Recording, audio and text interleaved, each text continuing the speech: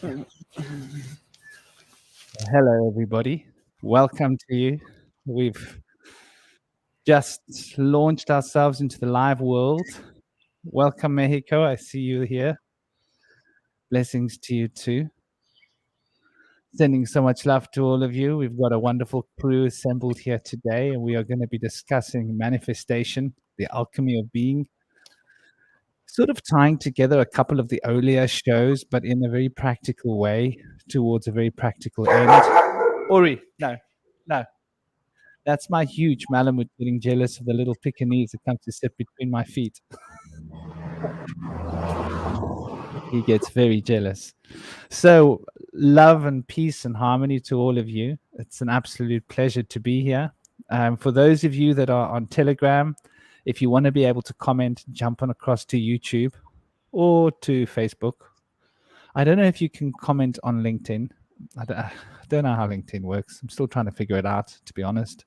Been on it for years, still haven't figured out how it works, but I'm on it. So without further ado, I'd love to welcome all the people. I'm going to go in a clockwise circle because I just got here later than everybody else. I was in the room making sure that the other computer was linking up to Telegram.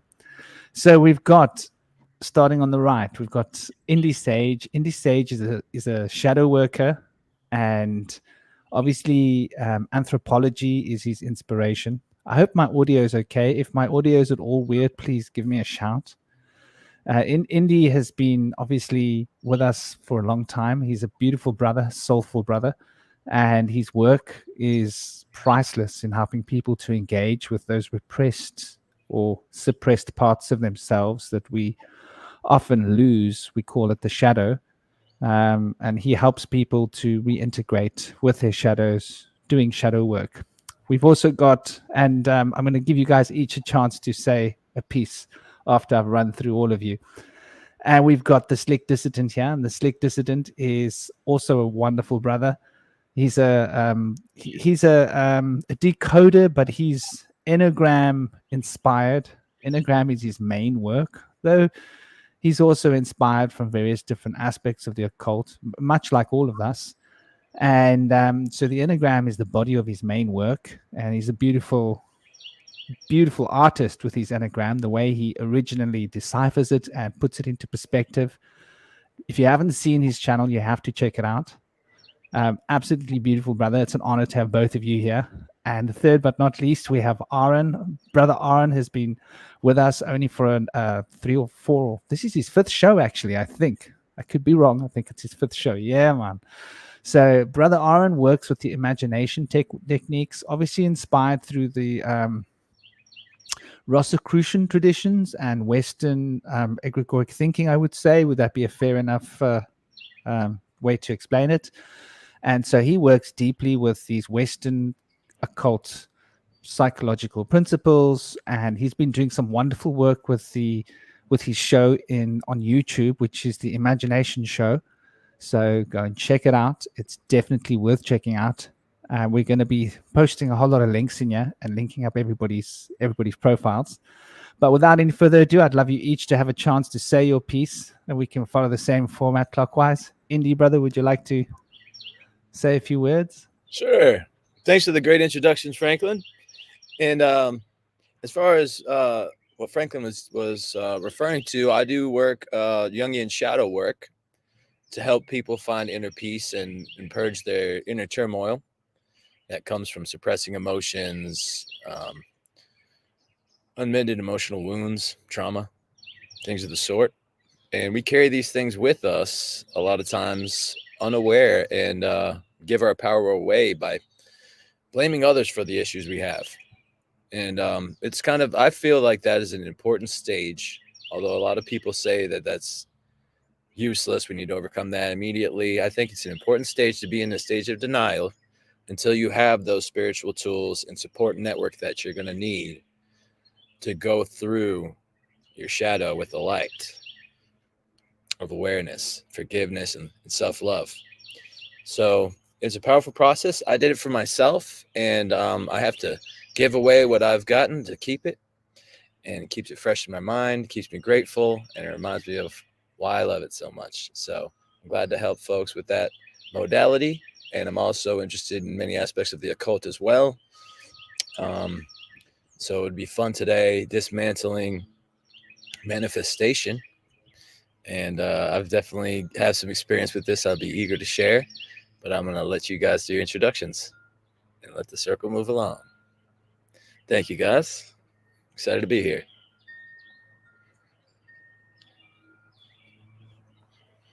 Next up, we're going to Slick, I think.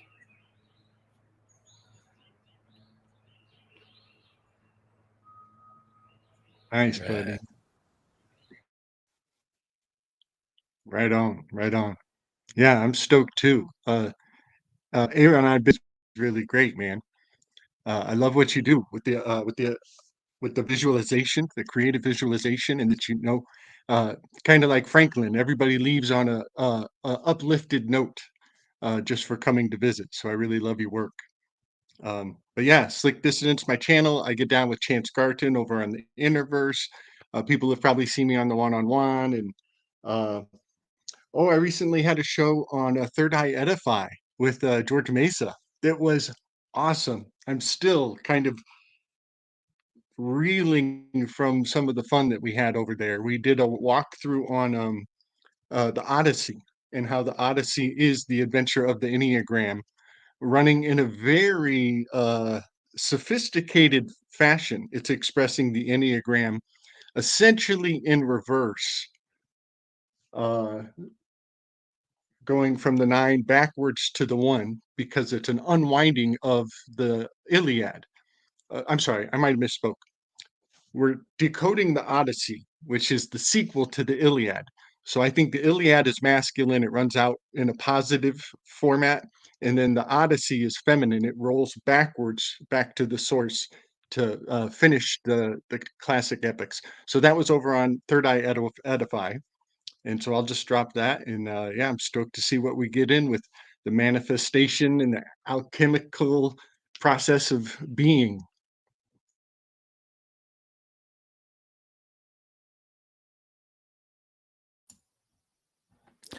And Hey, dear brother everyone. Aaron. Glad to be here. This is my first time joining with Gabriel, which is awesome. Quickly, I guess how I found the space is I look to find unique people, and I really like studying kind of individuals and group dynamics. I call it like the consciousness mycelium forest, and I like trying to hone in and find the people that are sending like a unique ripple through the space and trying to navigate and find them. And all the people here, I could sense them sending that kind of ripple, and I didn't know where it was leading, and then found myself in this group. And so that's awesome to be here and be able to connect with everyone. And I like kind of developing mind and forces type maps and navigation of the human experience.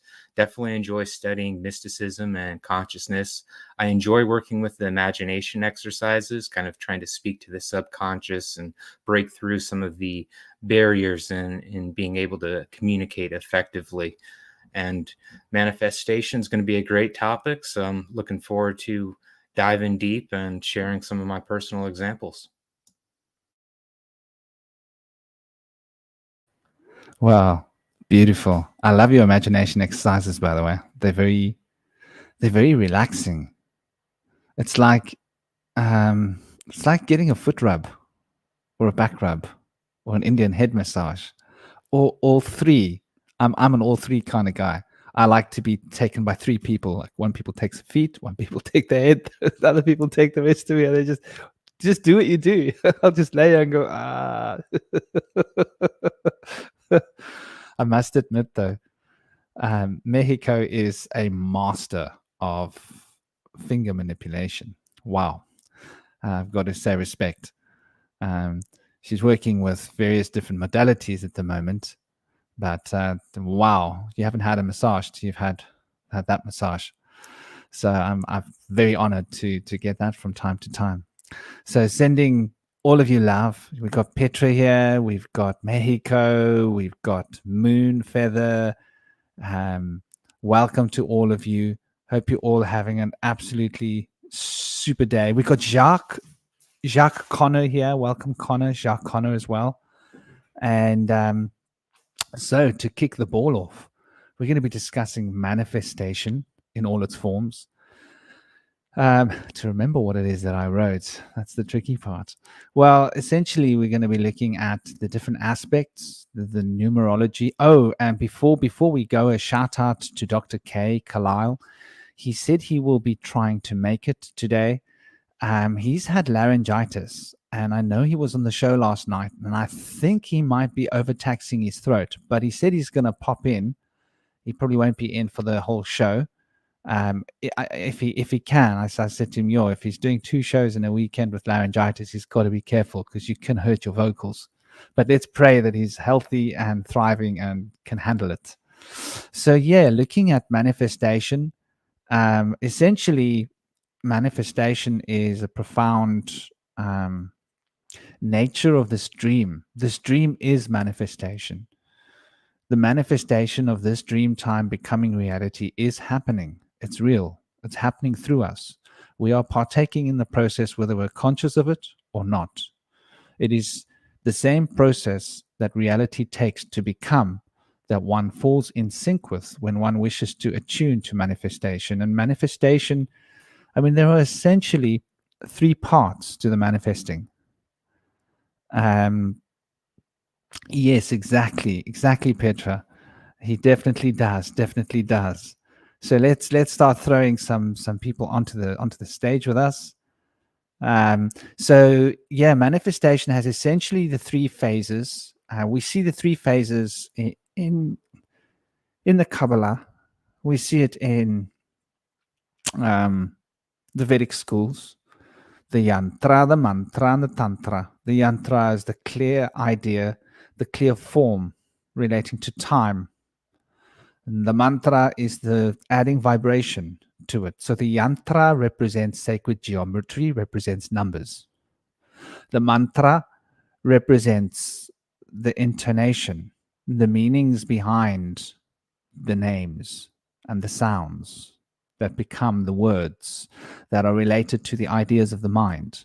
And the yantra and the mantra get put together in the tantra to get fused, and it becomes dynamic action. And so the tantra is the action, the movement through time and space that we embody this with.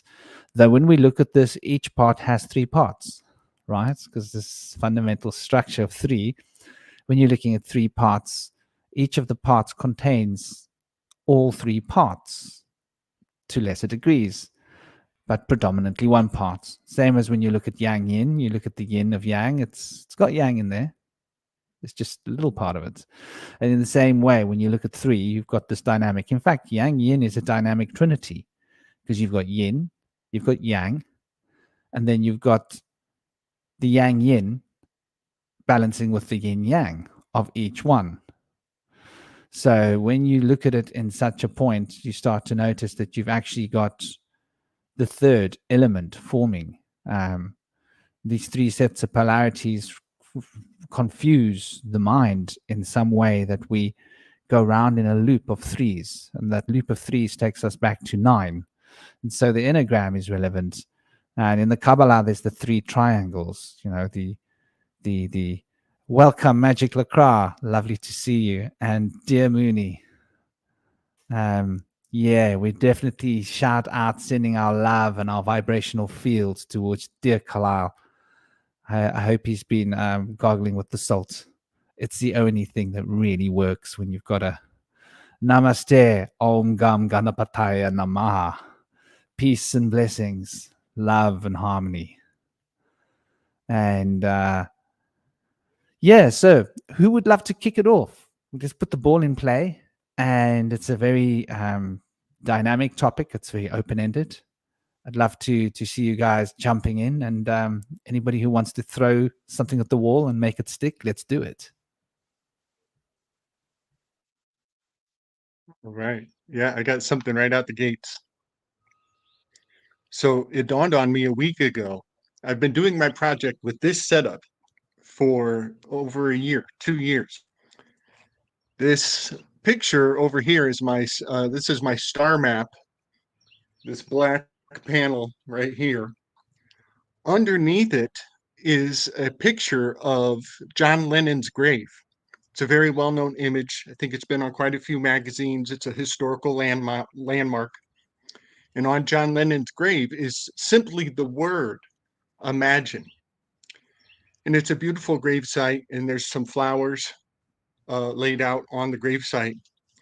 And it's been there all this time, all this time. That's how it was set up in this room for years now. And I'm looking at the word imagine, and I'm flipping it in reverse with my schizophrenic style that I got. And I'm like, wait a second.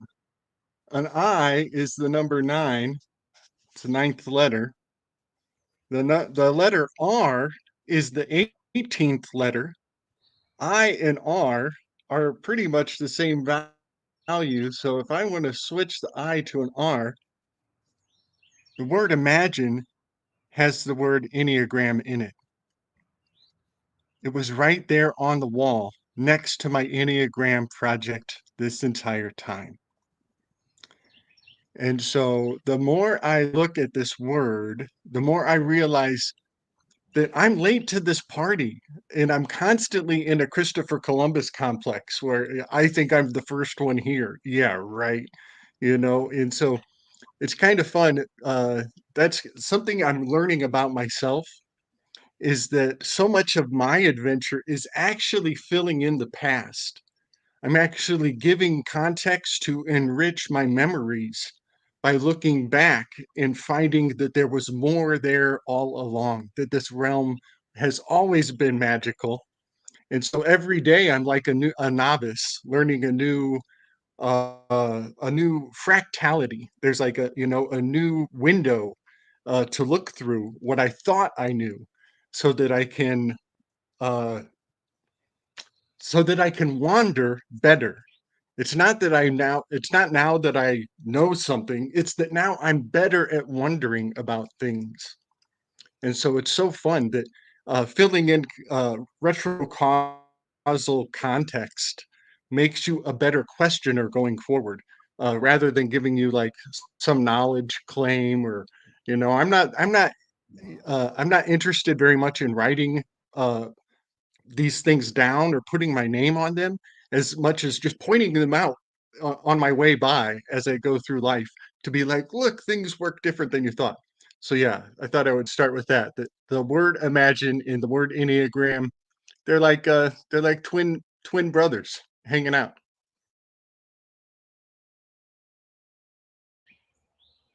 I love that, and it's so apparent that your imagination is being used to its fullest potential by seeing these beautiful connections here in the world that a lot of people overlook. And it's so great to have a guide that can point these things out to us as we all go through the journey of life. Love that.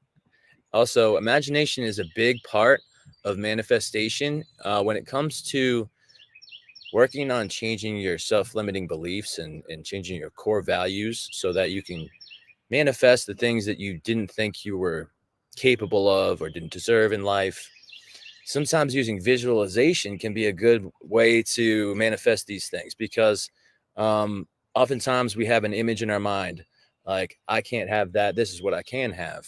And if you can flip the script and change that image to what they consider scarcity, and flip that image of scarcity to an image of abundance, you'll be one step closer to be able to manifest and visualize not only the receiving of that, but visualize the process that it's going to take to be able to manifest that in your life. And a lot of times, hold on, I have a car coming by.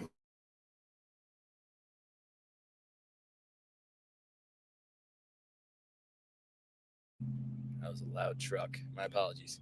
Oftentimes, we will try to look at manifestation for abundance.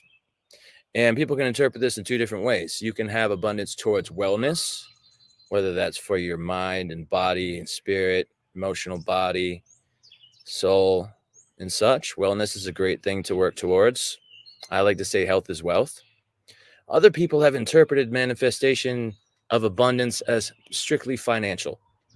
And this was kind of pushed along by the book by Napoleon Hill that was called Think and Grow Rich, the teachings of which were then used by the proponent, Bob Proctor, to get them out there and propagate those teachings. And I feel like there's a strong connection with the secret of life. And so I personally, I don't really feel like seeking finances or financial abundance to me is a worthwhile goal, because I've seen the detriments of what money can do to people, materialism can do to people. And so for my personal journey, the manifestation of abundance is for my health on all levels. But I know that people have been effective at being able to overcome self-limiting beliefs of scarcity and be able to manifest financial stability, which is a noble pursuit. But I think some folks get a little carried away and want to have the riches. To me, I feel like I'm personally guarded against that, because I feel like the idea that money equals happiness, to me, is the antithesis of the real story. I know that money can help facilitate safety and health, which is good, very important. So I think it's important for folks to use gratitude in this process, to be grateful for what you get. Not maybe you didn't get the $1 million that you want, but to be grateful for finding a dollar on the ground.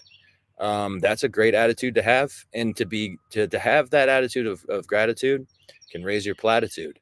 And if you're grateful for what you have, you're starting to open up to be able to receive more things to be grateful for. So I think that's a great way to look at it for some folks. Works for me. But that's I, just a little testimony of my own personal. What do you guys got? Anything on that? I think that's really beautiful, and I think that ties into something fascinating. And I also like what Gabe's was bringing in, looking at the word imagine, because it is really at the key to the yantra. The yantra is that process of imagination from the Vedic schools of thinking, which is how we build the image in our mind that produces the manifestation. And the gratefulness is what empowers that. But at the same time, there's a double-edged sword. The gratefulness is not just the empowerment, not just the fuel that drives the manifestational process, but it's also the safeguard. And I love that, because I think that's really fundamental. In my opinion, I think it's got to do with the Masons getting their sticky fingers all over manifestation. And obviously, you know, these guys, they wanted to own the banks. So they had nothing against money.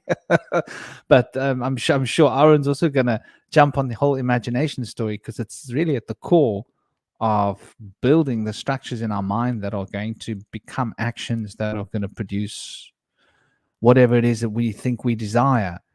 And those desires, like you said, can be very dangerous when they become locked into particular bits of coinage.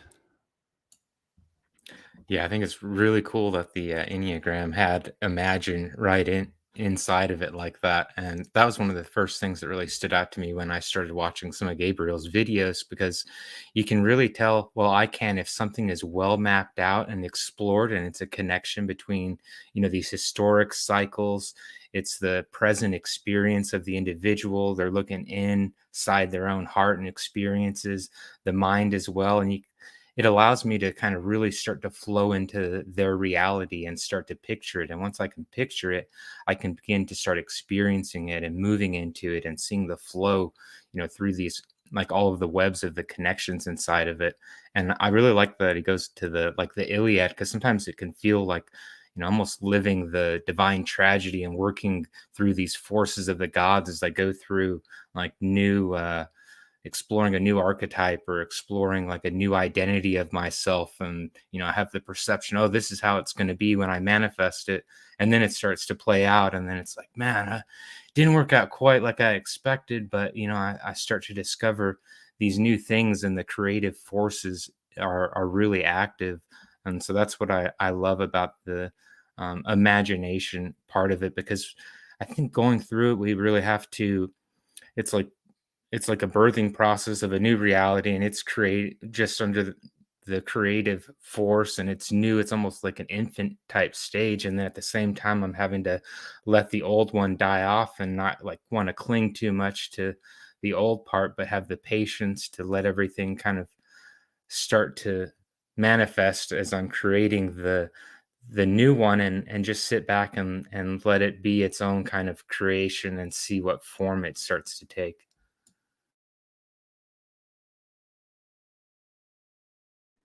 I love that, brother. Yeah, I mean, that's so shamanic, is it not? Because shamanism is really all about a journey into the imagination, essentially, into the deep recess, and that the whole nature of reality is really a structure that is bound by the powers of imagination that hold us to this form, bound through the reality of our minds, imagining ourselves in this world as a sort of double feedback loop. So, and I'd love to get into the word imagine, because I think it's tickling at the feathers of my mind. It's telling me something, it's suggesting something fairly deep and something quite profound, because imagination, imagine, imagine. It's there's something quite profound when we think about the because the is like the resonance. It's the water. It's the breasts. It's the substrate in which the roots of the plants are going to take root. The and the age is Saturn's handiwork. So we've got the which is the entering into the mother, and then we've got the age coming forth from the mother. And so imagination carries both the masculine and the feminine in it somehow. Image and gine. I mean, gine, vagina. You just need the V to open the legs to produce the vagina. So you've got all these little like beges, seeds of words wrapped up in this one package. And it really is the key to art, which is being. I'd love for us to like hammer that word out a little bit. I think there's so much in that word that needs to be discovered. I also see magi or mage, I mage in, or I magi nation. So magic within or magic together.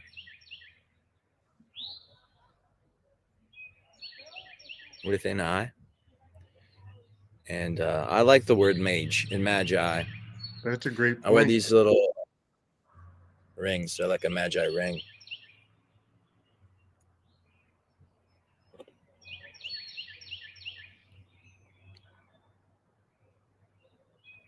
There's surely magic. I feel like that was a great idea, tying in the M of Mem to represent the waters and the memory of the cosmos that resides in the water that we can access through sight, these images, and imagine with our mind images within that we can then manifest without.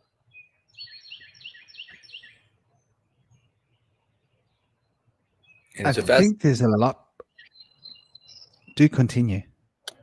In which we begin with the imagination and thought, and then maybe we speak or draw it out. And sometimes people will make a dream board to show what they're coming from and what they're coming to draw those images and put them down. Sometimes we'll do a collage of the images, and then those are bound to manifest. We're opening up the door to be able to receive those. After the images has been put down, then we engage in the tantra, the action, to take the steps to receive. It makes me think about indigenous art for a moment.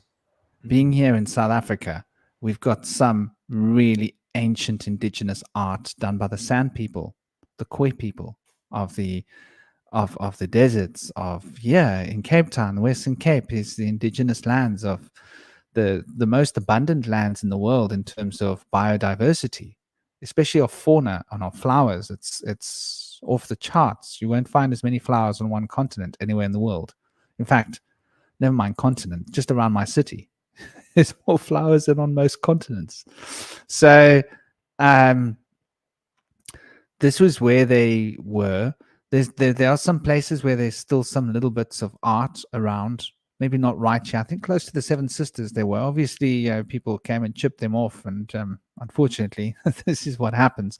But there's a lot of this wonderful art in this country, and how they used to draw from within the imagination these animals and manifest them on the wall in front of them and turn them into a spell where they would then enact that with their music.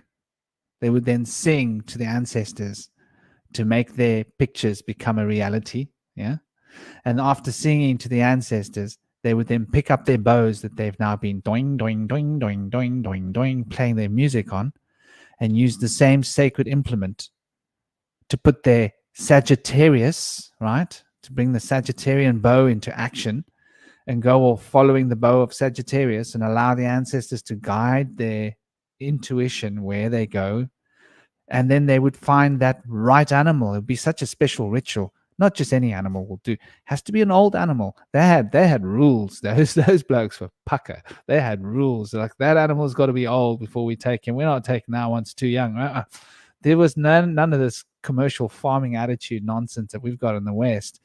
And then they would ritualistically take that animal down. And once they wounded that animal, even if they had to run 50 miles barefoot day and night, they would do that in order to get that animal. How far? If they sometimes were known to chase an animal for 2 or 3 days, they wouldn't be like, let's give up, get another one. No. This is our ritual. It's a sacred manifestational ritual. And once they got that, they would gorge themselves on meat. And then they would salt the meat and they would dangle it over their bodies, and they would run with these huge full bellies back to their villages of women and children with all this meat over their bodies and get it back to their families. And these guys were hardcore, man. So there was definitely not just airy fairy, the new age idea of manifestation, just keep the intention in your mind. And no, these guys were doing spells that involved sweat and hard bare feet on the ground, blisters on your toes, So I think that's basically how powerful the imagination is. They knew it. The ancestral beings that our people, before we got sort of gentled by the church and all of that nonsense. We used to be like that, So I think there's something to be said about that.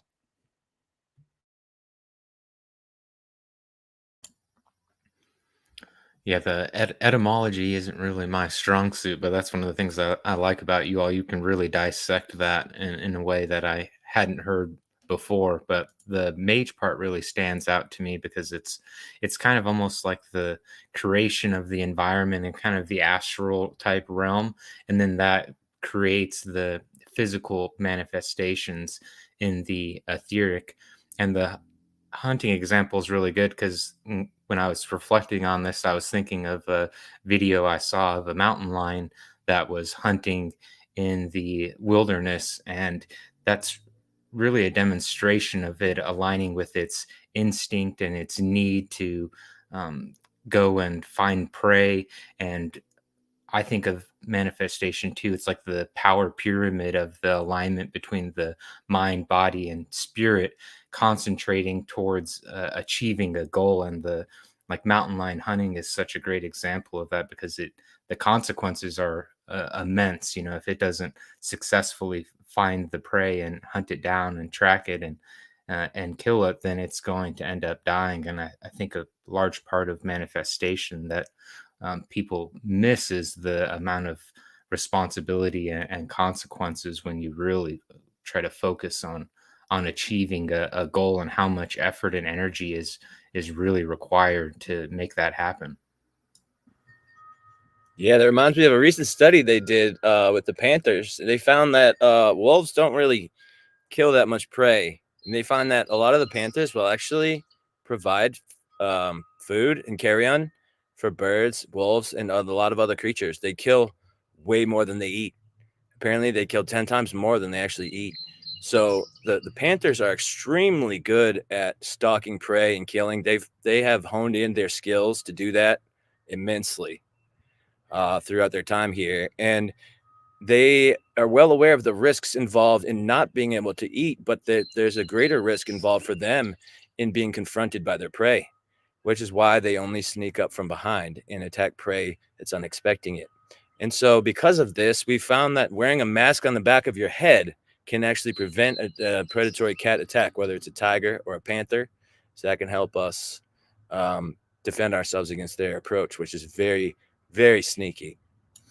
And so it's really interesting to me that the fact that they provide so much food to the other creatures of the forest.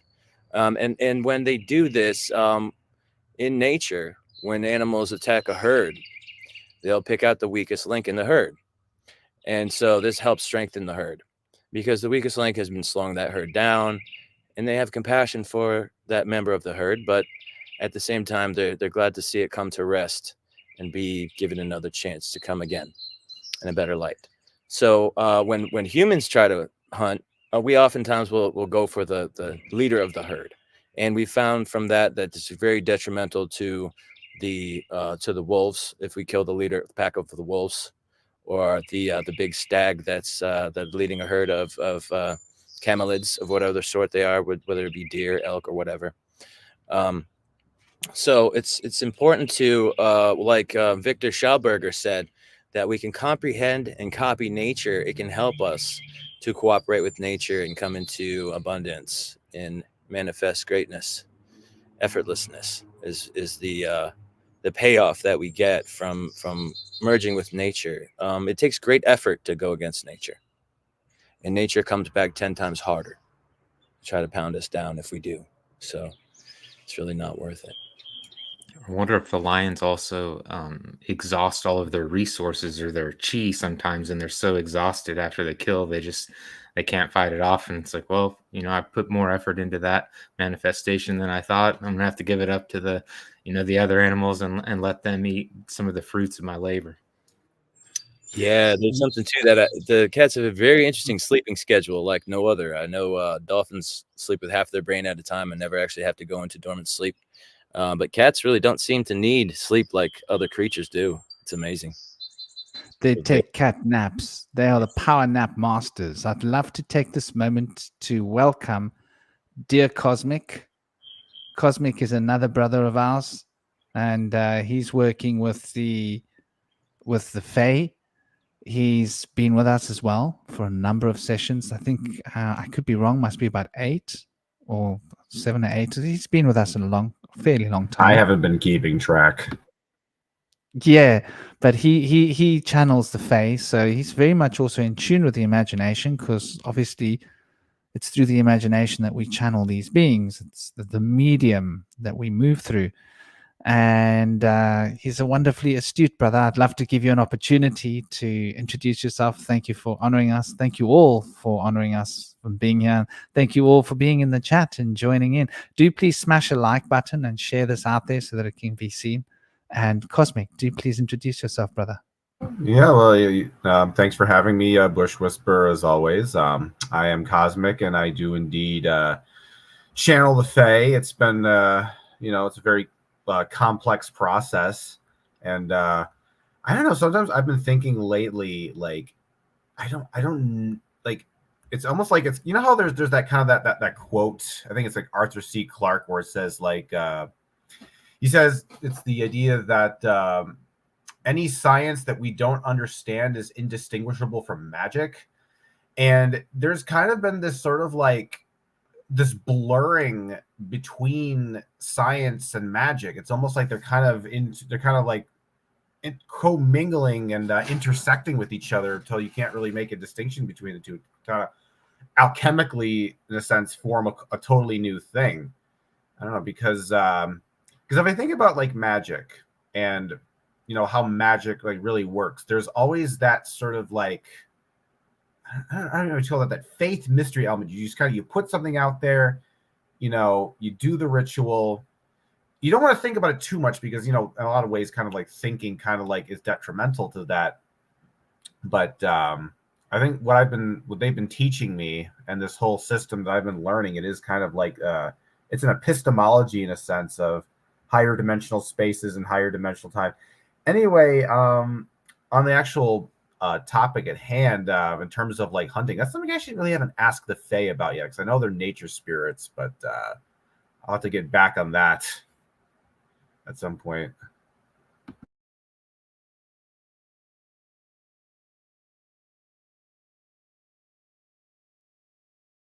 You know, I have a little something on the magic and the science. Uh, I have kind of a strangely categorical mind frame now. And when I hear words like, how does this field relate to this field? How do they associate to each other? I feel like I have this, I feel like a one trick pony. I'm self conscious of that because everything becomes the Enneagram. And I'm like, look, I think I figured everything out. But it's fun because it just gives context to kind of map things out. But the mystagogue of science is Socrates. Scientific optimism is the quintessential experience of a number 7 personality type. So when I hear somebody say, you know, science and art have a hard time with each other, well, strangely enough, Socrates, his relationship to Agathon, the host of the symposium, number 5, uh, this is where the art card resides. And Socrates was trying to make a relationship with this tragedian because this this tension between the two characters is an archetype we are still talking about. What you just said has a thread going back in time. It's like a truism that has not really changed a lot. And so when you said science and art have a hard time, there so much ink has been spilled on this topic. I just want to point out that you're talking about the 7 to the 5 relationship. This is the enthusiast with the shadow of glutton. Socrates is enthused. He has a demonic spirit. He is he's doing a ventriloquism pantomiming seance to summon Diotima Montanea in the room. So he is like the shaman uh, enthusiastic one. But he's building an image of the higher good. Well, funny enough, it's not explicit. It's between the lines. He has a crush on the character in the room whose name is good. He secretly has a crush on the guy named Agathon. That name means good. And he's building an image for everybody of the higher good, this what we all desire. And between the lines, covertly, like if you were like into romance novels, would you see that this is secretly him talking about one of the characters in the room, that is Agathon here, who is the artist who started the party. And the art card is number 14. That ties into number, it reduces to a 5. And earlier, Indy, you were talking about greed and money. Well, the shadow of the number 5 is no, jealousy. They're greedy. They keep things to themselves, and it's sometimes it's both it's both. They're not good at giving, but also they're extremely talented at taking in and keeping. They almost are too good at taking in information, and they're just a little bit stinted in how they can pay it forward, and that's kind of their challenge. But I just wanted to kind of summarize that science and art have always had this relationship, and it goes all the way back to, you know, Plato saw it because he fictionalized this account of Socrates trying to figure out what's up with these tragedians and these comedians, and what is the generative principle of comedy and tragedy, and are they the same, and are they different? And Socrates thinks that comedy and tragedy are the same, but comedians, they only get half of the human experience, and it um it takes a certain threshold to rise into the consciousness of what tragedy is based on. Why do humans require tragedy in their life? And yeah, I just wanted to kind of put some of the map of my mind on the table. I love that. That's a very interesting perspective. Do please share, brother. I wanted to point out that hold on one second.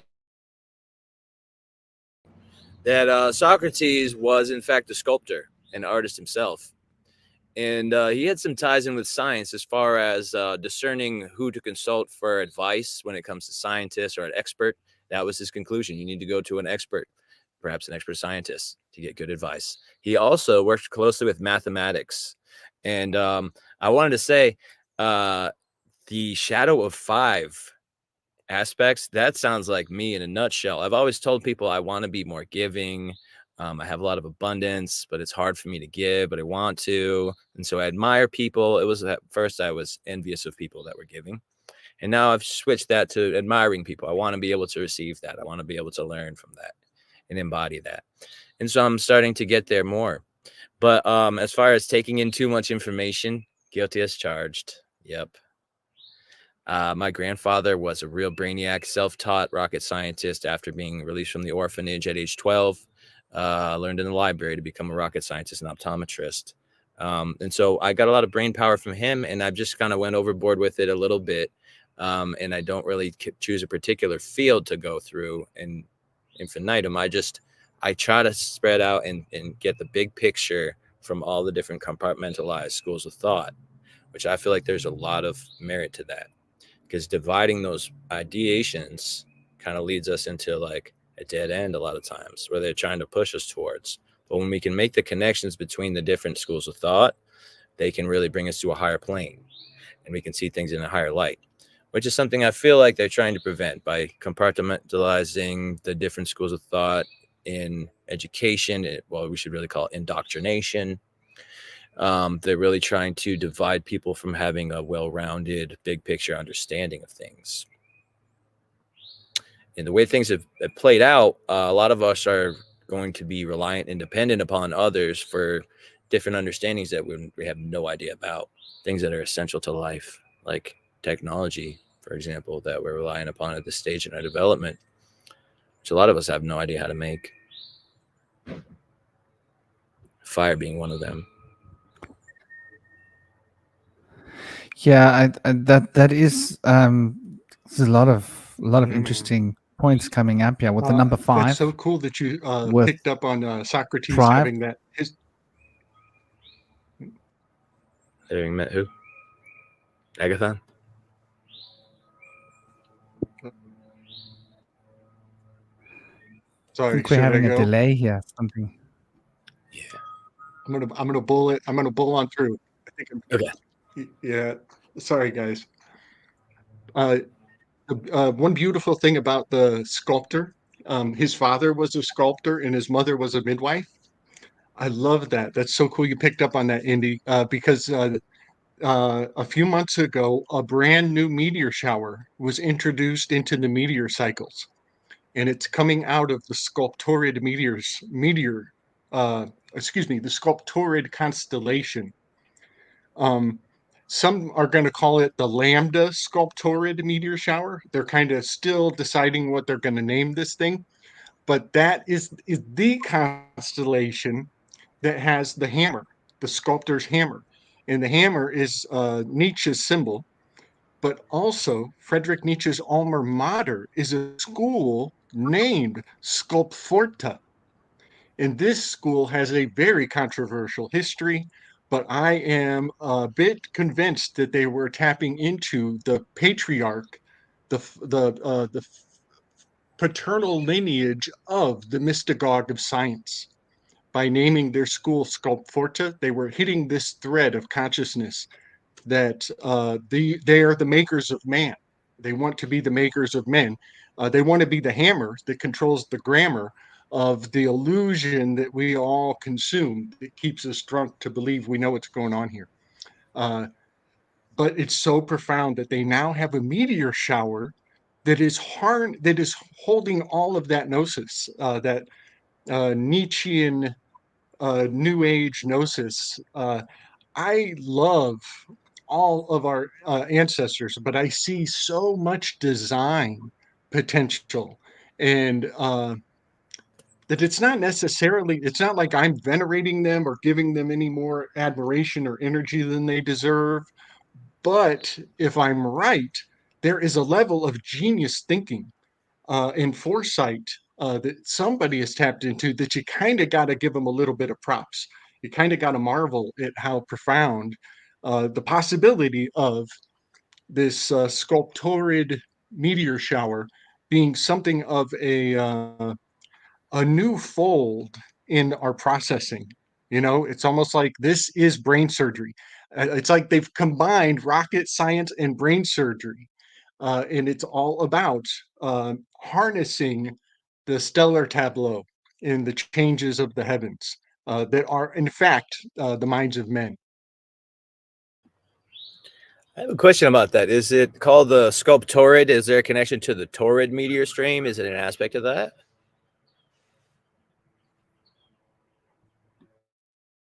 It's a good question. I think so. I think so. There is something that connects the two. Um, they're not coterminal to each other. And one thing that's very interesting is this the sculptor constellation is technically like a magnetic south pole. It's not the Sigma Octantis. It's not the same as Sigma Octantis. It's like that some degrees over that's considered the magnetic south pole. So it already was a bullseye. It already is something of an attention magnet in and of itself. And for a new meteor shower to be introduced into the cycle. What's up, Polymathin? Big love, buddy. Yeah, it's very profound. And Polymathin was with me when we started discovering this.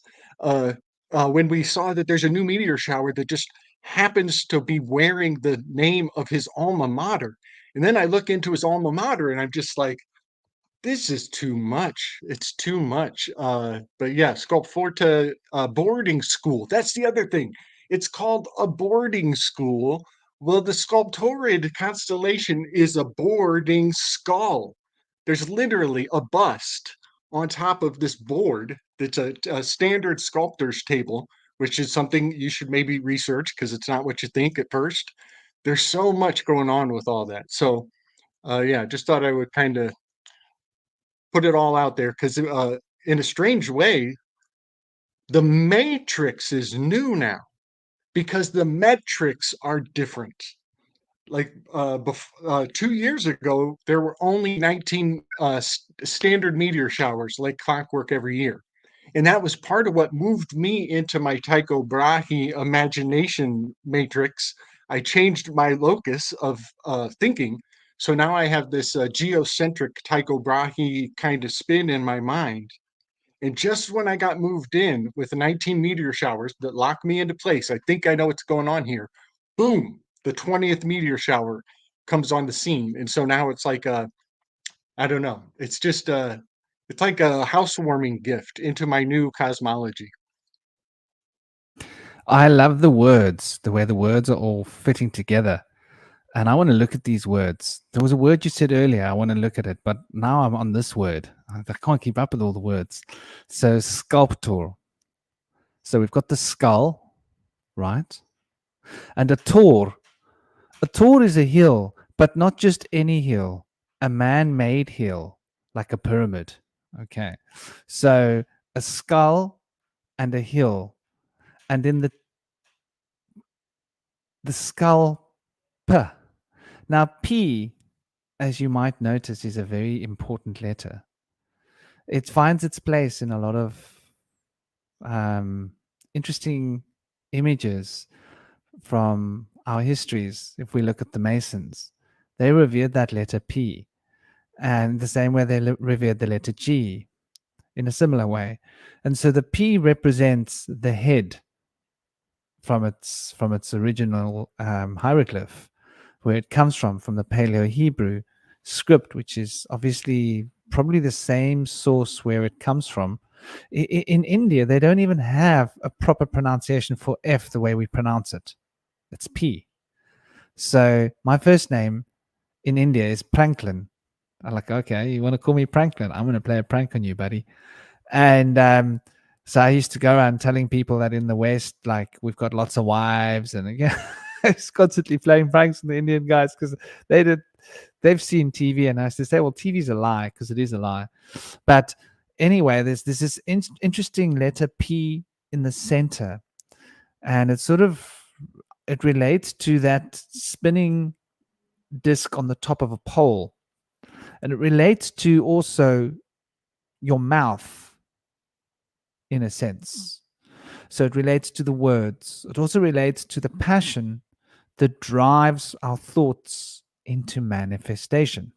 So sculptor is an interesting word that I think is quite important. Why they've chosen this, constellation, and why this constellation is named that is probably more correctly relating to these very deep occult truths related to this.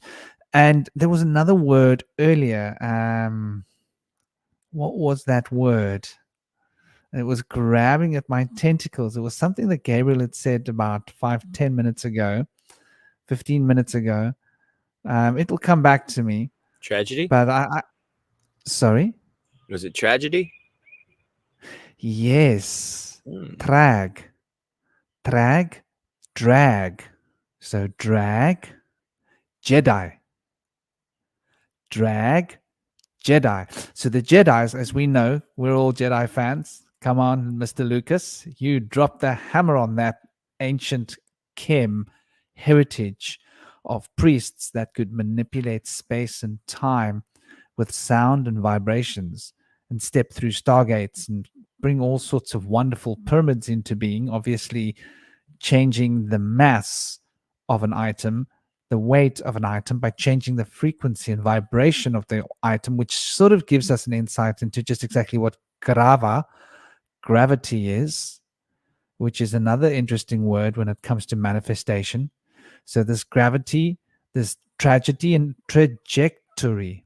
So tragedy, trajectory has got a lot to do with the focus. It's got to do with the drag of the Jedi. And the Jedi priest, what would drag the Jedi priests back? Time, Saturn.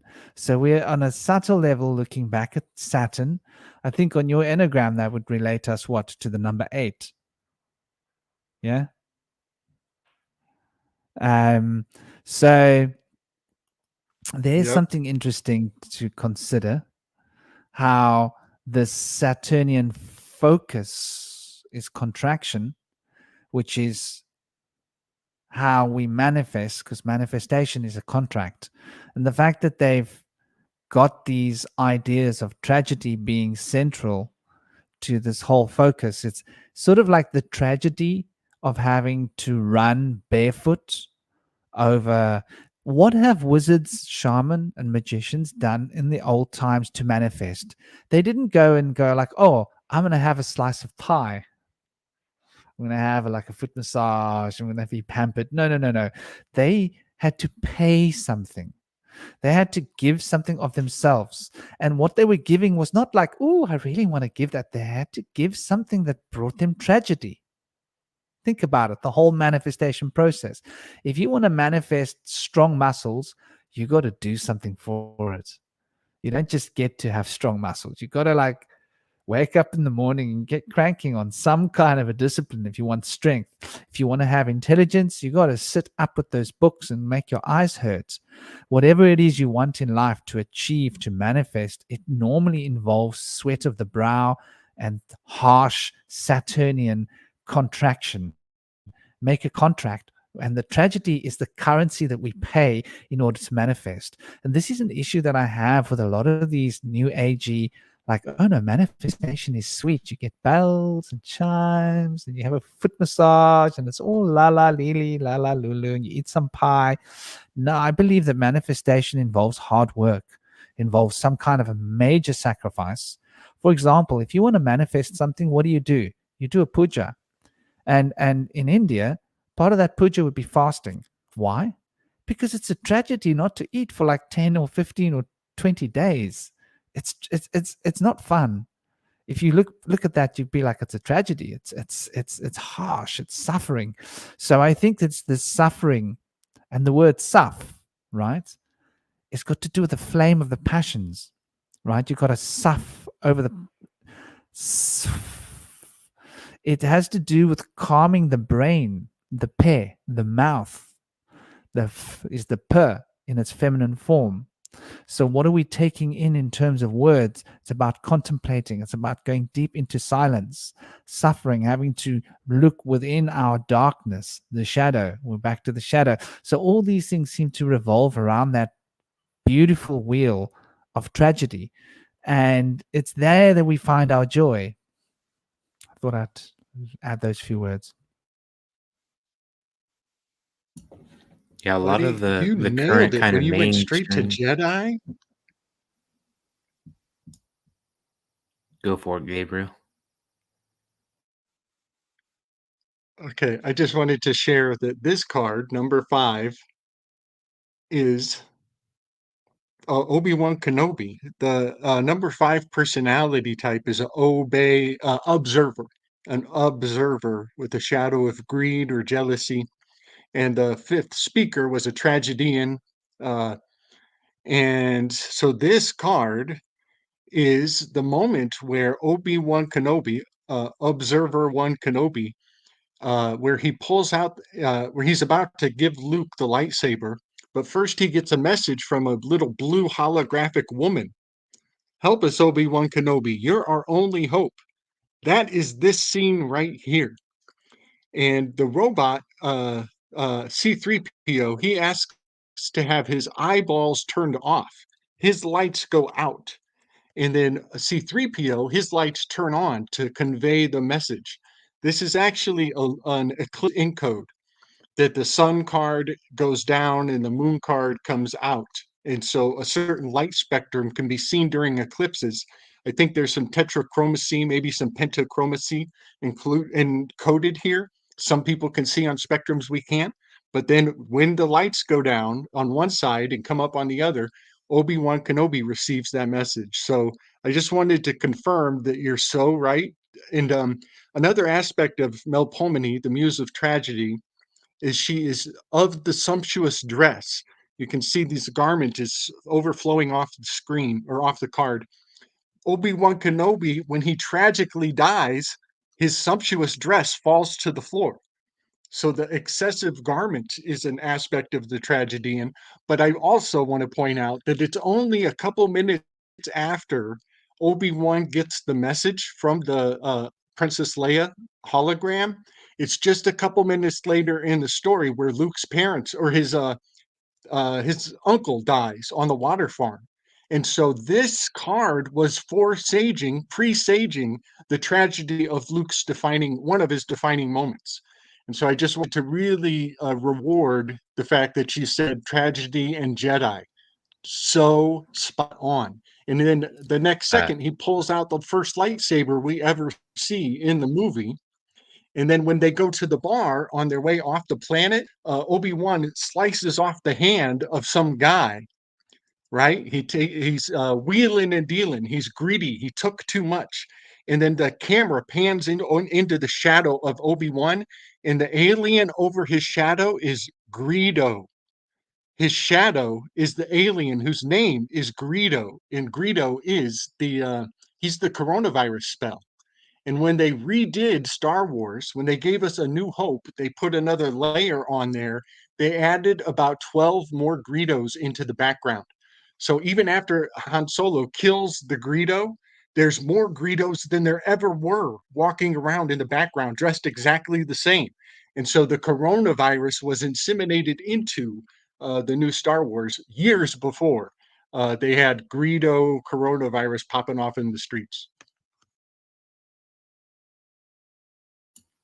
that card that And you that just showed, it has the magic key, and so I noticed there was 3 parts of it. It's kind of like the Trinitarian, and I think of like the Trinitarian level of consciousness, which is really required in order to make manifestations really work. Because a lot of times I call it like lily pad skipping, where you take almost a dualistic kind of one form, and so someone will break one identity and they'll lily pad hop to another one, and then they'll mistake that they're manifesting these different things when in reality they just jumped to a new lily pad and then manifested the same archetypes just in a little bit of a new form. Because I notice whenever I move to new places or take on a new job or play with a new identity, I'll get like a new level of an archetype, and it's kind of the same thing. Like a lot of the times I get almost like the salesman type archetype, because a lot of times I'll go into a space and I'm very open and giving and I'm very trusting of everyone, and I'll have like a set of skills, and then the salesman type archetype comes in and they'll want to play a character role and want to utilize some of the resources I have to further their goal, and I keep manifesting this new version, a higher different one, and I get to play around and see if I've learned lessons from the last iteration of dealing with that archetype, and it's really cool. That's really interesting that you mentioned the salesman, because sale obviously is how you're trying to maximize catching the wind, right, on a boat. So to sail is to be greedy about the wind, if we want to look at it from that perspective. And the sale is also about getting your money in my pocket. That's why I sell you things. I want your power. I want what you've got currency wise. There's something that I'm going to give you in order to get it. So it's coming back to the Saturnian contract. And something that Polymathing was mentioning here, he was breaking down the manifest. I think I need to look at the Sanskrit here, since we're essentially all coming from the perspective of Indo-European languages. It's worth looking at the Indo-European roots. So if we're going to break down the bejas, we've got a mani, which is a very important mantra. Mani consists of ma and ni. Ma is the manifestation of the divine feminine, that vibrational womb substrate we were talking about earlier. That goes back to the other word we were talking about. And ni relates to your knee. And the Saturn, Capricorn, rules the knees. So we are seeing the connection between the card of the devil, because that greed represents the devil. And the devil is bound with the Hierophant, which was the card that's the fifth card that was being flashed at us. From the classical perspective, it's called the Hierophant. So the Hierophant and the devil is sort of like the shadow of the Hierophant, in a sense. For that shadow becomes polarized. And in the polarization, there is an unfulfilled desire. And the unfulfilled desire causes you to become locked in. But the transcendence of that unfulfilled desire, as in bringing the desire home and finding the source of the desire, brings you back to the Hierophant. So there's this fundamental connection between this, which is the fixed sign of Earth, Taurus, which is the tauric field, and capricious. What does it mean to be capricious, right? We're talking about desire and wanting to own, wanting to have everything. So these things are relating and connecting in a wonderful way. And the sphere of 5 from the Kabbalah represents severity. Sev, iti, reti. There was a word, miti. What was the word earlier that somebody said that I wanted to break down? But anyway, well, I'm going into too many. Getting back to the word of mani. Mani is the word for money, right? But mani means gem in Sanskrit. But not just any gem. It is that multifaceted gem that relates to the structure of the universe. So there's that well-known mantra, which is Aum Mani Padme Hum. Now the Mani represents the gem of Mani Pura chakra. The Mani Pura is the gem that's touching all things. So manifest, the word manifest has got money in it. Money is the source of greed. Money is an extension of greed. Money was created by greedy people that wanted to have everything. Because they wanted to have those things, they wanted a currency. They wanted to control the currency. So we're going right back to the Masonic beginning and the origination of the banks, which were an extension of the Knights Templars, promissory notes for keeping the road safe. You could give them your gold, and their honor meant that anywhere that promissory note was valid, worth that weight in gold to any other Templar. So you could travel all the way across Europe and hand in your promissory note and get your gold back minus a fee, a percentage. So this is matured. So the Mani is quite fascinating in the way that the Mani brings us back to manifest. Now, obviously, P and F are the same letter, F being feminine, and P, patri, being masculine. So the word fem and patri come from the same letter, rooting this P. So P is the designation where the sex begins. It does relate to the mouth, but more than that, what rules communication is the sign of Mercury. Now, when we look at Mercury, Mercury's original image was a breasted man with a vagina, sporting both sets. Look, guys, here I go. So that's as woke as you can go. And it's really like it's a part of our history.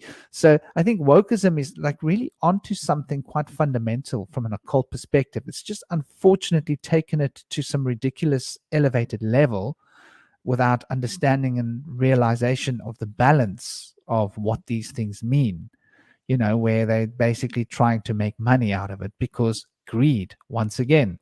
There's a lot of money in the industry of plastic surgery and drugs that need to be taken for your whole life. So obviously it's in somebody's interests for you to be on drugs and going to surgery. So unfortunately, they're pushing that advertising campaign on the younger people to confuse their minds so that they can have, instead of the normal percentage, that we can turn it into a fad. And with a little luck, they can make more money. So money, pest. So the word fest, which is festival, right? So now we're getting an idea of where the festival is the act of manifestation. We used to have festivals in order to manifest abundant rain and good crops. But fest is also pest, right? So the pest is what brings the tragedy, right? Because you've got all this wonderful wheat or potatoes growing, and then the pests come and they basically destroy your harvest, right? Your harvest. There we're going. Interesting. West, you could relate to West. The West is the land of, as we know, the sphere of water, the sphere of dying. So her, West. The mother's West. What is coming out, what is dying on the earth, becomes our sustenance. So it's interesting how all these words bring us back to the idea of the West, which relates to death, which relates to these sorry, everybody's staring at you, dear brother. Hey, hold a moment. I just noticed something. Dr. K is in the house. Did you guys see that? Dr. K is in the house. Welcome, Dr. K. Is he on the stage? Mic check 1 2 1 2. There you go, brother. Dr. K, for those of you that don't know, he's a brother of numbers. He's a numerologist. He also teaches. He's got his school that he's been starting to build now for real, and he does these grimoires for people where he plots their life path using the various different systems of numerology. You know, the Akkadian basics, the what is the Chaldean, the Sumerian, the Standard. I mean, there are a number of systems. So he basically does these wonderful grimoires, which is a complex tying together of the different numerological systems in order to create a base numerological system. Wonderfully astute brother and well read, and welcome, and do share some of your beautiful insight and wisdom with us. And I hope your throat is good and can carry. So much love. Thank you for that amazing introduction, Franklin. Please pardon my voice. It is doing something very interesting. I used to try to mimic DOC after his accident, trying to manipulate my voice to sound more like this. So I'm enjoying it while it lasts. You guys have been on absolute fire. Um, Love, peace, and power to everybody. Slick, Indie, Cosmic. Um, Aaron, you guys have been dropping like crazy. I really want to add to it real quick before I lose my train of thought. Slick, what you said about C3PO's eyes is so powerful because that's why they actually revisited that moment in. I wish Moonfeather was here. Shout out to Moonfeather. Correct me if I'm wrong. I think it was the last. It wasn't the last Jedi, but it was um, the Rise of Skywalker, where they had to turn off C3PO, and by doing so, they had to wipe his memory, so he would be able to translate a language that they had found. But when his eyes turned back on, they were red. Right? Now the symbolism there is obvious and blatant, but that's solidifying exactly what you said, Slick. Um, to give a point to what Aaron mentioned, shout out to you, Aaron, because what you said about having to essentially meet people where they are and close the gap, right? Kind of raise them up. If you look at I don't want to say the source material, but if we look at some of the bigger influences of Star Wars, which would be Frank Herbert's Dune series, right? I don't want to spoil anything for anybody, but if you look into the similarities, you'll be blown away if you don't already know. If you understand David Lynch, who did the first iteration of Dune in 1984, he also made changes from the book because he had to, right? So one of the things that he did was he created what was called a weirding module, right? A weirding module is something that amplifies the voice. It amplifies sound and turns it into a weapon. That did not exist in the book, but what it did was draw attention to the idea of the throat chakra, and it made proof of gematria and numerology because Muad'Dib, Kwisatz Haderach, Missionaria Protectiva, and some of these terms that Frank Herbert introduced along with his languages have the same frequency of 369, right? Which is also, my name is a killing word, right? So, in other words, you truly meet someone where they are. To be able to destroy a thing is to be able to exert true power over it, i.e., the spice, melange. Um, you mentioned, Franklin, Omni Padme Om. Om Mani Padme Om Mani Padme Om. Right? Well, Padme is the name of Anakin's mother, correct? So we can understand the power of symbology and why it doesn't matter who owns the copyright when we're talking about source. So it's about being able to recognize yourself in symbolism yet again, because the true key of manifestation is understanding that we live in a quantum reality where if you focus in on a person, place, or thing, which is only a reflection of you, you have permanent entry. It's not something outside of you. It's a reflection. So to manifest truly is to know I. And I say that because if you look at the title, you forgot the I in manifestation.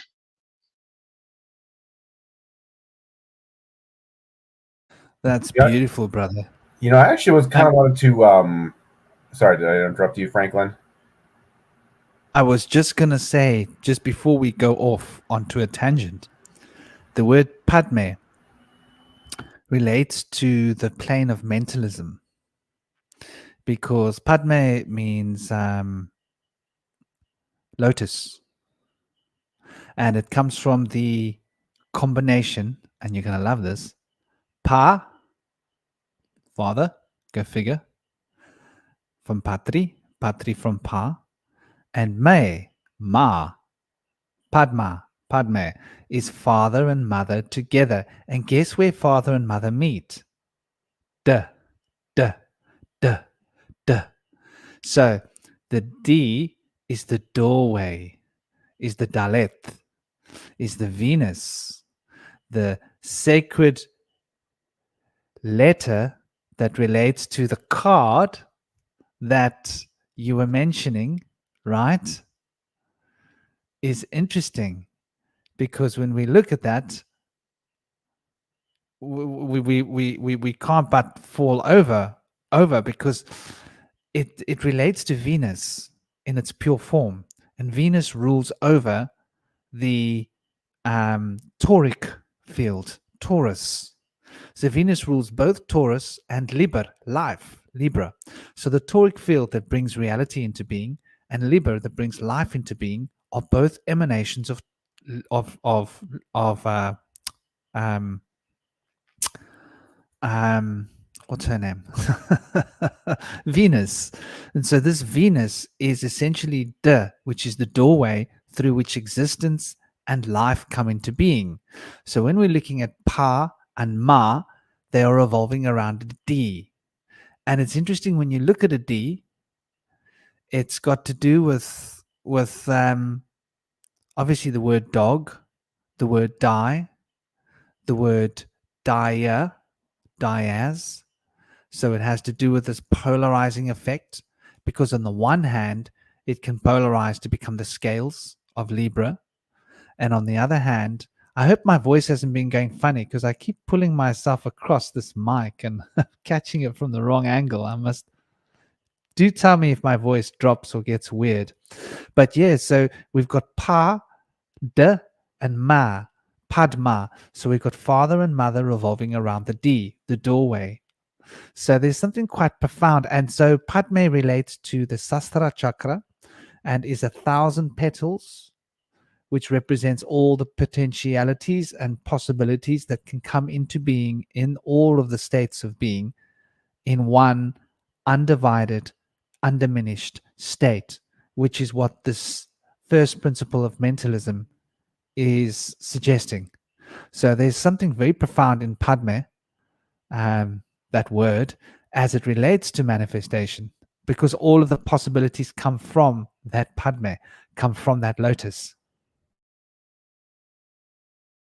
I just wanted to talk about Dune for a second here because I think there's a story about that relates to the idea of manifestation. So before David Lynch was set to try to make the Dune film, it was actually Alejandro Jodorowsky attempted to make Dune like years before that. If people don't know who Alejandro Jodorowsky is, he's this Chilean, I think he's either Chilean or Argentinian filmmaker who made a lot of these movies like The Holy Mountain, El Topo, just these very like surreal, symbolic, rich movies with a lot of like intense and powerful imagery. So he actually attempted to make the movie Dune before David Lynch did, and there's this really like big, like ambitious project with all these like big ships, and there's like it was pretty crazy. Like it's a pretty wild interpretation. I think he even got Salvador Dali to play the villain character, and I think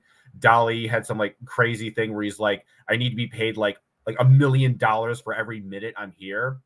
So there's actually a documentary about it. I think you guys should check it out if you haven't seen it. I don't know the name of it, but it was like Alejandro Jodorowsky, Dune. But what's interesting is that the end of the story is that, the film was never actually made. It was too big. They didn't really have like the budget for it. There's just a lot of internal complications. But Jodorowsky had an interesting interpretation as kind of events called back, because once he finished the movie, then there was like, David Lynch made Dune, then there was Star Wars, and there's all these like big science fiction epics. And the way he looked at the situation was like, well, I didn't make the movie, but the intention of the story that was on my mind still like manifested itself in the universe via these other filmmakers, like the Star Wars movies. So it's kind of like that intention for that, even though he didn't make that like epic Dune like space opera, it's like the universe is like, let's have someone else make it. So that intention still got into the universe. So I think in terms of manifestation, I think it's kind of an interesting way to look at it. It's like sometimes when you manifest something, it's not always the way you expect it to come into being. It's not like, you have a set idea of how it's coming. It's always a surprise. It never really presents itself at a time you're expecting. Cosmic, that is a really, really great point and observance. Jodorowsky is he's still alive because he's actually still critiquing Denis Villeneuve's current adaptations. He is beyond eccentric. He is beyond a multi-dimensional genius. Jodorowsky, his version was going to be 14 hours, I believe. When you look at Star Wars and Dune and science fiction on the whole, from a certain spiritual standpoint, you'll have no choice but to notice certain things, and it'll make it easier to correspond with certain systems, right? One of those being Kabbalah. So if we look at Children of Doom, right? And Doom Messiah, notably the second and third books in Frank Herbert's Dune saga. You have the children. I don't want to spoil too much for those who may not know, but the children of Paul Atreides, Muad'Dib, the Kwisatz Haderach,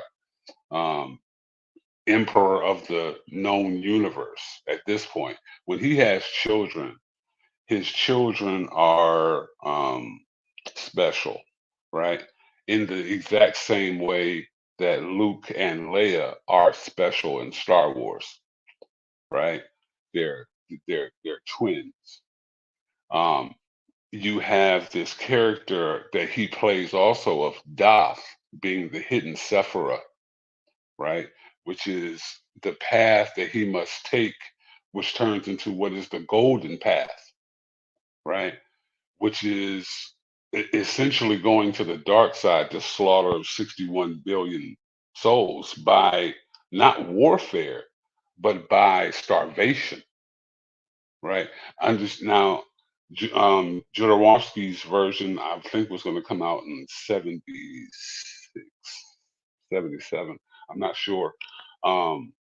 David Lynch's came out in 84 during the Iraq invasion, right? The capital of northern Arrakis, aka Dune, is Arakim, right? Um, Arrakis sounds like Iraq, right? Like there's certain things you just can't get away from.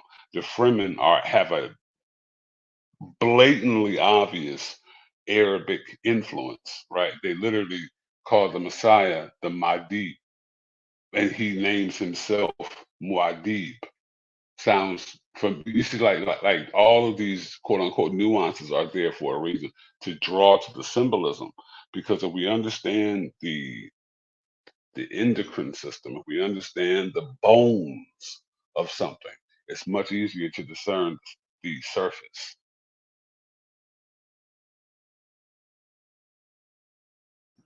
I want to point out that the name Muad'Dib that he chose refers to the desert mouse in the Dune series, and it said in the series that the mouse represents. With this mouse, by the way, it kind of resembles the chinchilla, the desert mouse that doesn't drink water. And they said that the principles of the desert mouse are that it's a wise creature and able to survive the harshness of the desert through nocturnal activity and the ability to produce its own water within.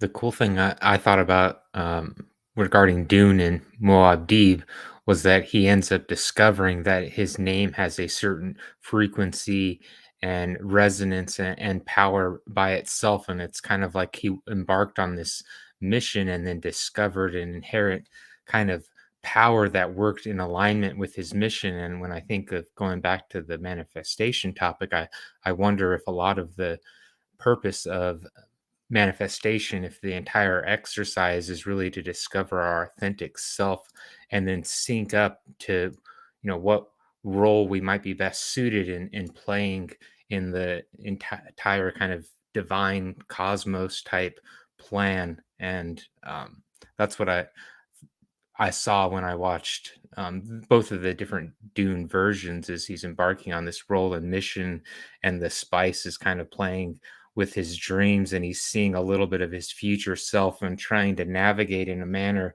that allows him to start to sync up to it. And then he's discovering all of these different clues that are leading him along on this breadcrumbs that he's picking up. And those are kind of the very small and subtle things that let him know, oh, you're on the right path, or I need to try something else. And it's even going back to things that his father said a long time ago, and he's syncing up with it.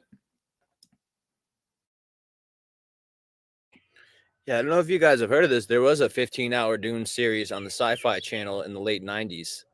And I thought it was fascinating. I watched the entire series. It was a mini series, but I watched the entire series from episode to episode, back to back, in one sitting. It was incredible.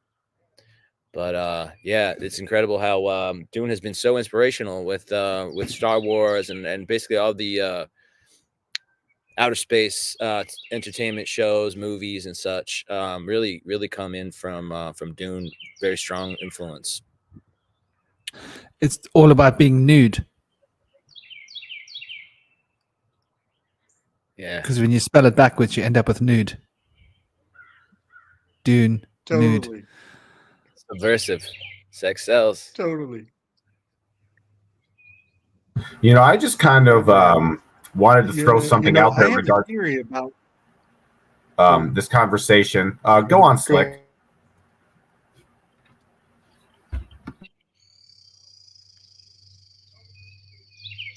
All right. Well, I was just going to say, before I ever really got deep into the you're gonna go. Okay.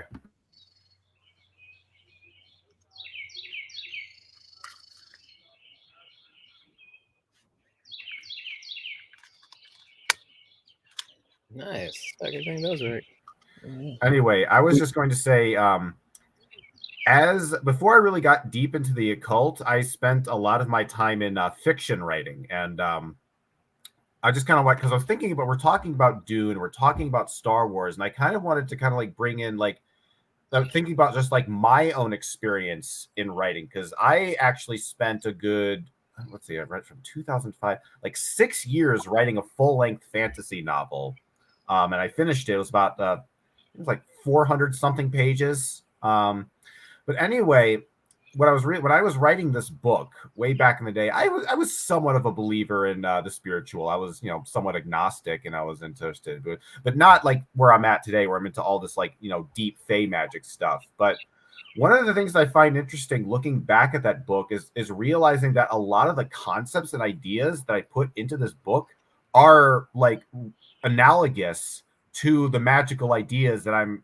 dealing with today. Like I was thinking about I mean, I guess I can't really describe it, but it's this idea that, like, when you create something like a book, there's going to be automatically some occult symbolism that almost like kind of unconsciously and automatically gets manifested into it. And it's interesting though when you're the one actually writing the story and you're the one actually putting it on paper, and it's like, because a lot of times when it comes to art, and I kind of notice this with music too, is that there's always this sense of like, well, this person wrote a song, this person wrote a book. Like, what were they thinking about? What were they channeling? What was going through their mind? Was it real to them? Was it just fiction?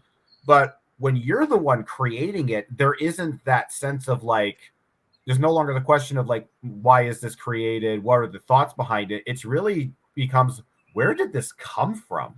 Because you no longer have that. When you think of like Star Wars, you think, oh, this came from the mind of George Lucas, or you think of Dune. This came from the mind of Frank Herbert.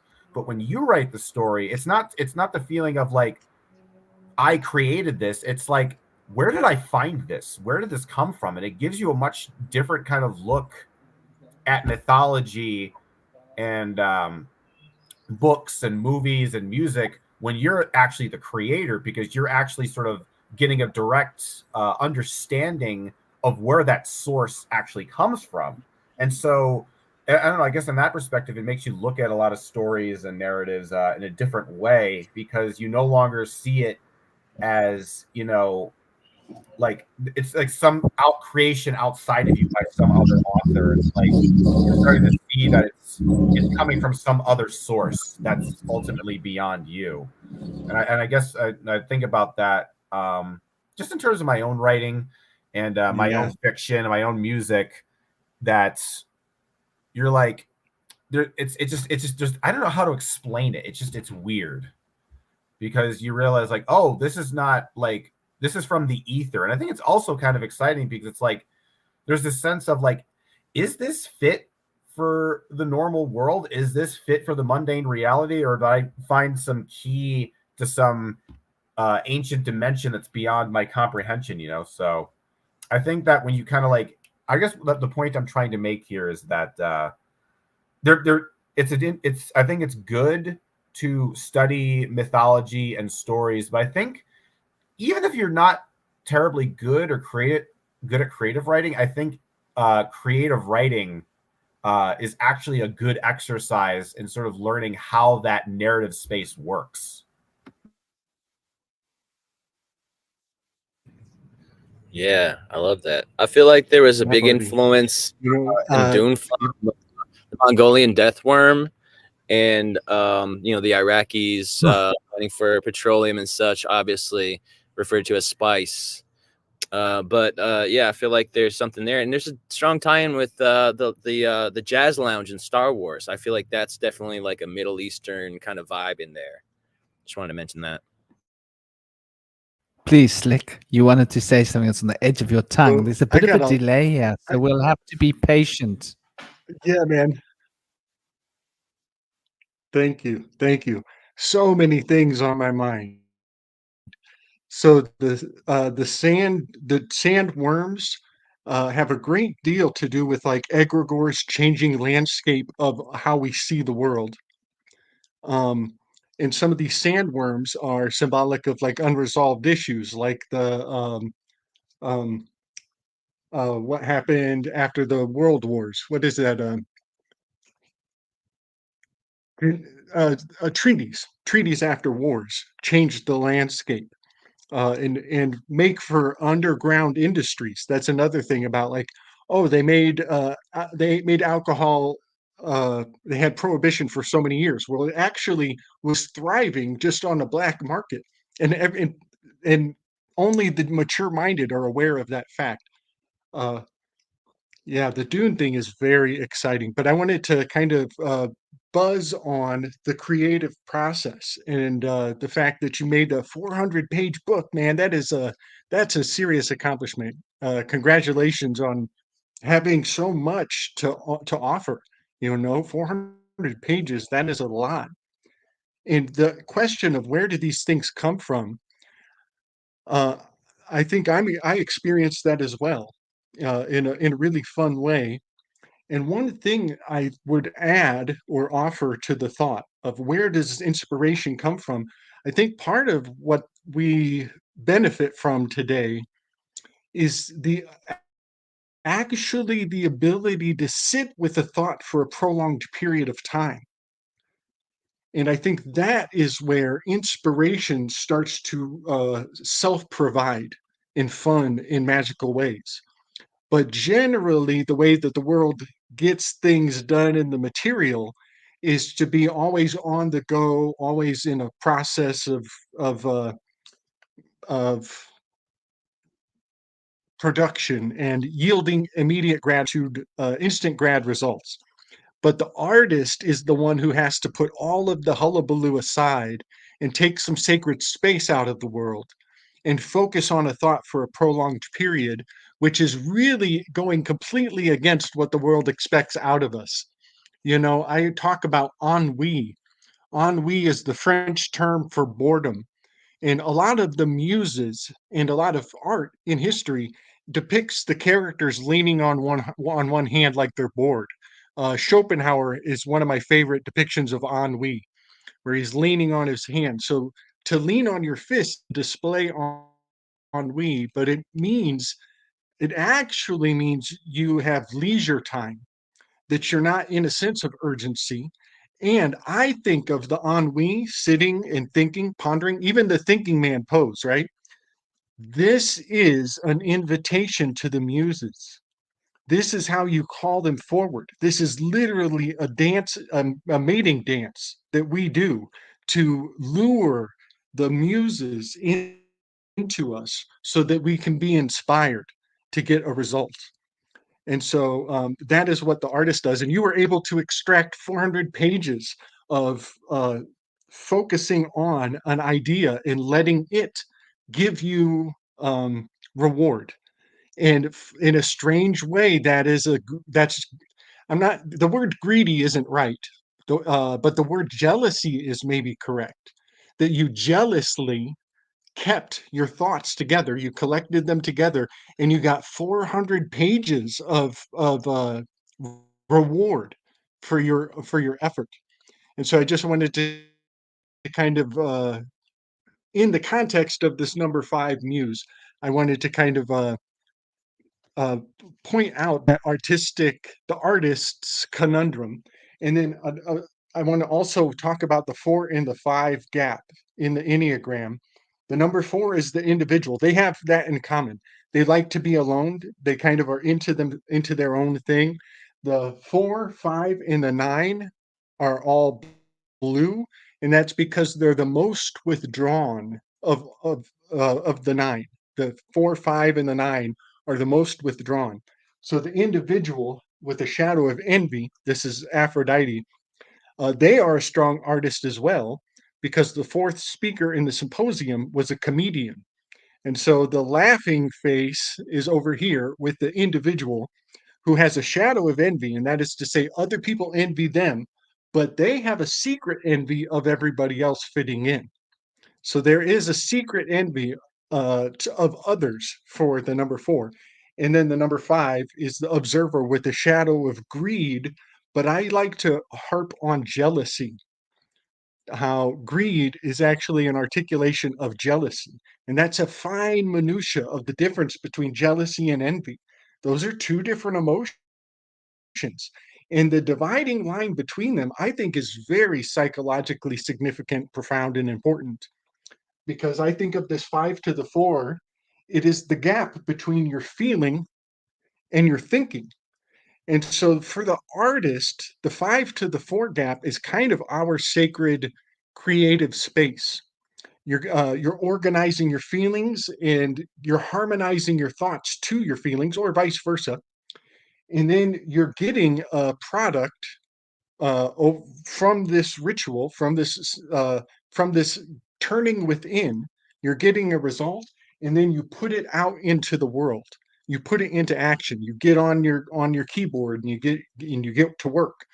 And that is the doing aspect of the 549s, is putting it out in the world to speak for you. And so the your book becomes your offer that you put out for people to see what you were up to all this time in your little self-consumed process of being an artist.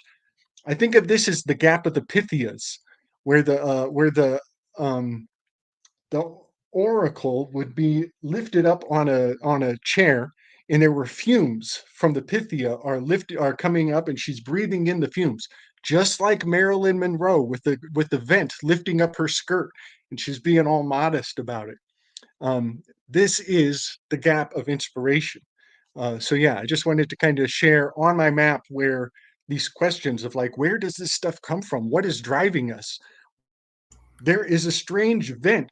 There's a strange inspiration. There's a strange uh, off gassing. And for a lot of us, it comes from um, the process of healing, from the healing process. And so that's why the Pythia is a rot. It's something that has been damaged, but we can benefit from it. It's not a bad thing. It's actually a sacred thing. And so I always point at Rumi's line. He has a line, something I can't get it perfect, but the scar is the place where the light enters into you. And I think of that as this jump between your feelings and your thoughts, this gap of the Pythias in the 5 to the 4. I'd like to pose a little bit of a question. And I like that you mentioned I think it was Bush Whisper was saying that the sand dunes are kind of the word was naked. And so I like the idea of being kind of spiritually naked. It's showing an authentic self and receiving some of the feedback from being your authentic self, speaking and acting in the world to see what happens. And so the question is, before each of us, since we all seem to have an artistic form of expression and a call to adventure, what was it like before you answered that call? Because for me, it was a little bit of like my shadow growth. So the more I tried to suppress the creative aspect and try to express it, the larger my shadow grew, saying, hey, you're denying the call to adventure, the call to express yourself. And I think for me, part of it was that maybe I had a spiritual experience in the future self, or connections to be made, or things going on with the mycelium network that were saying, hey, you need to be in this place at this time. The more you suppress it, the more I'm going to make your shadow grow until you answer the call to my like divine seduction, emotion. I don't know quite how to express it.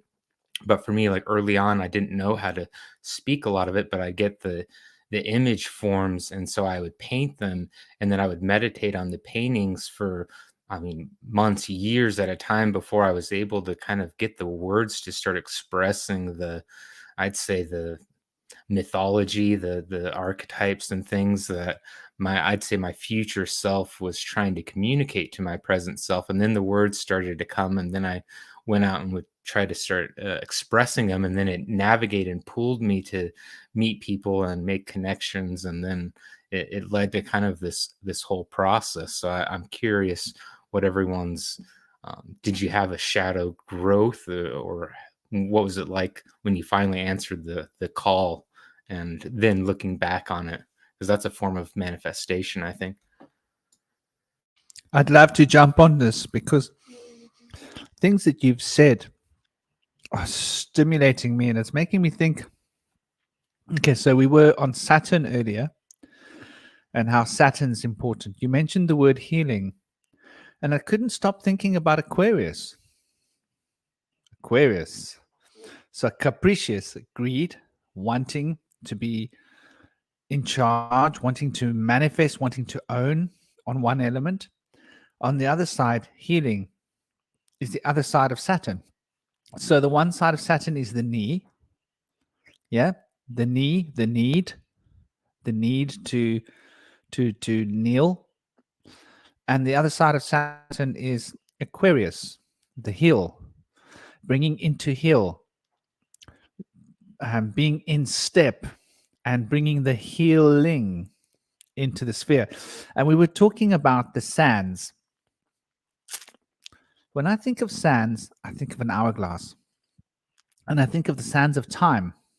I think of the sands moving through the hourglass as a measurement of time in all times. Once again, Saturn, the healing, Aquarius, of the need, the knee of Saturn, and how these two, well, let me bring Gabriel back in. He seems to have fallen off. Ah,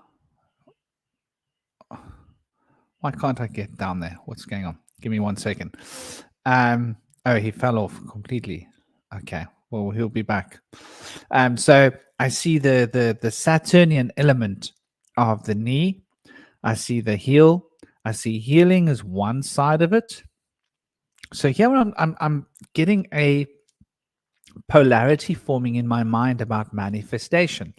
Mani, the Manipura chakra, according to my system, relates to Saturn, that which builds. Saturn, the builder, that which builds through contraction, contracts into a space, contracts onto another thing onto that, contracts another thing onto that, contracts another thing onto that, and contracts it into a solid state, building. The Manipura is the gem that touches all things, aspects, relates to time. Once again, money. Time is money. We're reflecting it in our common language. So the money of time, the Saturnial contraction of the solar fire, and then we've got the Saturn being the black sun, mystical connection with the solar fire. Very interesting.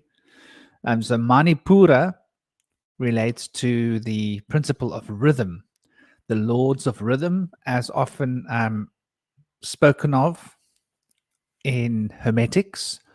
We're talking about those aspects of Saturn and Saturn's those beings under Saturn's dominion. Once again, the sands of time. We keep coming back to Saturn. Whichever road we walk on, it seems to come back to Saturn. And Saturn obviously relates to control. Manifesting relates to Saturnial. And the word fest and pest, we touched on this earlier. So festering of a wound. The pest of manifesting is that we can become attached to the goals and it can inspire greed, because the more we manifest, the more we tend to want to manifest. It's something in the human psyche. So it brings us back to this full circle, back to the original question asked by Indy. Well, not asked, but suggested in innuendo by what he said about what we choose to manifest. What's the difference between white magic, gray magic, and black magic? From my perspective, white magic is when you manifest nothing for yourself, selflessly. Black magic is when you selfishly, like a shellfish, yeah, greedily manifest for your own desires. Gray magic is when you move along the balance and the polarities of allowing some bit of shellfish into your proverbial diet, but balancing that with some shelfless. You can't be put on a shelf. You can't be made redundant, because and now we're looking at the past as well. There was a word that came up that was said that triggered my etymological brain tickles for the past, for looking back into the egregores of time. So I will remember that. It's tricky to remember each thing that everybody says, and like keep the structure in the brain and come back and remember every one of the things. But there's a lot of associations floating around the Saturnial element at the center, and how Saturn has got a reflection and a connection with the number 5, but also how Mercury has got a connection with the number 5. So what is the Saturnial Mercurial connection? There's something quite interesting in this, because Mercury represents information in form. Saturn represents contraction. And contraction is how form comes to be. So the inform of the form becomes the formation of contraction, which is what results in form. So I think there's a lot of like associated ideas revolving around the sands of the desert and the worm. Yes, time, the past. I remembered.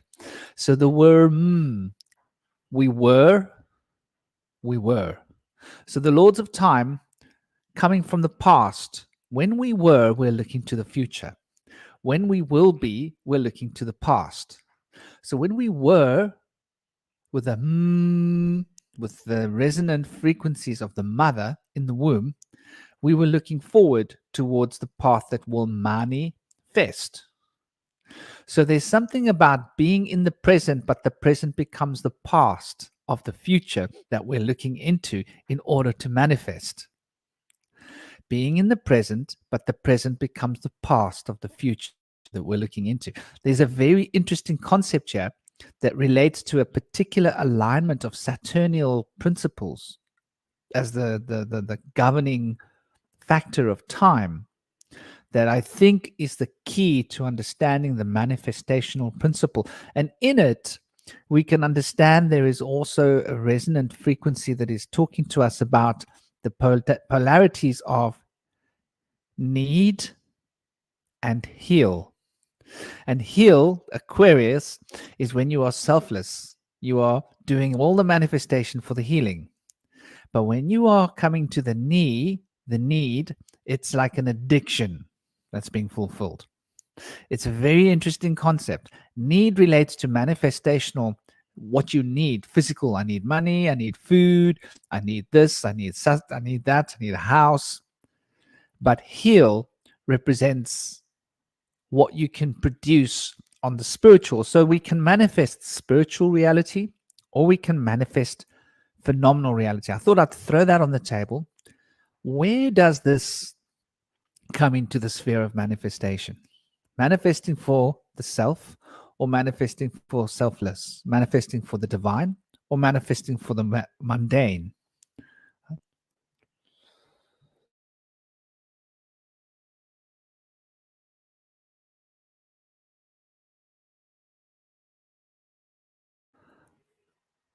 Well, I think I'm all alone here. Everybody's probably taking a toilet break. We are getting to exactly halfway mark in the 4 hours. I'm here with you. And please continue.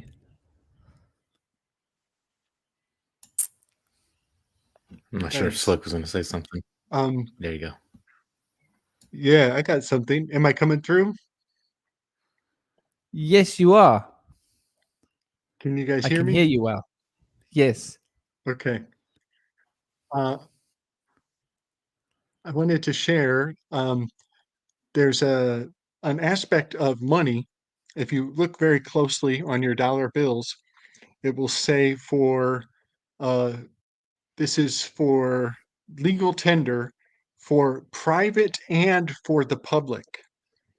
And so a fun thing about the money is it serves as a bridge between the private and the public, which in metaphysics, that's the masculine and the feminine. The male is external, anatomically,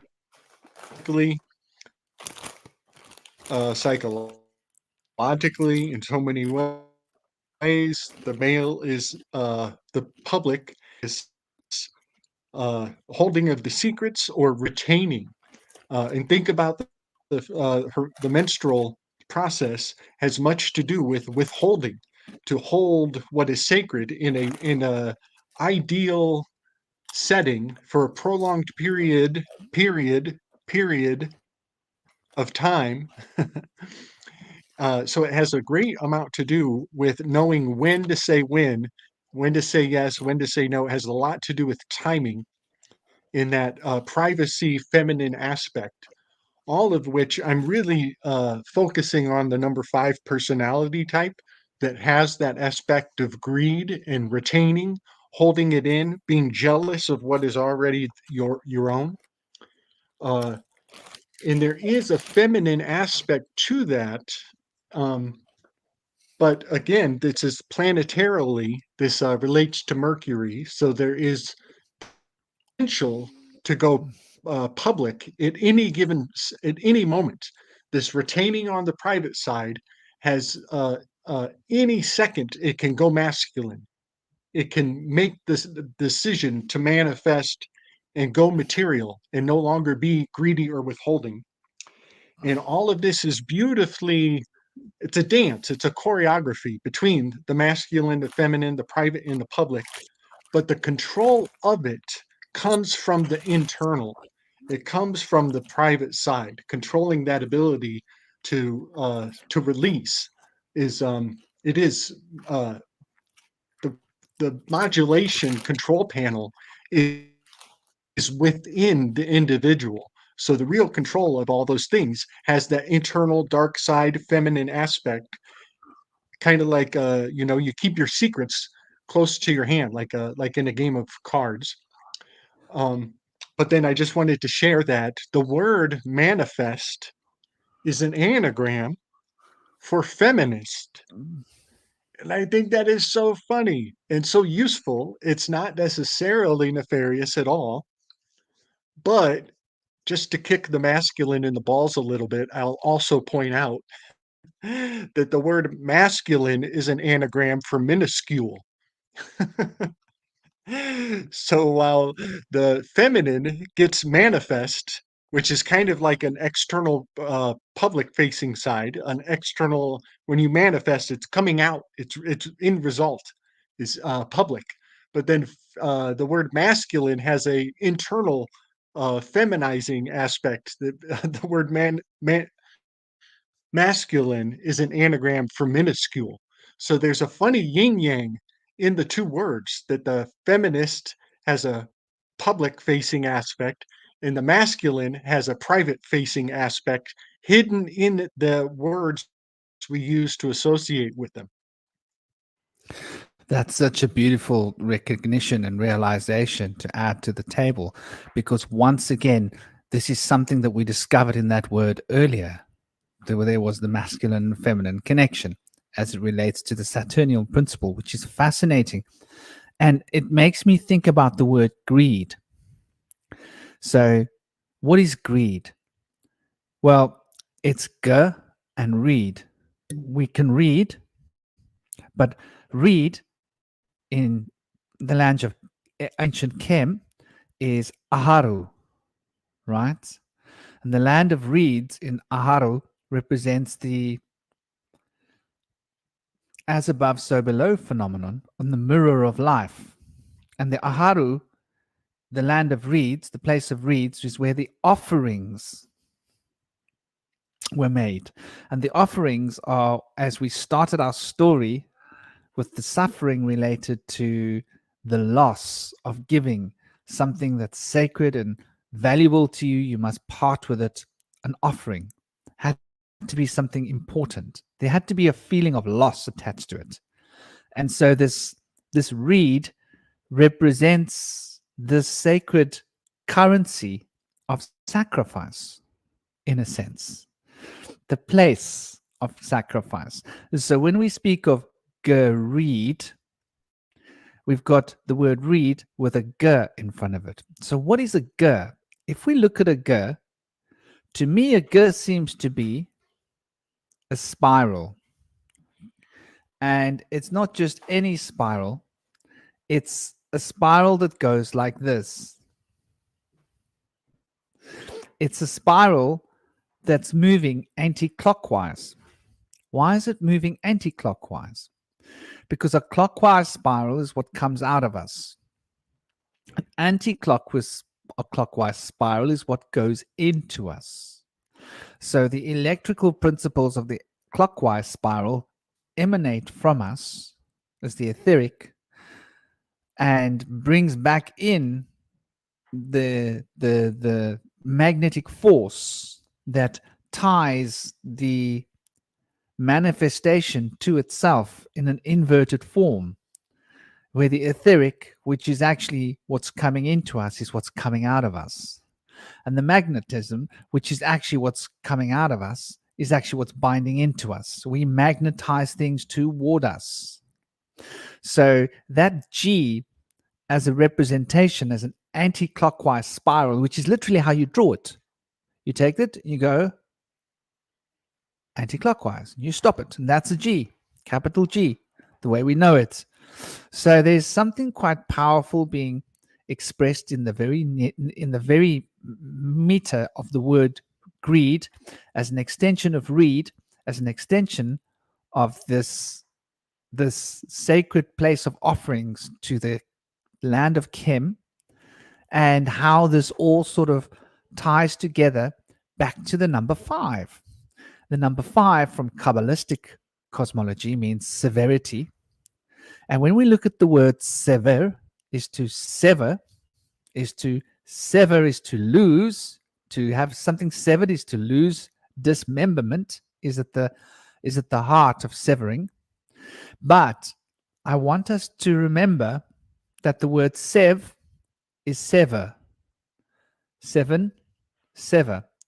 And the word V is could be a B, because B's and V's are interchangeable in the old hieroglyphic systems as they became Paleo-Hebrew through the Phoenician development of language, moving from pictorial representations of concepts to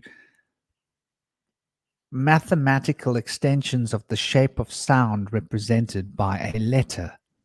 And letter is a rental, right? It's a rented space. Sound is a rented space. We're renting the space of sound. It's quite an interesting concept when we start to break it all down, and how the 7 comes into it, because the 7 represents the individuality in a sense. In a sense, it represents that being separated. And so sev, sep is interesting when we look at sep, because we're literally looking at the aspect of ourselves that become sephirot. You see, these words are all connected, and those are the containers that separate one aspect of astral from another aspect of astral, in order for the construction of the etheric to be able to give form to the substance of energy. I think I'll stop there before I just go on and wind us down into a very deep spiral. But I'm seeing these connections between these words that are illustrating this polarity that was being mentioned, and how this polarity is fundamental, and how the polarity of Saturn brings us into this sad, sorrowful state with the Grim Reaper, but also, because Saturn's time is the Grim Reaper, takes our lives from us. Also, the old green man is the time of reaping. And the time of reaping is when you've got the abundance. It's when you've got so much. So the whole idea of the scythe represents that reaping. What letter does the scythe represent?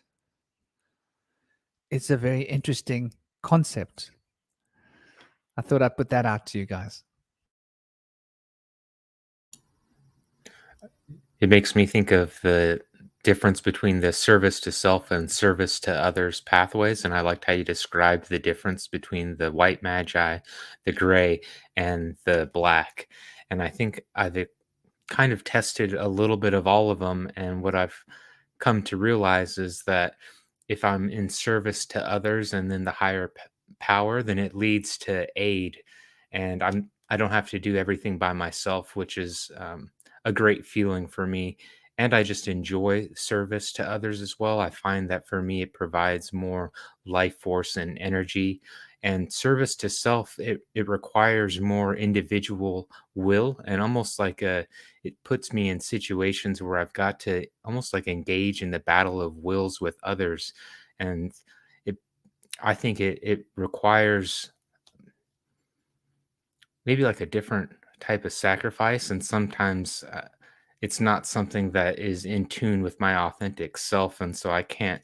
It's just like something I don't want to do, and I don't like manipulating other people, or it just goes against my personal values. And I do like that the service to others, the tough part is that it does require a sacrifice when my will goes up against whatever I'd say the divine will and larger plan is. And there comes to be the temptation when, like, my desires are close to wanting to manifest, but it's in conflict with the path to service to others. And so I have to make that sacrifice to put my own desires aside and continue to work in the higher powers design. And I also know that I need that aid in order to be successful on more of the white path. And so I think each of them um, have their own requirements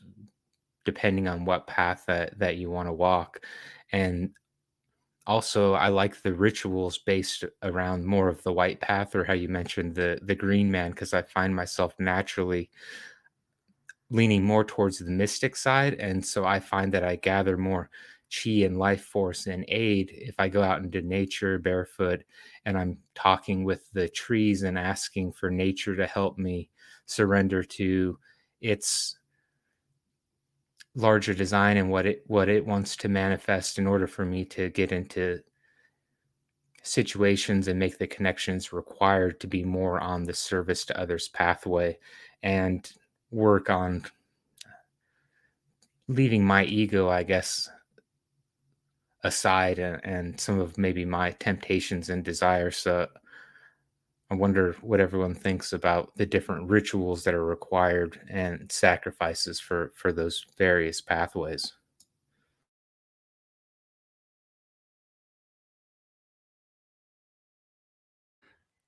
It's interesting when you mention those rituals. I can't get over these words.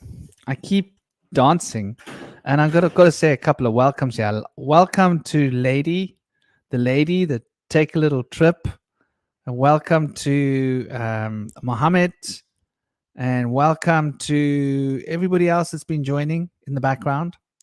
Hope you all are having a super day. Smash a like button, share this video out there, let people see what we're discussing. It might be an interesting idea for people to become a part of the conversation. But thank you all for joining us. You said the word service, and I'm sitting here wrestling with the serpent, Sherp, as it's known in Sanskrit, Sherpa. And I'm looking at surf, the Sherp, because P and F are interchangeable. So a serf and a Sherp. So the word serf is somebody that was indentured, forced service. I wonder whether the word service comes from surface. Surface. Is the word service and surface connected? By my assessment, there must be a connection, because the word surf is an extension of the word serp, which is an extension of the word lizard or snake in Sanskrit.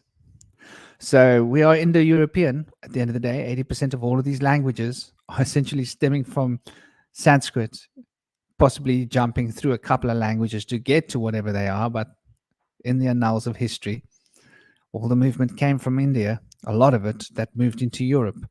So all these Indo-European languages, which is where we're pulling English from, are essentially probably 80%, close to that, Sanskrit in their origin. So the word serp relates to serpent. The word serf relates to indentured. The word service relates to becoming indentured through free will, choosing to be indentured through free will, to serve, to be a serf. And in the process of the service, you're talking about how you find energizing. Shirp is that snake in the Muladhara that arises and awakens with Kundalini. You were talking about energy and how the service awakens your energy. And I'm seeing this serpent raising its coils through the application of service, which seems to have some kind of links etymologically to the word serpent, which is surf. And surf is also the waves moving across the ocean on the surface of the sea. The sea relating to the principle of vision as an extension of Manipura chakras, particular organ and sense. Manipura being once again that gem that touches all things, contractually arranging this universe. Saturn's power. And so we're back full circle to what Slick was saying. Everything is just rotating so beautifully. And I think we're getting a very powerful idea about the nature of the manifestational experience of reality and just how bipolar the whole thing is and how they have taken our words from us. We've got to stop and gawk at this. Why did they change the surf to service?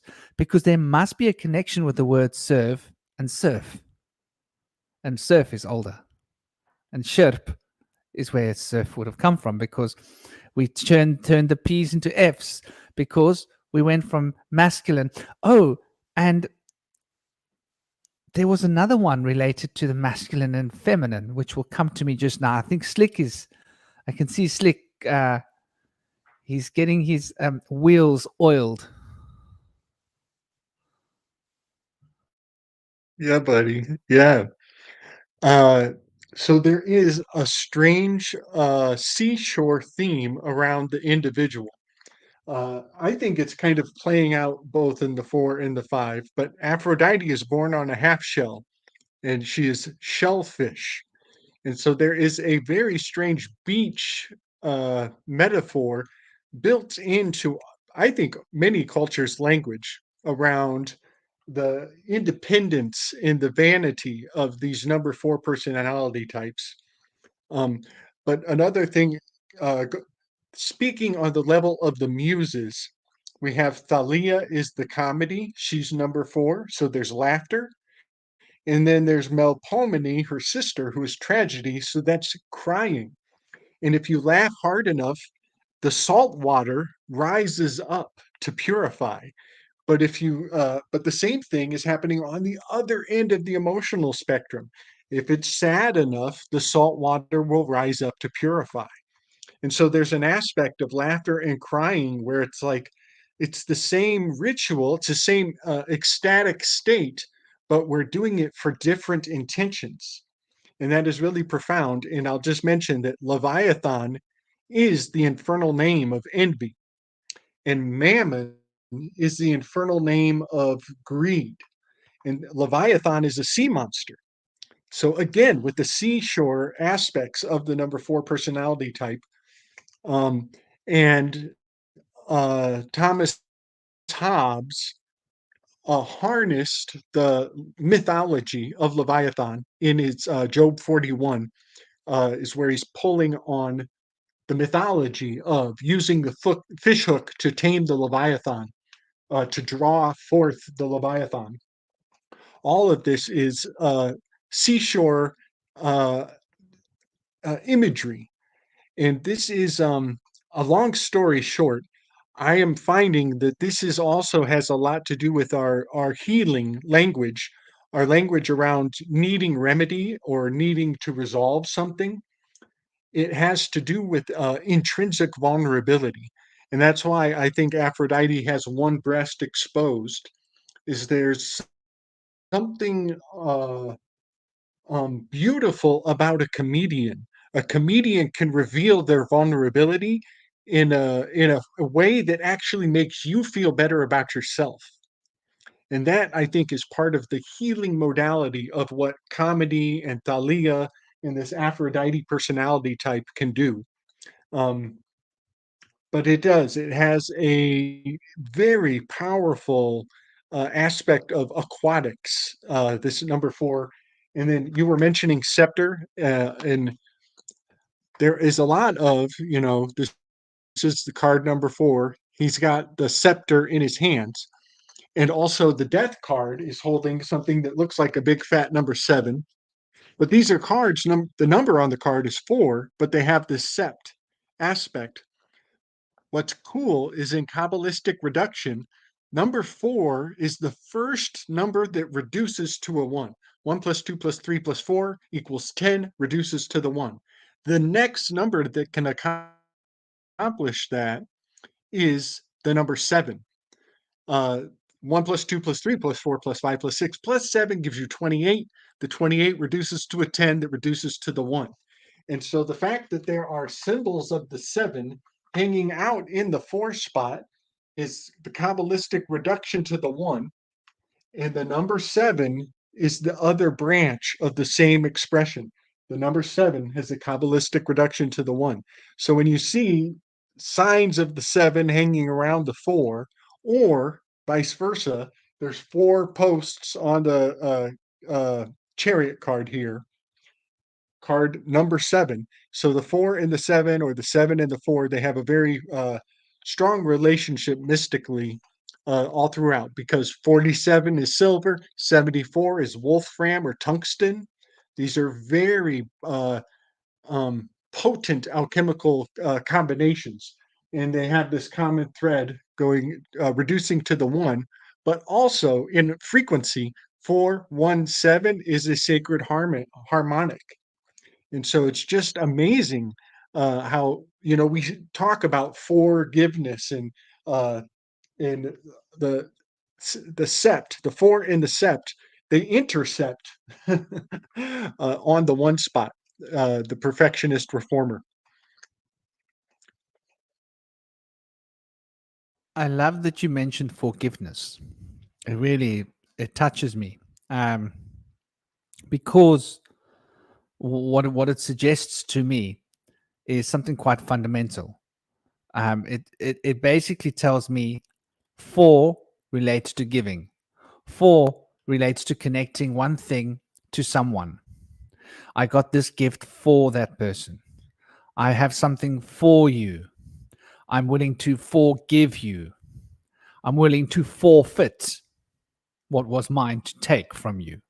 I'm willing to forge, that is, to make something outside of myself, to forge something, to create something out of my sacrifice. Fornicate. Oh my gosh. How do we get there? Um, you got to go there. The word for is there. You got to roll with it. Fornicate. Interesting, Negate. Negate. Okay. Fornicate. For. Negate. Now we're changing the meaning of the word, because the knee is Saturn's pole of control, as opposed to pole of the healing. So the knee as Capricorn, being capricious, as the word suggests, is for knee.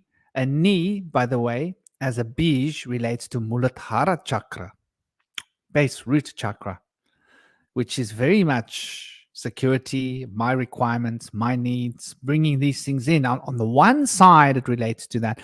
On the other side, it relates to divine knowledge. Aquarius and Capricorn being this wonderful polarity of Saturn. And the interesting thing is they're sitting right on top of each other, right next to each other. It's the only polarity between a planet that's so close. Like if you look at the others, like where's Libra, where's Taurus, Venus? That's like the whole big chunk. Then you look at Mercury, right? You got Virgo and you got Gemini. They're a bit closer together. Then you look at the moon. Yeah. You've got Cancer. Well, no, so the moon doesn't polarize, but the moon and the sun are the only two that create the polarity of Cancer and Leo. Then you look at Mars. So Mars finds its extension, obviously, in Scorpio and Aries. Nice big wide berth we've got going with Mars. So all of the planets that we look at, Jupiter is almost as close to Saturn, because we've got Sagittarius and we've got Pisces. So Jupiter encapsulates Saturn. Saturn sits here. Jupiter sits just outside of Saturn. Outside of that, we have the range between Taurus to Libra. And Taurus to Libra sits in opposition to balance to Scorpio and Aries. Scorpio and Aries sit outside. So we've got Scorpio and Aries making the outer circle. Within that, we've got the circle of Libra and Taurus. Within that circle, we've got the Gemini and Virgo. Within that circle, we've got the Sagittarius and Pisces. And the small circle in the center, we've got the polarity of Aquarius and Capricorn, which is the Saturnian contraction in the center. And these are all bound by the sun and the moon that are basically the toric expression of the forces of toric expression being used for Saturn to manifest at the center of all these circles. So we've got these 5 circles, and these 5 circles contain the sun and the moon within Saturn. So Saturn contains the sun and the moon in a sense when we look at this. It's a very interesting way of looking at the zodiac, but I think it gives us an insight into the nature of this, the need from Capricorn and the heel from Aquarius, and the way in which they are sort of creating this polarity of selfish and selflessness. And on the one hand, we could say that Capricorn obviously often relates to being quite, it's hard in a sense, where Aquarius is always sort of filling in the gap. It's taking the path of least resistance in a sense. Aquarius always looking to take the path in a group, always wanting to play the middle path, always wanting to try and balance and go in a balanced form, sort of what Libra represents on one level, Aquarius represents on another level, which is what Gemini represents on another level, which is quite interesting when we look at that. And then we see how these implications are radiating out from the central cause of the sun and the moon's energy. And so when we're talking about manifestation, we can't not think of the 5 fingers, these 5 circles, and how these 5 circles encapsulate the 4 elements, and how the Akash element is able to grasp things with our hands. So our hands are instruments of manifestation because they contain these 5 circles in our hands. I don't know, to me, it's actually really opening a lot of doors here. Slick, I can see your well-oiled machine again. Manifestation.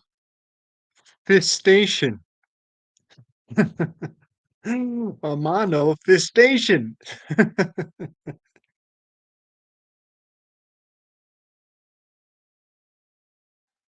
I got one more. I so recently, maybe I'll send it to you in the Telegram, but um recently it dawned on me how much my project actually looks like the Monopoly board. Uh because there's like little squares and it turns a corner, and then this is like pass go, and then over here is go to jail. I literally have a corner that is like the number 6 seat has this forbidden aspect to it. I call it the Siege Perilous. And it is. It's they're all special, but there's something about the number 6. Well, funny enough, it lines up with the go. Uh-oh. Am I good? I got zapped. Am I good?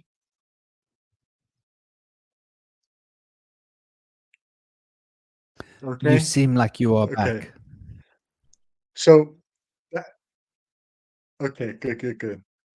So yes, the idea that this somehow is emulating the Monopoly board is really rewarding to me, um, because I happen to know that through my research in the Avengers, I've discovered that the Italian word for a gauntlet, and Thanos Fauci, he needed that gauntlet to snap to change reality. The word for a gauntlet in Italian is manapola, is manapola.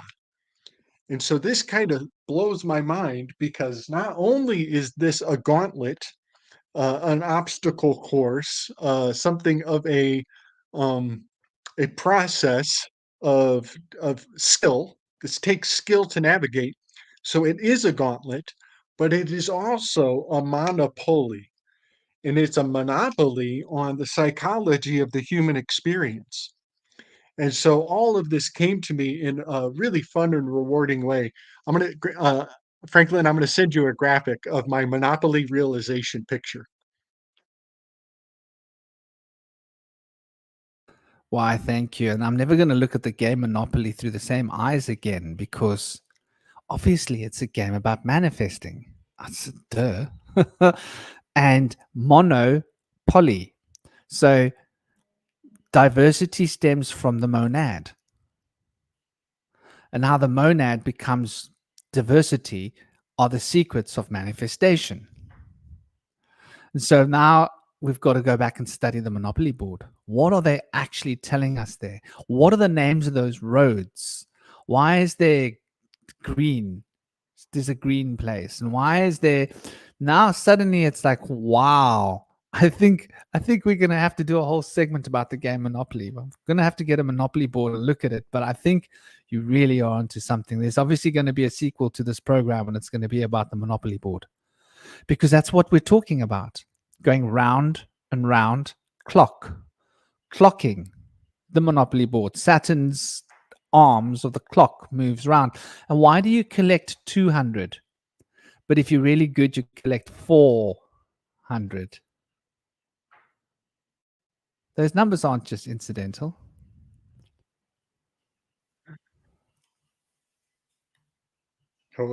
Totally. Yeah. Quarantine, quarente, right? So I send it to you in our personal telegram. Um, but this this is kind of sometimes I discover things that I wish I had discovered them in the opposite order. So it's kind of retrofitting on something that I already knew, but I knew that the glove of Thanos was an Italian word for monopoly, and we know that they used Anthony Fauci's monopoly on multiple presidents. I think six, maybe five, to pull a switch or snap his finger. But even the word snap is a trigger because it's sexual. Because when you snap your pants, you know it's a sacred time, time to pay attention. But also that snap of the thought. Um, even instinct, your instinct is like a snap reaction. But this uh, is an artifact. I'm finding this monopoly is actually an artifact of social engineering that goes back to King Charles V. And King Charles V was using a phrase, and that phrase is the iron hand in a velvet glove. And when I'm sure I've heard that phrase before, but never in the context of my project. And now I'm looking at King Charles's iron glove and velvet hand, and I'm realizing that this was Iron Man taking the glove from Thanos. Thanos is a he's a Barney Grimace monster. He's velvet. Grimace was soft and velvet. Barney was soft and velvet, kind of velvet. And so the velvet glove was Thanos. And then when Iron Man took it and used it to get revenge, it became the Iron Glove, the Iron Gauntlet. And this is really profound because I want to say this: the metaphor is inverted by Marvel Avengers, which is Twilight speak for Merovingians. the metaphor is reversed. The velvet part should be the part that we affiliate with, that we associate with. That should be the protagonist. But they put the velvet on the antagonist. And the iron, the one that we think should be a bad guy, they put that on Iron Man, who is the hero. So there's an inversion of the metaphor that's important. I think I shouldn't just tell people about it and not tell them that it's up. They've got the good guy in the bad guy seat, the bad guy in the good guy seat. So that is enriching the symbolic aspect of what that monopoly of the Iron Glove is. Can you pull the picture up, Franklin, from the Telegram? Are you able to share that? Okay, I'm going to try. I'm scared that when I open my Telegram, we're going to hear echoes because this is running live through Telegram as well. So let's just hope that it's not gonna. I'm gonna open Telegram, hopefully and carefully, and hopefully I'll be able to get some kind of luck. Do please carry on while I go and take a look. If there's and what about the rest of you? Are you guys finish eating and Okay. tweeting and completing? And I'm gonna mute myself and go and dive into Telegram, and hopefully there won't be a noise.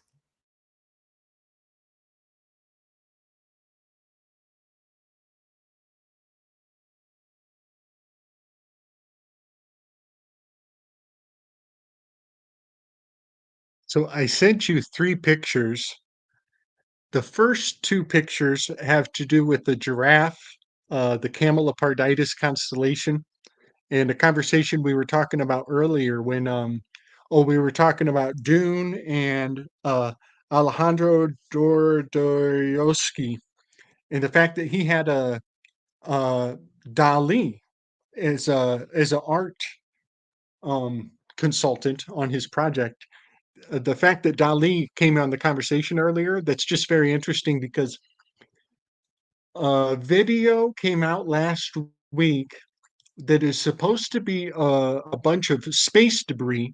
It looks like an exploded space station floating around, and it was from a live feed that they were recording it and broadcasting it, and they snuffed the whole project. You can't find that anymore. It happened last week. Mr. MBB333, he broadcast this footage of a strange exploded craft up in whatever the floating layer of the realm is. And the image of this debris definitely looked like an exploded spaceship or Satelloon, whatever you want to not believe it is. The shapes of the remnants and the scraps brought to my mind a Salvador Dali picture. And so I started comparing and contrasting. So that's what my earlier pictures were, Franklin. Those first 2 were they're kind of stale now. They're old topics from the show today. But then the third one is the one that has the monopoly on it with Tony Stark snapping the finger.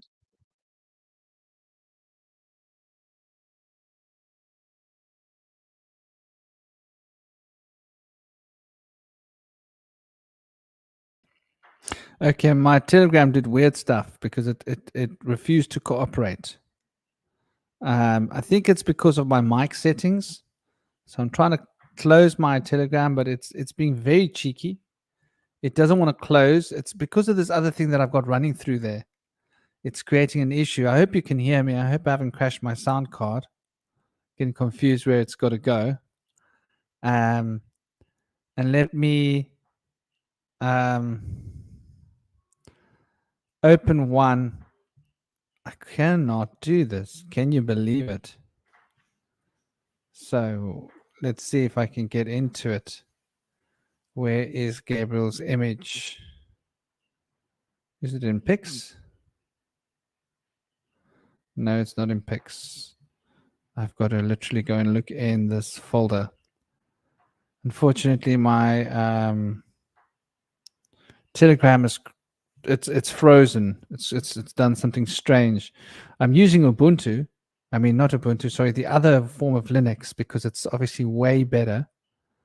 So thank God it didn't create so many freak out, let's crash and go wild. I can't seem to find that image. I was trying to download it from Telegram. Yeah, my Telegram, I can't close it. I can't do anything to it. It's a little bit of a real bummer. I can't close it. I can't. I'm going to leave the Telegram as a broken thing for now. It's not interfering. My sound is still working here. Last time I tried to open Telegram, it made the sound go all weird because I had that thing open in Telegram, and there was this huge echo that wouldn't stop. I had to actually jump out and jump in. It was a whole big thing. So because of the sound being controlled here, Telegram's trying to take control of the sound card, because Telegram uses the sound, so it's fighting for rights. There's a clash here. But what you can do is you can do a screen share with your phone.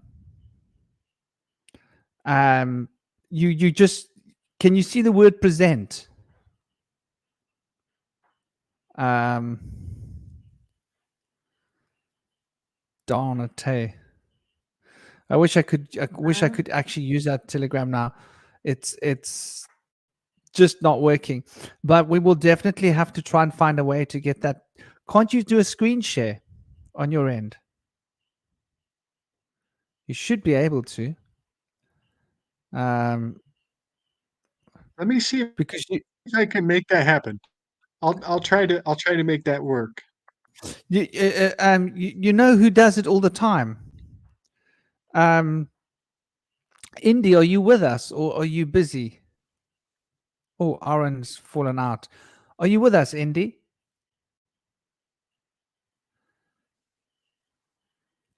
This is calling out to Indy Sage. Is there an Indy Sage in the house? Indy, maybe you can tell him how you shared your screen, because I thought there should be a present button. I think he's already got it going. Yeah, he's got it. There is a present button. There we go. Yeah. Glad you guys figured it out. I wanted to see this. Now let's do it on the solo. I'm the one sharing it, Slick. Is that the right one?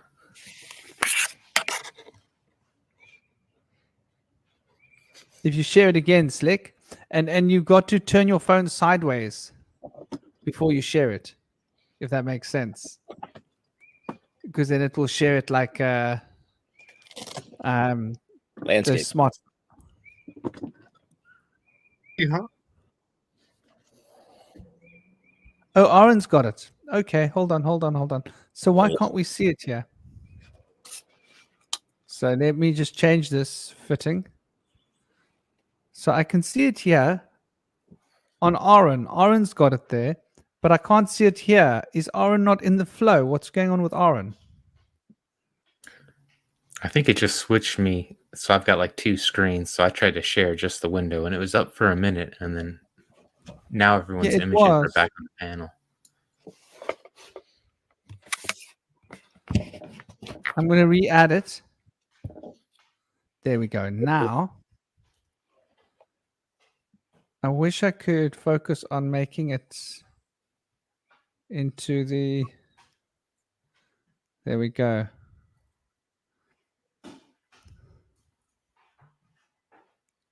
Oh, I did it again. Trying to make it work.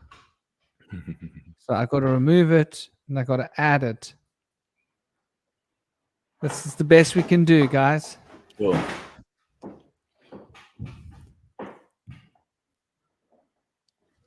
You will have to put that up on a big poster board. It's on Slick's group, I'm imagining. Hey, Slick?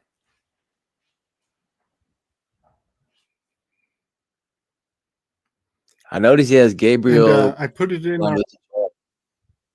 Go on, Gabe.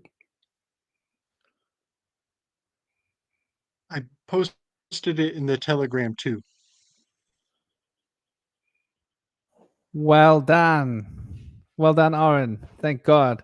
I love the lobster And club skin. I see that. Yeah, thank you. I still cannot close.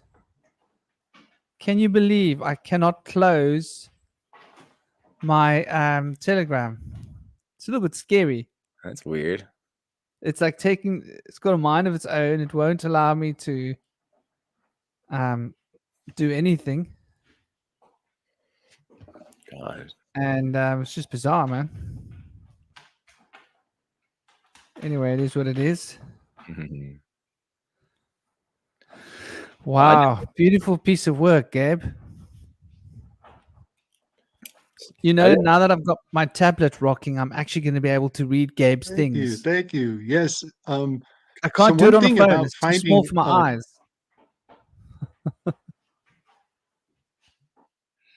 yeah.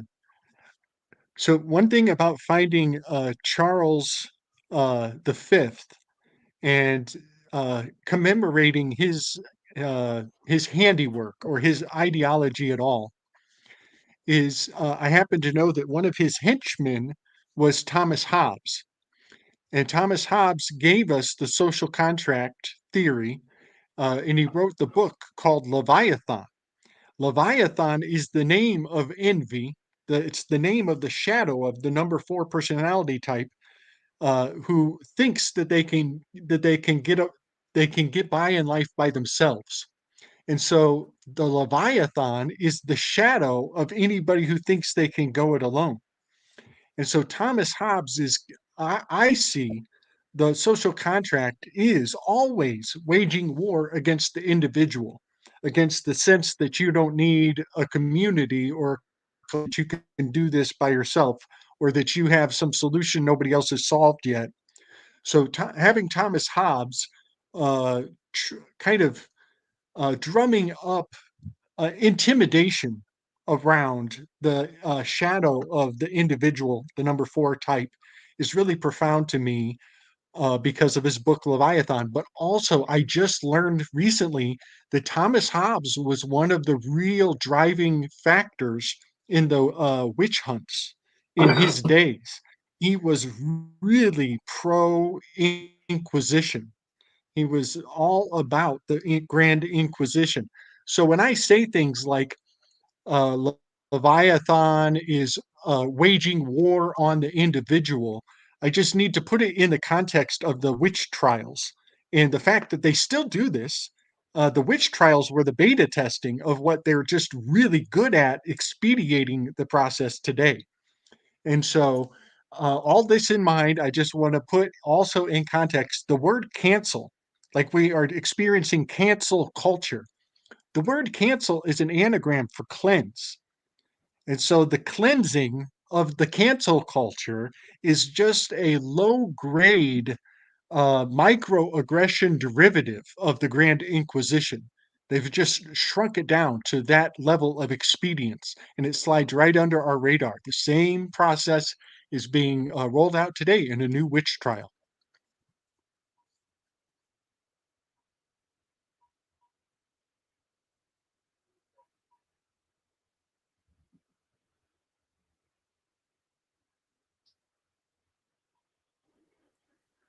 Well, unfortunately, I missed that. I had a whole drama going on here. My dogs.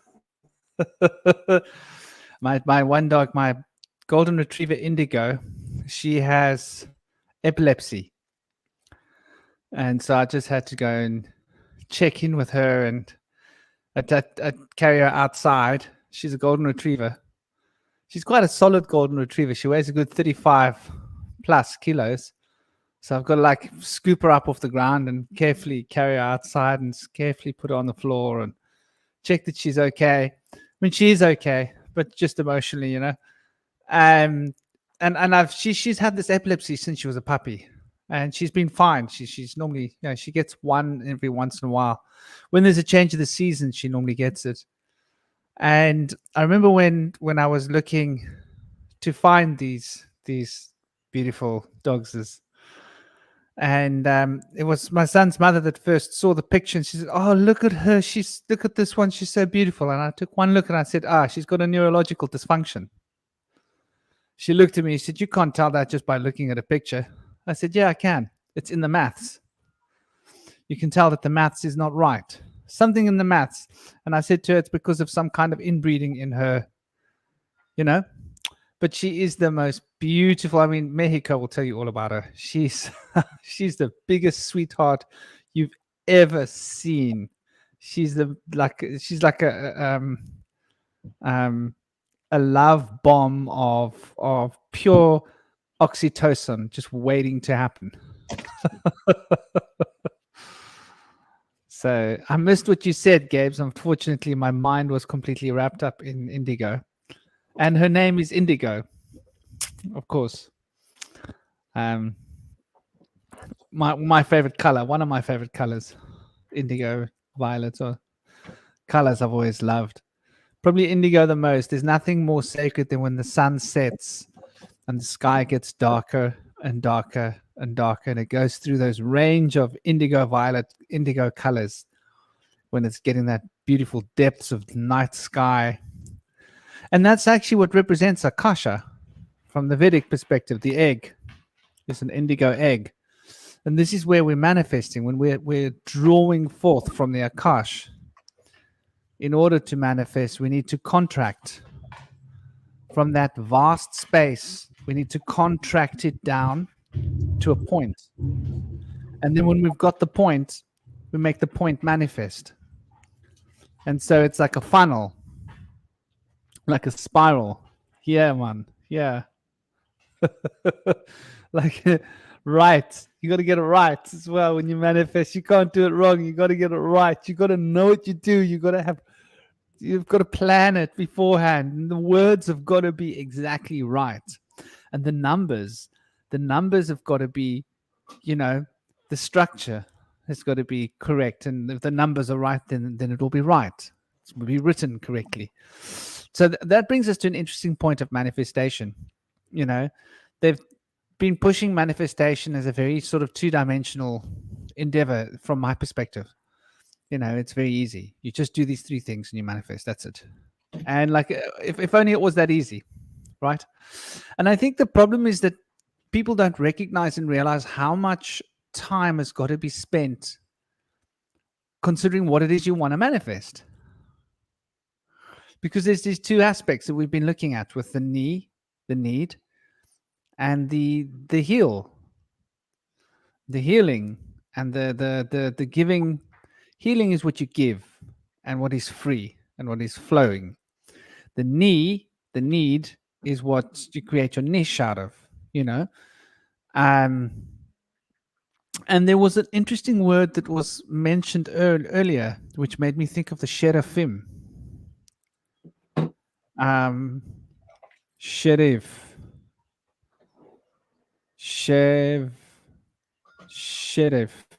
We'll get there. There was something that you said earlier that triggered that. One of you, either Aaron or Slick, or between you guys. But I just thought I'd add that one little tidbit in. Unfortunately, I missed your beautiful exchange on that, but I will definitely come back and watch it again and catch up on it. Beautiful image, by the way. That's something on Sheraphim. The word firearms, plural, firearms, is an anagram for Seraphim. And that is profound. That is so profound, which makes me, I have to convey another fact. We have the right to bear arms. It's very cut and dry. When you add the word fire on the front of the word arms, when you agree to call the thing you have a right to bear, when you agree to put the word fire on the front of it, you are agreeing that is no longer what the Constitution was talking about. Now it's a trademarked item. And so a way to keep your arms bare is actually to write up an affidavit that says in advance, this is not a firearm. It never has been. It never will be. This is my right to bear arms. And anybody who adds the word fire onto it is actually putting like a bump stock or an illegal attachment. It's small fraud. And they now, because you've agreed that this fits another definition, it's not yours anymore. And so I just wanted to say that the seraphim of firearms is a spell of immense proportions. And then there's a bunch of words that come into these bad actors, these events that take place. And the language around the events are actually a bunch of anagrams that unpack into exactly what I would use to harness natural elements in concordance to will. But seraphim hiding out in the word firearms, and the word firearms being a trademark capture of what you thought you had a right to, these guys are way ahead of us, way ahead of us. We're catching up. And the whole idea I mean, essentially, when we're talking about the seraphim, we're talking about the holy, divine hierarchy of creatures. But there's a sheriff, and the sheriff is there to control, like, the bearing of arms. And so arms would be covered, or they would be born. They would be bare, which is quite interesting. Bear is in the bear, the constellation of the bear, which was got a lot more credence in the ancient times than what it has in modern times, and represents strength. But we were getting onto that nude dune. Nude and dune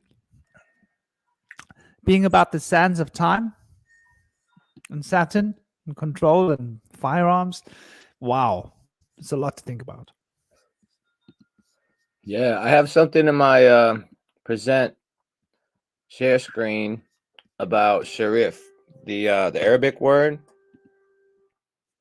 Let me see here. Boom, boom. Sharif, a title of respect, restricted after the advent of Islam to members of Muhammad's clan of Hashim. And I know I study the Baha'i faith movement, the teaching of the descendants of Muhammad, the new prophet that came, Abdul Baha, and he went to go talk to the sheriffs about taking leadership of the Arab nations, and they had him executed. So it backfired on him, but his son ended up recovering his body and created a shrine, and the movement began. Because his martyrdom became more of an inspiration.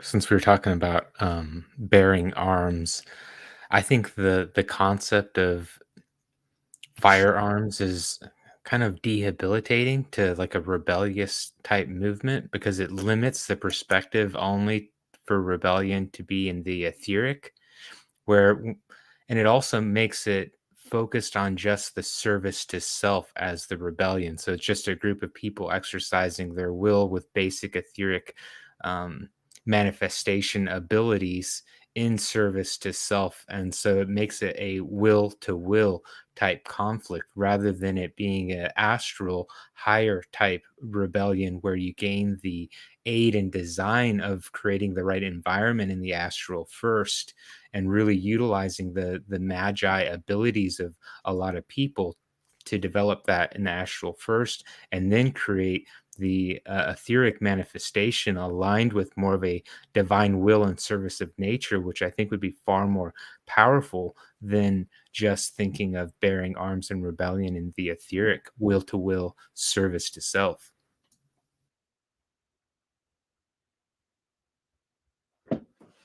Yes. I have another, you just made me remember. There's like a higher reward in that Second Amendment this is a good one. I love paying this one forward. ARMS also is your adjustable rate mortgage securities. Adjustable rate mortgage securities is ARMS. And that those words, they do fulfill a firearm that you can adjust the rate, you can adjust its rate of fire. but this is also preserving your right to make a counter offer on a contract. This is important, and it does it plays on both levels of like, okay, we want the ability to administer violence on equal footing to the government, because if the government is the only person who has the ability to administer violence, then this is not equity. We cannot see eye to eye. We're not on the same level. It's a slave master relationship. So if I can't administer force on at least the same level, then we are not even on a table. We're on a hill, so you got to balance things out so you can even talk, so that you can go visit the sharifa, so that you can even come into the presence of the sheriff, and maybe he kills you, but at least you went into his presence with the equity of force. But the adjustable rate mortgage security is also emboldening every single one of us to even think that you have the right to make a counter offer on everything in this world. Everything in this world, right up to the last second. Okay, so you went in front of the judge and you said your own death sentence. The death sentence, this is how magical you are. You have the ability to say a phrase that causes you to die inevitably. And we call it a death sentence. And it is simply, I'm guilty, Your Honor. Oh, okay, we'll fulfill that order. But all the way up to the last second before they throw the switch, you still have your adjustable rate mortgage securities. You still have the ability to make a counter offer. You still have the ability to perceive a level playing field, to maybe make a last minute plea and talk to the big man, the president, get him on the horn and say, okay, I'll tell you where 10 more bodies are buried if you get me off of this chair. So the adjustable rate mortgage securities is telling you that even in the most dire of situations and circumstances, you can actually make a counter offer. Your own mouth has the ability to change your everything, can change your destiny on a dime, and that's your ability to make an adjustable rate mortgage security, which is synonymous with popping back. It's fascinating because a morgue, right? We know where the mortgage belongs in the morgue. And it's interesting that when we get a mortgage, on some level, we're dying. We're already dying the moment we sign that paper, because we're signing away something of our life. Like when you sign a mortgage, you're signing like over the next 20 years of your life, right? Like I'm bound. Otherwise you take everything I own, basically. But don't pay for this house, you're going to come and clean me out. It's quite it's quite interesting how you tie those two, and it makes a lot of sense, brother. It really does.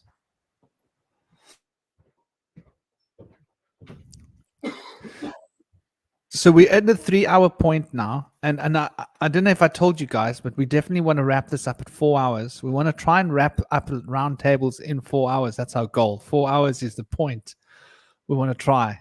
Last time we tried, we got to like 5 or something, close to 5. But so we're in the last sort of hour segment, I would say, and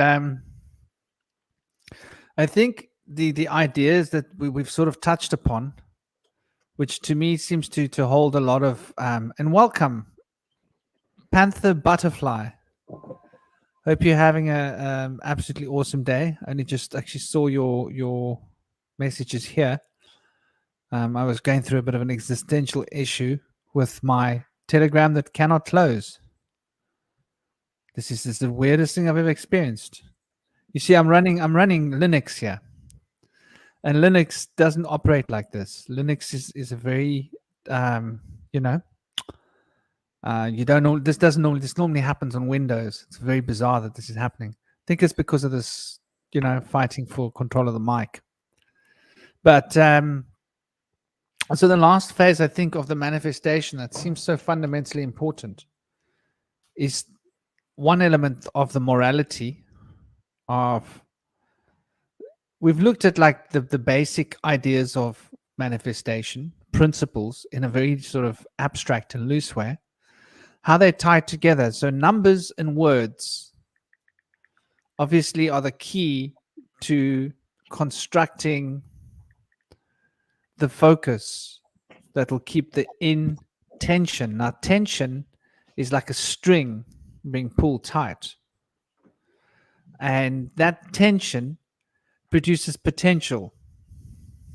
So you need to create that inner tension that are focused like a funnel into Saturn's contraction, which is a contract. And the contraction of this energy needs to be done with words.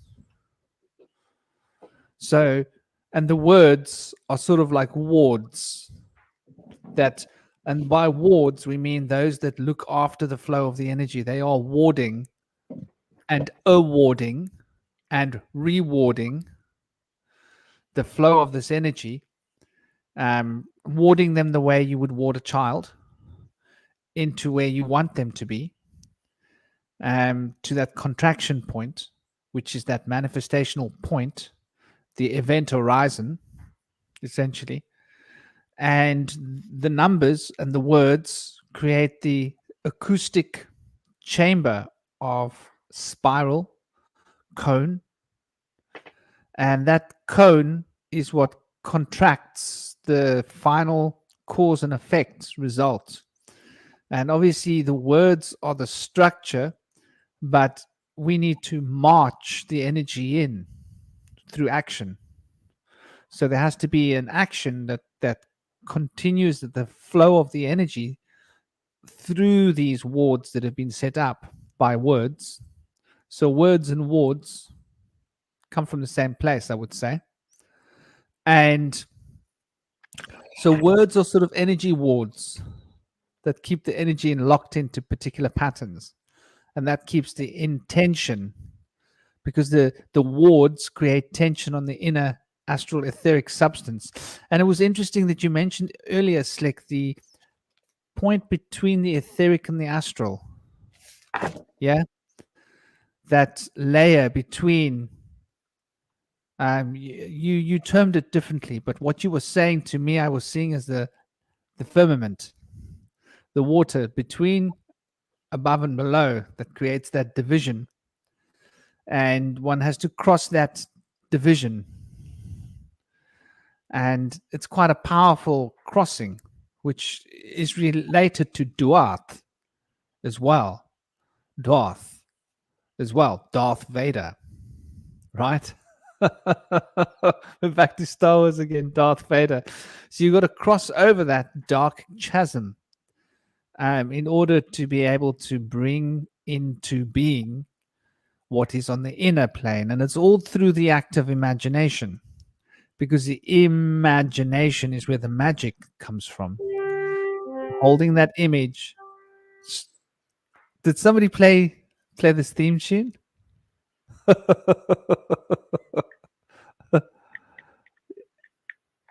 So yeah, I think it's really important for us to be able to give people an idea that manifestation is quite a big deal. It's sort of like if you want to manifest a house, you must be ready to roll up your sleeves. Oh my gosh, so we're getting back to the bare arms now, right? So now we're looking at something very interesting, bearing arms. Why do you bare your arms? Because you're rolling up your sleeves. And rolling up your sleeves is symbolic of getting ready for action, right? You roll up your sleeves when you're going to get into a fight, when you're going to do something, or you're going to build something. Let's see what we got here, brother. Yeah, man. Yeah, man. Definitely. I think also Bearing. with Continue, please. the call to action, there's the breaking of a pattern of behavior, and so I notice that I'll get stuck in a form where I have the same kind of thoughts or the same patterns of behavior, which is a very important part of acting, to have a manifestation. But then in order to create a new manifestation, you have to start getting into the pattern of breaking that pattern in order for that new form to start creating. And then that also creates kind of like the sparks of magic that start to provide the feedback whether or not you're on the right path. But it can be a little challenging, I think, initially to start breaking those patterns. And there's also the feelings of discomfort, because the human experience finds comfort in similar patterns, and it almost distorts, I think, the concept of time in a manner. I notice if I have the same kind of ritual and patterns, then time moves a little bit differently. But if I start breaking those patterns, there's a discomfort and the new feedback and everything. And it takes a couple months, I think, for the new form to really start to feel comfortable again. So there has to be enough action and resistance to break form before to kind of recreate that pattern again.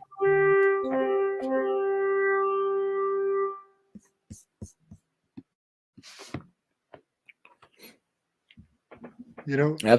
something I like to do with like pattern breaking, or if like there's something that I need to like shake off, like an old thought space, uh, uh, a dance move.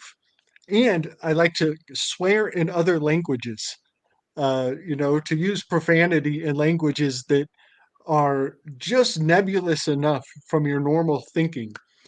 Sometimes I believe that uh, people who are polyglots in multiple languages, I think to a small degree, the other languages are like other personalities, because there are some who believe that your language is your soul.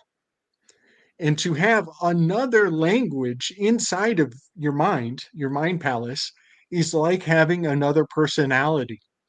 And there is something to that. Like if you think about it, for some people, it's like, oh, I was speaking the most Spanish when I was in Ecuador.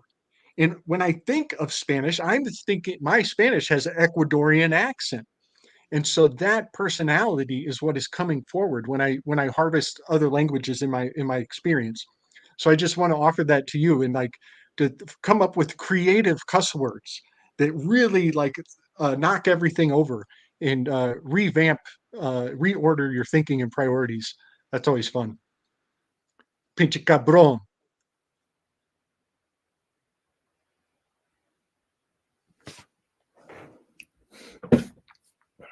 I definitely relate to that. I can definitely relate to that because, I mean, being South African, like I grew up speaking Afrikaans and English, and then added some also to that, and then traveled and added, you know, Hindi and different dialects and Pali and Urdu and Nepali, and I did notice how every time I spoke a different language, there was a different me. And when I came back to South Africa, the old me was so far away from the new me that I couldn't speak Afrikaans. And I had to rediscover a new version of me in Afrikaans. Weird as that sounds. And I was going through this conflict that you were talking about, where every time I try to speak, that I changed so much to become so Indian that Hindi came more naturally to me than any other language, weirdly. So it took me a long time to re-separate the parts of my brain because they had all merged into this one thing. So I think integrity is when we merge all of those aspects into a single language. That's an interesting concept. When we start to merge them all into a single language in the way that we understand, and we start to notice. And I think that that is one of the things that is really fundamental in when you travel deeper into the occult. The deeper you go, the more all the languages become one language. Isn't that fascinating? The more we become the same one person.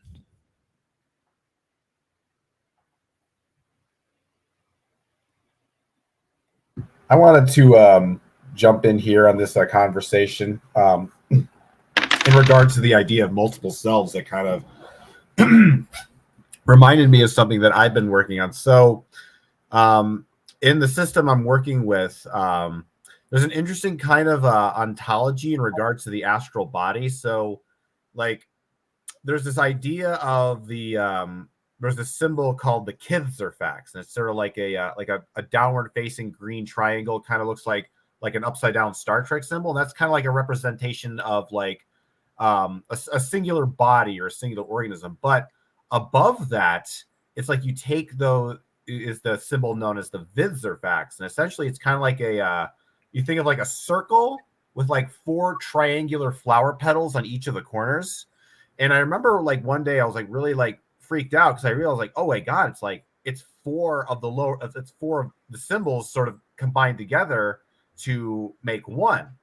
And I've been playing with this idea of having 4 bodies. This idea that, and there's like, because when I talk to the Fae, I'll see them in my third eye, but they often take on different forms. Sometimes they'll take on humanoid forms, like every now and again they'll take more animal forms. But it's like the idea is that there's 2 different. So they kind of told me that there's different like types of shape shifting, and there's good and kind of evil shape shifting. With something that's like a shape shifting that's like in a benevolent sense, is that each shape says some actual truth about the nature of your being. So it's like all the forms you take have some kind of common theme, some kind of common element, some kind of some kind of like nexus in which all the different forms sort of intersect. Whereas the darker form of shape shifting is kind of there's no center to it. It's a total black void, and because there's no sort of template in which to base the forms on, you're pretty much like you can take on literally any form you want. It's like there's really no limitations to it, and that's why dark entities can be so deceptive, because they don't have a sort of, they're just kind of like, I think this is sort of my kind of take, that they're just sort of like pure darkness. And because they have pure darkness and they don't really have a sort of a central aspect to their being, they're able to be a lot more deceptive in terms of their forms. Which is actually, if you think about in psychology and you think about people who have narcissistic personality disorder, they also have a kind of disconnected nature from themselves. They don't really have they don't really understand their authentic self. And because they don't have that center, they're able to be kind of chameleons and shapeshift. And or even it's kind of like what's going on with a lot of this woke stuff. Like that's what I was thinking of. I was looking into one of the big woke things is this idea of queer theory. And queer theory is all about an identity without an essence. So basically it's kind of like they have no center to themselves. So in that sense, they feel like they have the freedom to just arbitrarily shapeshift into whatever the heck they want. Whereas my fae friends have kind of told me that, when you are a higher dimensional being, shapeshifting is possible, but each form has to represent some truth about who you are for it to be sort of an authentic expression of yourself, as opposed to a kind of deception. I'd say that the narcissist is really just someone who's fully embodied the black magi perspective, which is just pure service to self. And I think people who have not leaned into, I guess, maybe experience what the power is of their service to self are almost threatened by it in a way where it's easier to, I think, kind of label them that way. And that goes into the shape shifting part, which I think we tend to, I think it's anthropomorphize is the word Franklin uses, but we'll place an idea on someone else and a character upon them, and we think that they're fixed, and so we expect them to act and behave and speak in a way that resonates with that character. But then once they break out of that character, I've noticed that when I do that, then people don't recognize me anymore, which places an emphasis that they only were able to perceive me as a particular form. And then once I shift into a different identity, then all of a sudden they don't recognize me. And maybe I've noticed this especially in like workplaces. I'll be on a softball team with someone, and then months later I'm playing with a new identity, because I'm always feeling kind of fluid and trying to grow and expand myself. And then all of a sudden they don't recognize me. It's like they can't see me, they don't remember the memories, and it's really, I've just changed a little bit of my frequency, where I've gone outside of the perception of how they viewed me, which it makes me think some people have called me a little bit of a shapeshifter that way.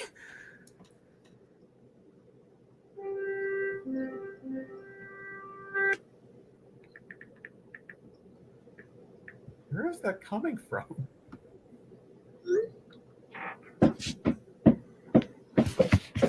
Sorry about that. I didn't realize I was unmuted. My girlfriend had a crisis and lost the dog, but they just found it. So sorry about that.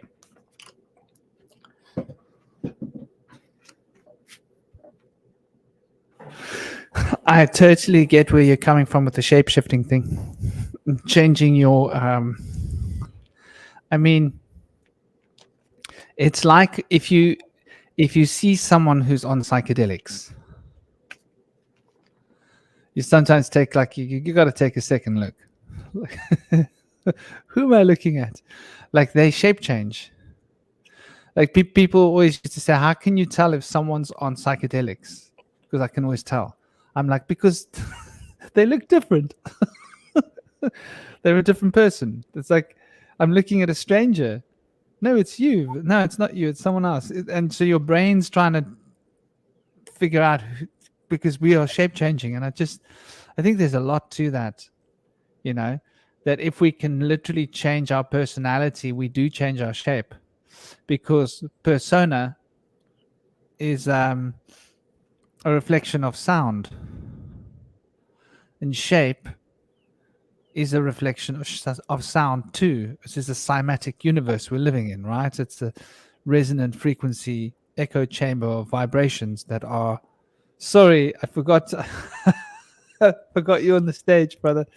Echo chamber of resonant frequencies where we're basically tuning the world around us, being tuned into the world, tuning in to reality, being tuned by reality.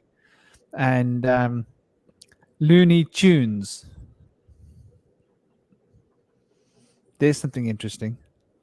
Being tuned in, being tuned by these tunes. So there's a definite thing to do with these shape changing ideas, and I think manifestation, in a sense, is changing shape. We're changing the shape of the universe. We're changing the universe to bring it into the shape that we want it in. And the shape that we want it in is whatever it is we desire. And I think this is the other point of the conversation, which hasn't really found its heyday yet, is what should we be looking for? In other words, you can't take a form that isn't somehow an expression of who you are. So you can't manifest something that's not really an expression of who you are. And so if you're trying to manifest the wrong thing, it won't work. A big part of manifesting is knowing what to manifest. I don't know, I thought I'd put that out there. Maybe we should look at that for a moment. How much of this is a two-sided coin? Is it just wild imaginings and fantasies of manifesting anything, or are there rules? From my perspective, there are definitely rules. I'd love to throw that at the table. I think there's actually, I know you mentioned rules, but I think it's, I think of it more in terms of filters, because I definitely, here's the thing that I've been thinking about in terms of magic, that you think about like magic, how it's portrayed in movies, like, Harry Potter, where it's just you get a wand and the thing just manifests instantly. But what I've kind of realized in terms of my studies is that I think magic, it needs certain limitations principle, because if everybody was able to manifest every single thought that was in their head at once, the world would just turn into total chaos, just like pure Lovecraftian madness. So it's like, in order for this realm to maintain some level of stability, there's a sort of like, in order for your magical manifestation to manifest, there's a certain kind of like a speed bump or a friction that kind of needs to be passed. So it's not like, so not every single thought in your head becomes reality, because if every thought in your head became reality, my God, it would be insane. So I think that a lot of these filters are kind of necessary, not just for manifesting, but I think also in terms of worldviews and beliefs. What I've been kind of noticing is that there's a lot of different ways you can look at reality. You can look at the reality from a kind of a believing, magical, transcendental point of view. You could look at the world as a kind of atheist, nihilist, everything has no purpose kind of point of view. You could be kind of more monotheistic and very ordered based. You could be somebody who's more like pagan and magical and just kind of.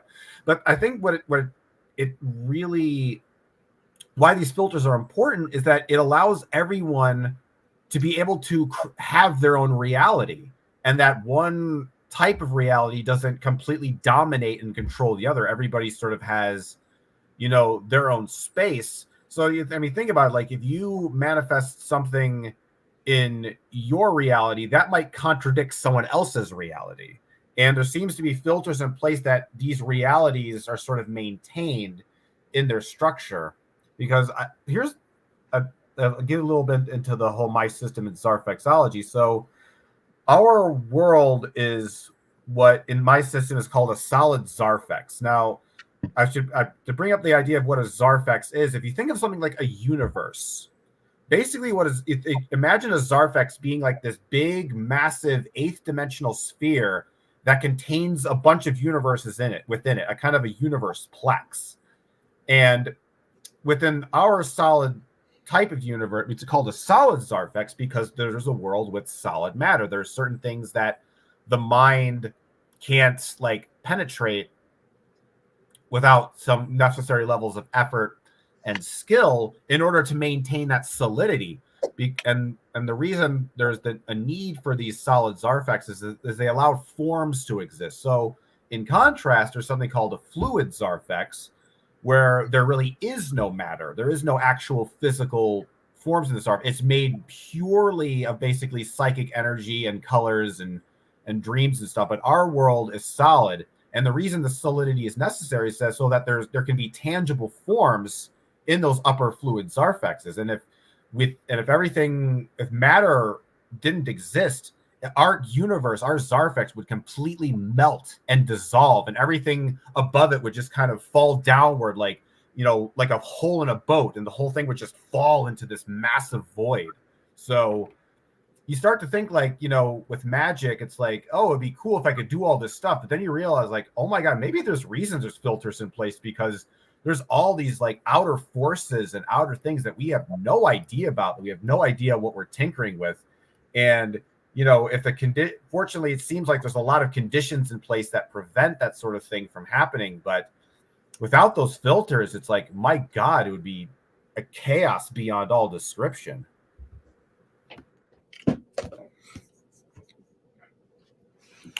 I have a question for everybody. I know there's a huge opposition between desire and manifestation, and it said that if you desire something, then it will not manifest. You are blocking yourself from it.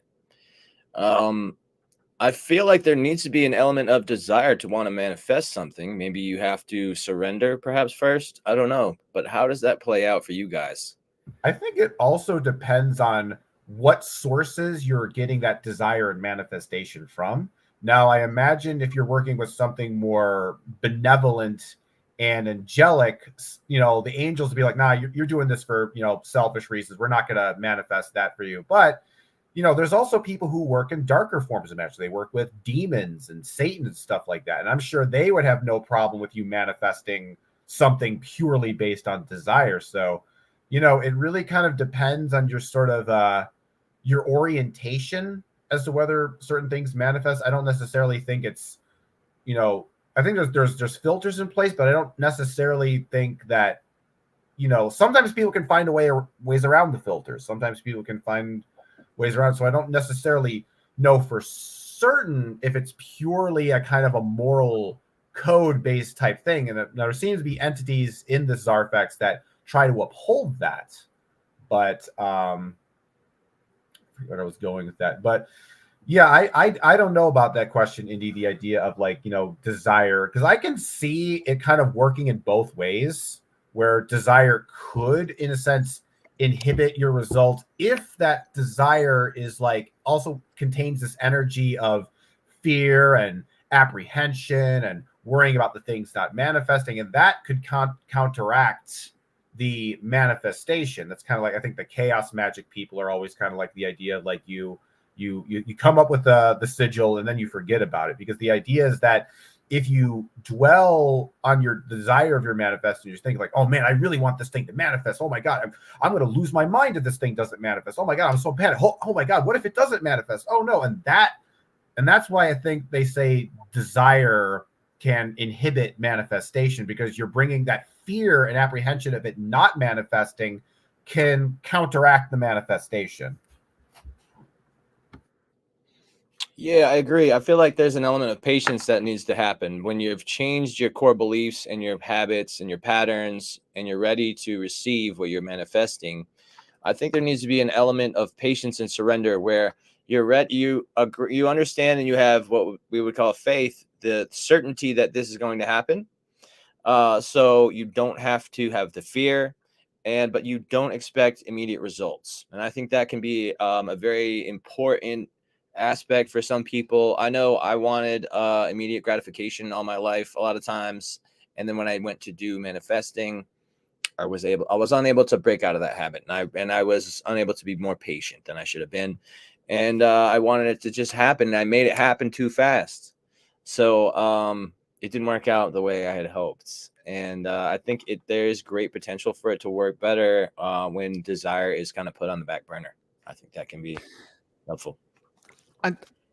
I'm looking at what you guys are saying, and I'm hearing what you're saying, but I have the feeling that you guys are using different words to mean different things, because you're speaking about desire, but what I'm hearing is speaking about the loss of control of desire. So if it's like this, if there's a horse and you want to ride the horse to get to A, B, but you don't want to get to C or D or anywhere, you want to go to a particular place, then you need to be able to control that horse. Or you just get off and you walk as the alternative. But if you can control that horse, you're going to get there pretty damn fast, faster than if you walk. So I think that desire is inevitable. I don't think, because the word sire has got to do with parentage. It's got to do with creation. It's got to do with manifestation. So the word sire is essentially you're giving birth. You're bringing a new thing into this world, which is what manifestation is. So I think this is the problem with chaos magic, because what it is it's like, how can I explain it? It's like when somebody goes for a few self-defense classes, but they haven't mastered the basic punch. And it will be useful to a point, but only to a point, because at the end of the day, that basic punching power won't be there. So they'll only be so effective in a fight. And in the same way, if you spend a long time with martial arts from the ground up, refining the stance, refining the technique, refining the flow, refining the focus, and learning to really channel that strike, then it's going to be like one bullet, one settler idea, instead of a whole big exchange of blows and blows. It's just bang, it's done, it's finished, it's over when it starts. So, but that only comes from training and real devotion and saying, okay, I'm going to throw 100,000 punches to learn how to throw that one punch that's a knockout punch. So in the same way, chaos magic is that shortcut to just getting a quick pack of cards together and being able to quickly put it to, it's okay, it's a hub match. And so the level of understanding that comes from that is equal to how much is put into it. Where when one trains in a more classical way, like one would have to go through a long stage of training, and in that long stage of training, there's a self-questioning process that happens when you train for long, doing the same technique for over and over again, and going over the loop of the same series of moves, whatever it is that you're training on. It somehow becomes a part of you. And I think that with chaos magic, they don't get to that point because they're too much looking for the outcome. So in other words, when they're talking about desires bad, what they're saying is that we haven't learned how to control our desires. Our desires are like wild horses running all over the show. And so it gets in our way, when actually manifestation, if you can control your desires completely, you can manifest completely. So there are triggers that can be used to manipulate our desires, and if we go too deeply into them, we'll lose control of our desires. I think that's what it is that's being expressed there. But I don't think it's possible to manifest without that ion exchange of energy. There has to be passion. There has to be the passing of ions. And the passing of ions creates an ionic effect, which creates the magnetic pull. And the magnetic pull has got to bring about that harmonic resonance, so that those that are in resonance with that and this become one. And so that's how schematics works. Cymatics works to do with the resonance bringing things together because they're on the same pitch. So the desire is which pitch you're moving towards. And it's unavoidable to change your frequency according to this pitch or that pitch, because desire is sort of like the joystick, if you will, channeling all of those vital essences of the being. And so, but desire as well this is exactly what we were talking about with this double-edged coin of Saturn, right? Where one element of it is to do with selfless, the other elephant in the room is shellfish, and the shellfish and the shelfless come together and they create this dissonance. And so this is, I think, what the chaos people are coming face to face with is what I was talking about 5 minutes ago, that you just can't manifest just anything you want. And their excuse for not being able to manifest that is my desires, instead of recognizing that there's a fundamental reason why the desires were being cut off, because they weren't in tune. They hadn't become what it was they wanted to manifest, because they hadn't gone that deeply into it. They thought, I just got to draw a sigil. That's what I want. It's that easy. No, it's not that easy. We need to change who we are in order to manifest something in the world. The magician doesn't achieve anything in the world other than the change within. And the change within becomes a reflection of the change without, because as above truly is as what is below. And if as above is as what is below, then in order to change below, you must change above. You can't, I'm not going to change. I'm just going to be the same, write a sigil and hope for the best. You can probably get that to a degree if your instinct and intuition is tuned in enough to manifest, to know what to manifest. I think that's a big part of it, knowing what to manifest, knowing what's in tune with your life path. Because there are limitations to the manifestational field. I don't know. What do you guys think? I think we have to repeat our narrative and what we desire. And so there's like the self-deception in a way, but it's also, this is what I want. And you have to continue to imagine it and repeat it to yourself in order to fuel kind of like the dynamos that is creating your desire and manifestation potential. And if you go away from it, then you're not going to be able to authentically continue to manifest. And I also think that there's a little bit of a concept that the person that has the largest integrated shadow has more manifestation power because they're more in tune to know what is their authentic desire, even if it's something that is maybe a what I would call like a vice or something that's kind of core and animalistic. If they're okay with willing to accept that as part of their nature, they're going to gain more power for fueling that dynamos. Or somebody who's like, oh, I want to shy away because I'm not supposed to feel that as it's something I desire, they're going to lose some of that dynamos's power in order to fuel the desire and narrative and keep running that self programming in order to stay in tune with that frequency. Beautifully said, brother. I got something. So beautifully. Yeah. Yeah, that was really well said. You're totally right. Some people have like uh, a storage of capacitance that they've earned that they can bring to bear much more quickly on the situation. Um, I want to, Indy, you were talking about forgetting the spell afterwards, casting the intention and then letting it work without too much focus on it. Um, the there are a family of desires in Greek mythology. Their name is the Erotes, Erotes, and these I think of them as like little cherubs or little cupids, and each cupid has a flavor to them. And one of these Erotes, his name is um, Anteros, Anteros, and he is the desire of um, requited love or keeping track of things.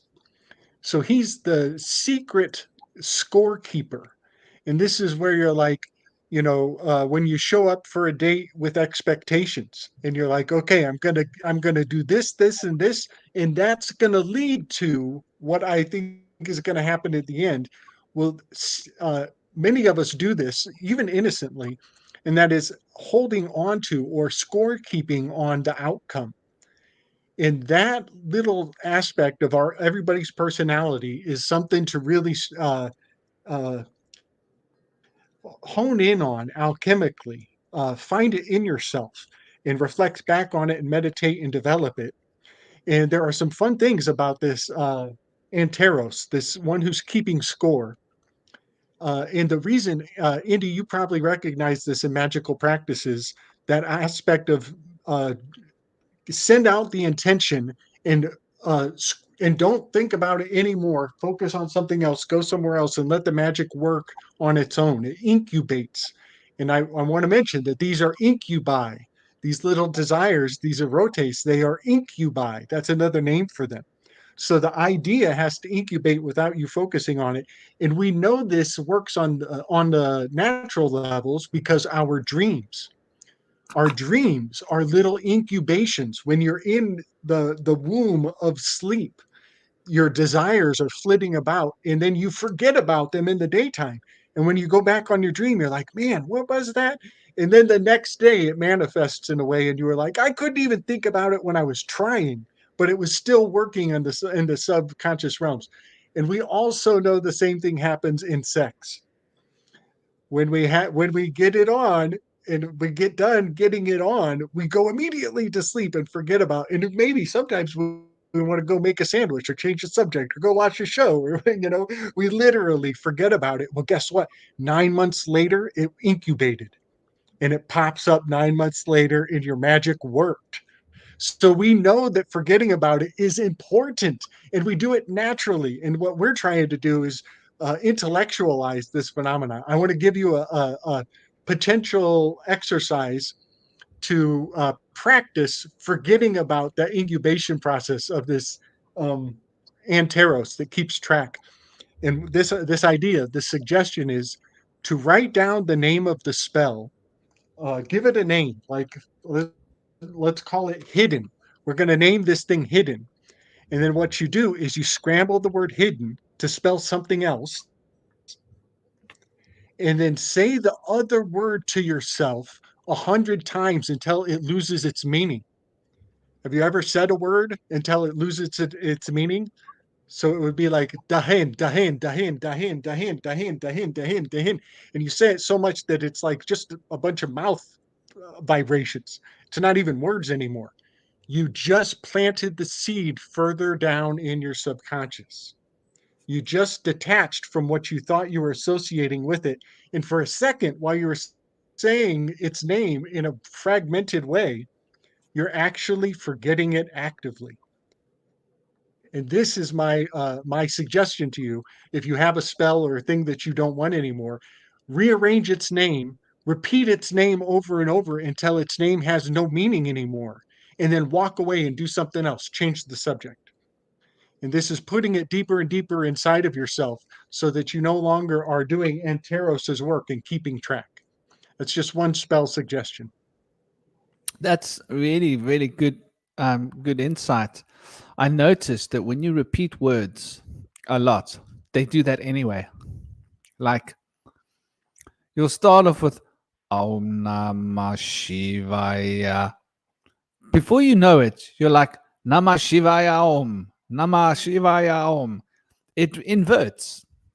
If you chant a word, series of words long enough, they do. It's the weirdest thing. You catch them inverting in your brain. You go, what the hell's going on? And you're starting to come from the back. You're starting from the front. You go from the front to the back, front to the back. Before you know it, you're coming from the back. You're like, what the hell? When did that happen? And it becomes so confusing as to what you're chanting at some point. Like if you chant it over and over and over again to the point because you're like seeing it from the other side. So I think that that's a very powerful, and like you say, there definitely has to be the womb. You can't sire without a womb. So the whole point of desire is to take the sire and plant it. And now it's desire, it's gone. So I think that's the secret. When the desire is strong enough, it will work its way out of your system. If the passion, the desire is strong enough, you will end up shooting it out of your system.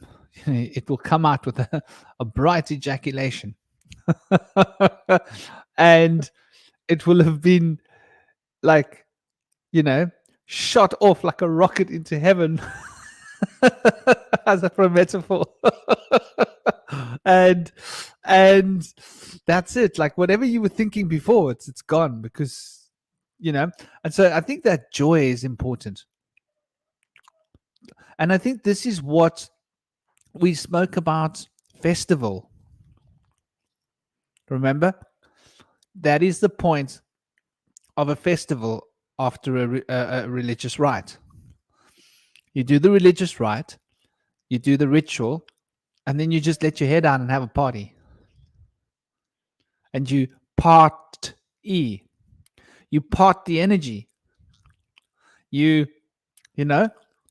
just party it.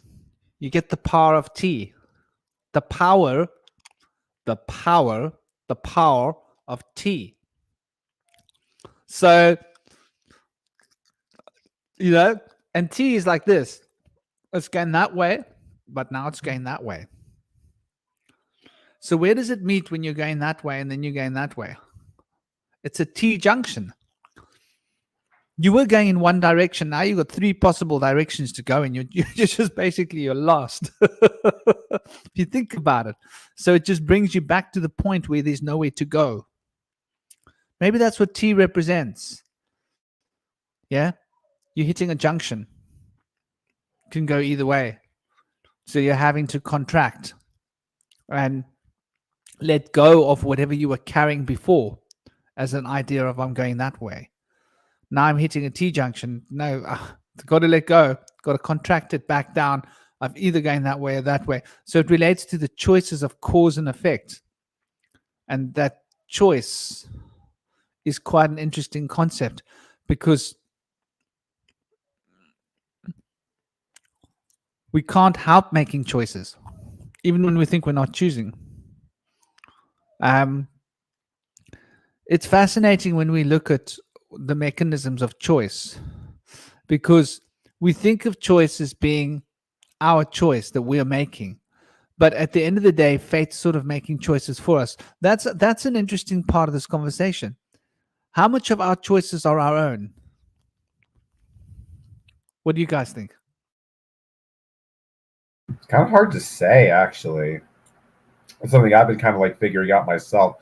I think it's definitely not all one or the other. That my conclusion, I would say it's not so much that it's like, total free will versus like, total determinism. I think there's obviously, it's a kind of a collaboration in a sense that you have your own mind. I think you know what it is. It's like the internet. It's like you have your own computer, you have your own desktop interface avatar, but we're also connected to each other's computers right now. And so there's a kind of a back and forth feedback between yourself and the external environment. But I guess I haven't been able to figure out like to what degree or perhaps which one is more of an influence than the other. That's my thoughts on that. Yeah, I feel like there's a strong influence on the decisions we make between the choices that we're given. Very rarely do people make a choice that wasn't posed to them. Yeah. This is a great topic. Maybe we should set this up for the next week's topic to start off with this. But Robert Sapolsky is very much a determinist. He's even a Spinozist determinist, which gives him a torch. Going back to somebody I have beef with, I love Spinoza, but I want to beat the fuck out of that guy so bad because he made all the good claims before I got here. I think he's right on so much. I think he's so right, but I'm so jealous of the fact that he was the one who put it on the record so long ago.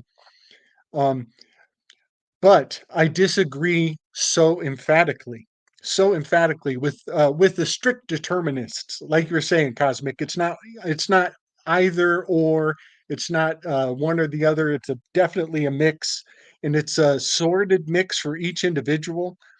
Um, but one thing that makes me extra envious or extra, yeah, envious of Sapolsky's work is that his highfalutin Scientological language is actually borrowing artifacts from my Enneagram. Robert Sapolsky, he wrote a book called Determined, and it's taken off. It's taken off, and I think it's going to be dangerous in certain hands without adamant um, refutation. Somebody needs to put him in check. But I got to say this: his language is borrowing from the artifacts that built up my Enneagram. And one of those artifacts is he believes, and the world is inclined to believe, that it is the hormones, that your hormones, because they've given a name to these chemical processes, that now scientific optimism is calling the shots on what it is that makes you make a choice in life. Well, what's really fascinating is I've isolated the nine muses right here. And the mother of the nine muses is where they get the word hormones. Hermione is the mother of these nine muses. And it's a long story, but these are also the endocrine system.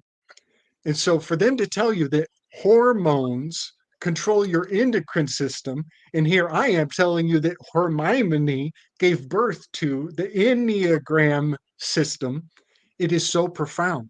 And then I listened close to Robert Sapolsky's language.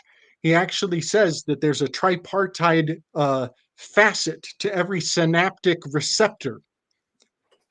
The word receptor is the torch that the desires are carrying.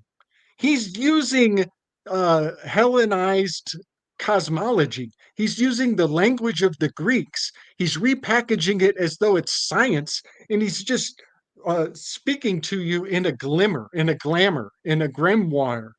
And his grimoire is based in Greek mythology. And so these triple facets of your decision making and all this chemicalogical language, it is nothing more than mythology repackaged as science.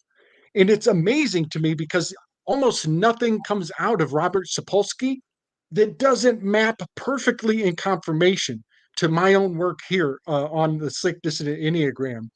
So you can imagine my frustration being a small content creator and listening to a big wig science guy on the world stage, and he's bedazzling everybody with the idea that you're not even responsible for a damn thing you've done, to such a degree that we need to empty all of the prisons. All of the prisons. If Robert Sapolsky got his way, every single prison would be empty because none of those people chose to do what they did. And so it's radical. It's radical. It's hyperbolic, really, which is what makes it exciting.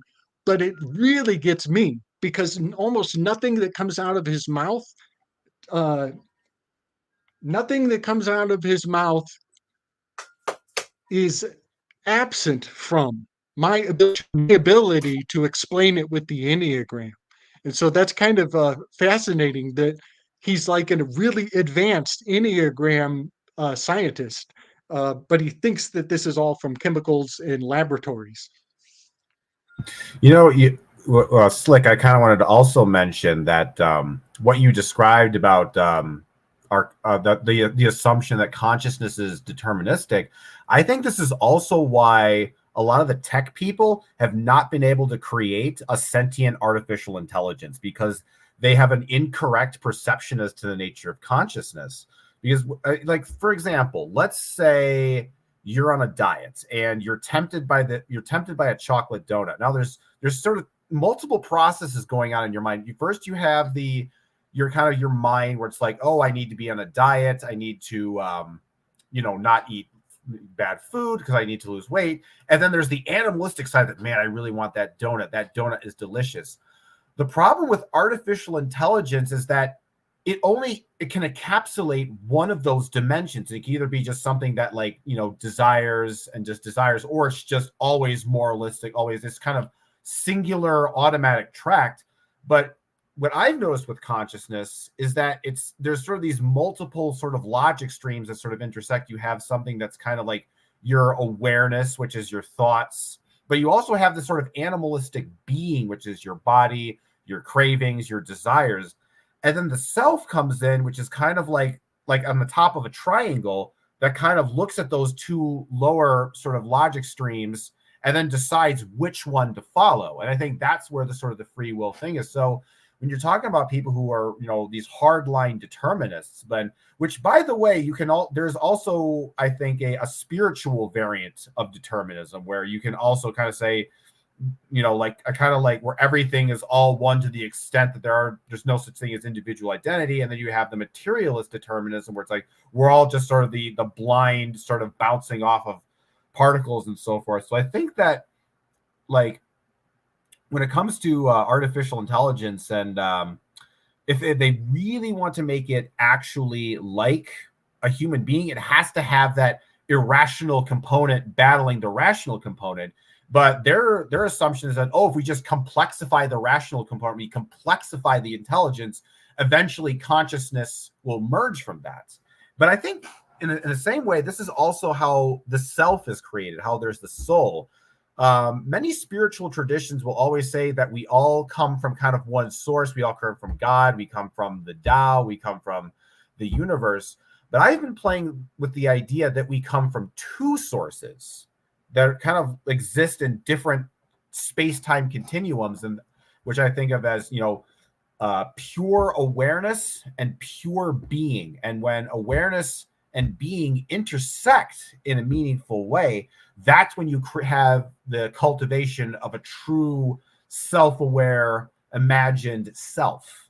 And so I think that, to me, having that multidimensional model of consciousness is important. And I think what's going on with materialism and these determinists is they're really essentially creating a lower dimensional model of consciousness, a one-dimensional consciousness model, instead of one that encompasses. Because if you think about, like, determinism, and if you think about the singular dimension, the first dimension is just a line. And with a line, you don't have really a lot of options of movement. You can only pretty much go in one direction, either forward or backward. But If you had a second dimension of verticality, now you have all these different, like you can form all these different shapes with these lines. You can go left and right and form circles and diagonals and do all sorts of create all sorts of shapes. So I think, that I forgot kind of where I was going with this, but I just kind of wanted to piggyback on Slick's thought and bring that also into the equation. Yeah, I think there's definitely the balance between the shadow self or the etheric animalistic self. And it's kind of like the meme of letting the intrusive thoughts win versus the astral higher self. And there's also kind of like the hormones and little organisms inside of us that are speaking to us and wanting to exercise their will and their survival. And I feel like we can kind of be compared to the hormones of the larger Gaia Earth, and we're kind of shaping that space as well. But I've got to get running, and just wanted to say thank you all for having me on the show. It was a pleasure sharing space with you. So keep surfing the wave. Take it easy, man. Thank you so much for joining Right us, on, brother. buddy. An honor to have you and your beautiful thoughts. Have a totally awesome day. And those hormones, it's so funny that you guys are all talking about hormones, because I've been banging on about hormones. I can't shut up about hormones. So here we are going into the hormones, and basically, what is a hormone? Okay, so what is DNA? We want to talk about DNA. We need to talk about hormones because they're connected. They're both basically expressions of amino acid chains. And what is an amino acid chain? It's a very fast vibrating resonant frequency. But the hormones are a differently bound, slower tone rate. So the vibrational field is contracting into itself, frequencies of the schematic reality of consciousness. And so it contracts into a DNA resonant field. And the DNA resonant field is carrying our causal influences into the flesh. But the causal influences also have to be connected to the hormone, to the emotional astral planes. And so the astral planes are conducted into the body through the hormones, which is a slightly slower, also made out of amino acid chains, resonating frequency. And because of the amino acid chains, they can communicate with each other. The DNA and the hormones can talk to each other. Now, because the hormones are vibrating slower, they're able to plug into the nervous system, which is now even a slower resonant frequency of the same thing. So imagine like a tune of like A and a lower A and a lower A and a lower A. It's all just the same frequency, but at a lower tone, but a far bigger differentiation between the different frequencies of tone between hormones, DNA, and then the resonant frequency becomes even much slower in the electrical impulse rate. So then the electricity is resonating in the physical body through the central nervous system. And the central nervous system then is carrying a frequency because it's like electricity arcs. So it arcs. And how many arcs per second is then carried into the system. And then there's one even lower frequency of this that is carried by the algorithms of the brain. So the algorithms of the brain are then carrying this at an even lower frequency. And all of these are bound by the beating of the heart. So the beating of the heart is what basically is this keeping the timing. And at a faster frequency, there's a hormonal frequency. And at a much faster frequency, there's an electrical frequency resonance in the nervous system. And at an even much faster frequency, there's a hormonal frequency happening. And at an even much, much, much faster frequency, there's a DNA frequency happening. And these are all in step with each other to make a tune, to make a pitch. This is why people have a resonant vibrational frequency that can be tracked, why you can attunement is possible, because you can tune into someone's fundamental frequencies and be able to connect with them on an energetic level. I'm going to have to take Henry out of the room because he's getting obsessed with indigo. He gets obsessed with indigo. But it's a very interesting discussion to get to. And I think that this is at the heart of manifestation, because this is how consciousness manifests a body.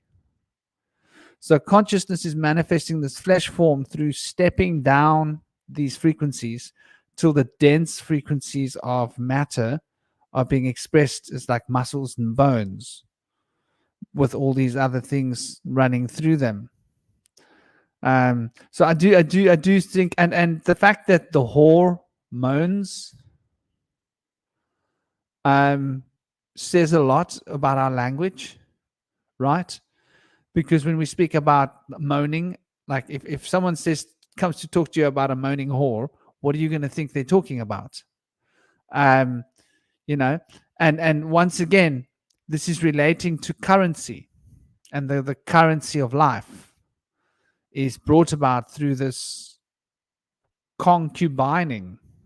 Is that the right word? Concubining, combining of two opposing forces in order to produce that seed that goes into the womb that can grow in the darkness of the womb. Anyway, that's my little take on the hormones and how fundamentally important they are and how they're an expression of the spiritual principles as well. I do think there's a lot to be understood by looking at the hormones, and this is why I'm always breaking down the chakras and showing people that the 7 chakras are actually got 9 points of interaction, how the enneagram actually comes from and relates to and leads to the 7 chakras, which are essentially emanations of the 3 principles, and that those 3 principles in our body are reflected as hormones and Neurotransmitter. electrical impulses and the algorithms, which are bound by the beating of the heart, which is really fascinating.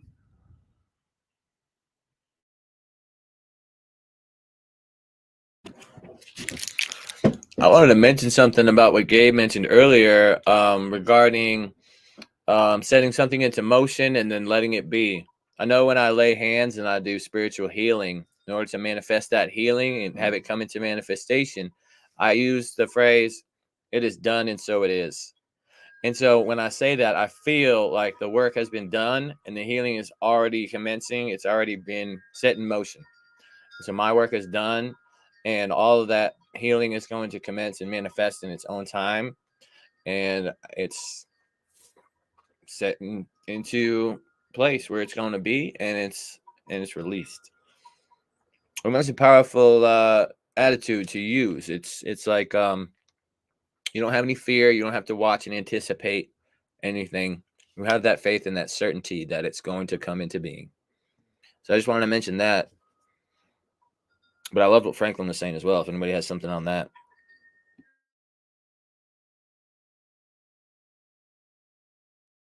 I will quickly add that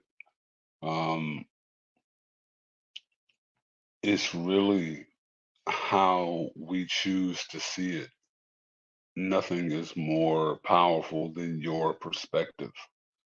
You touched on something earlier, Slick, speaking about the quantum elements of magic.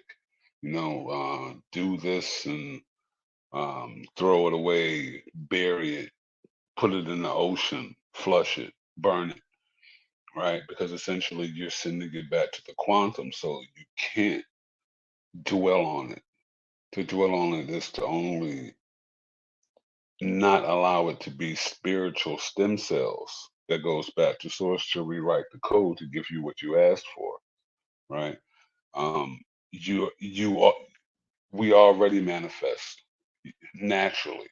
to be aware of it fully is the balance between magic and science, and with a little bit of dark comedy in the middle. Um, I want to speak to something before we close. I know we're getting close. Um, in the that sci-fi series version of Doom is my personal favorite because they actually adapted 3 books: Doom, Doom Messiah, and Children of Doom. And I was heartbroken when they consolidated the studios between Sci-Fi and Universal before they could make my favorite book, which is God Emperor of Doom. It was meant to be a bridge between the 2 series of trilogies. So I am hopeful with this latest iteration that it will go further, at least to that point.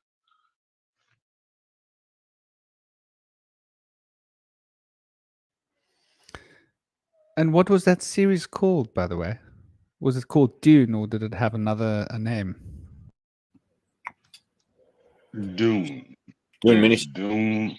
You mean as far as the sci-fi series? Yeah.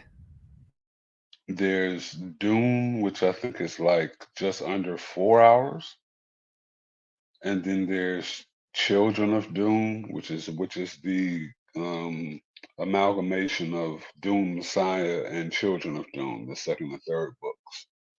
I think that's like 4 hours or 5 hours.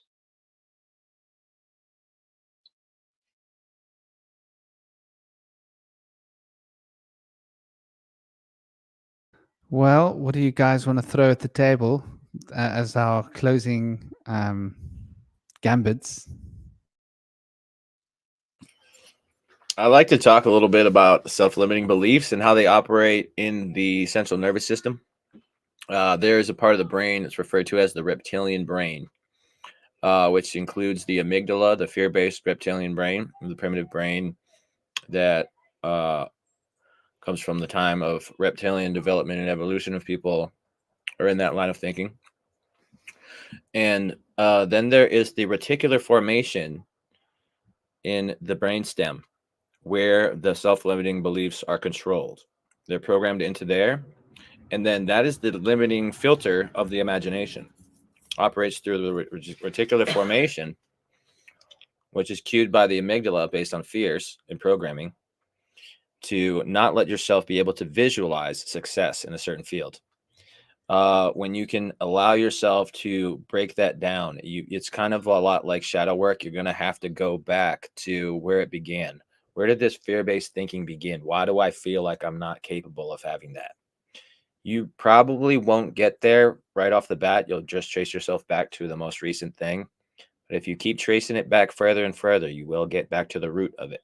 And if you can get back to the root, that's a good way to be able to change core beliefs and exercise self-forgiveness, the purging of old habits that die hard, that don't no longer serve you, and things like that. So the process can be difficult and takes patience and time. Sometimes it can be more expedient, depending on how much resistance is there, how much of a blockage is there. But this is a thing that we've been able to bring each other to the door of, to be able to transform, to be able to change within, like the magician, and be able to bring harmony to the oneness of you and the world around you. So I just wanted to mention that and close. And I want to thank you guys for a great show today. Thanks to everybody here on the panel and the audience, and especially to Franklin for having the space for us. And it's great to see you come back around, Gabe. Always great to have you.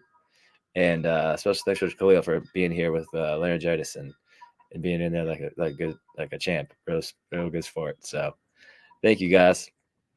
Yeah, man. Yeah, Thank you, big Andy. respect, Indy. Big respect. Dude, big love, big respect. Peace, indeed. Hey, Soraya, good to see you. Good to hear your voice. Hi, Gabe. Yeah, I've been here a while. I've been listening. It's very interesting. Nice. Oh, Uh-oh, did we lose Franklin?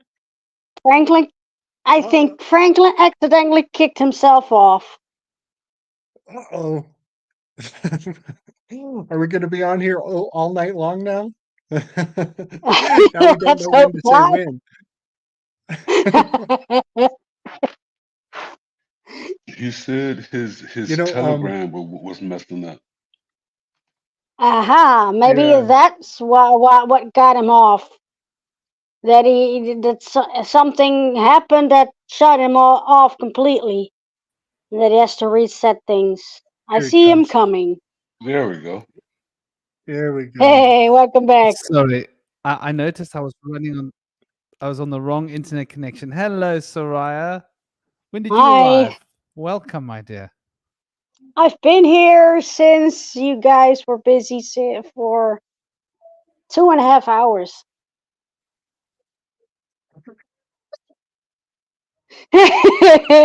Your eyes, How did I not see? Franklin. I I because don't people know. are dropping out and lifting in, and in the bottom panel, your image looks a little bit similar to Kalal's image, but different. So I noticed this Uh-huh. shuffling of these positions at the bottom, people dropping in and picking out. Well, welcome, my dear. How are you? And God bless you. And those of you that don't know Soraya, she's absolutely lovely, super awesome. She's a poetess and also very well endowed with various different wisdoms of ancient knowledge, spiritual precepts, philosophies, and a staunch mummy and very, devoted. Thank you for joining us. God bless you. You've come at the tail end of the show, into the show, but do please don't let me interrupt you. Please continue. Oh well, yeah. I don't know where we were.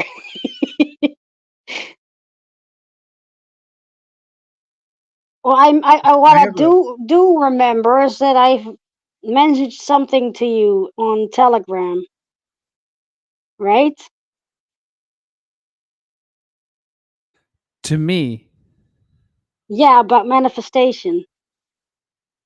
oh, yes, yes, indeed. Yeah, because Christianity says that manifestation is a sin, which I personally don't believe, even though I'm a Christian, because I believe that prayer is the same as manifestation, only it's directed towards a source, and manifestation is not. It is manifestation is basically the prayer, but without answering to something above you.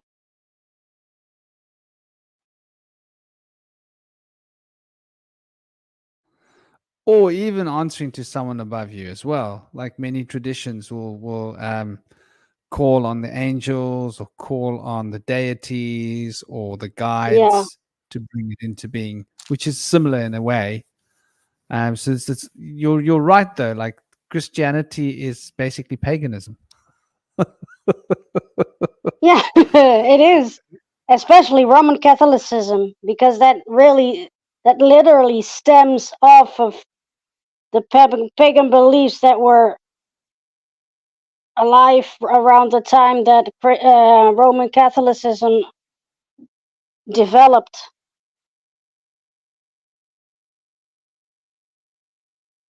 It sounds to me like that ethos of, manifestation is a sin, wherever that's coming from.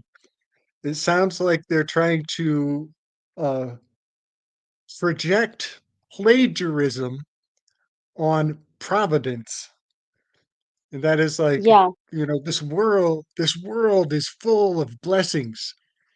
And if you don't take a second to give somebody else the credit for your blessings, if you have the conceit to think that you did that, then you're the worst thing ever.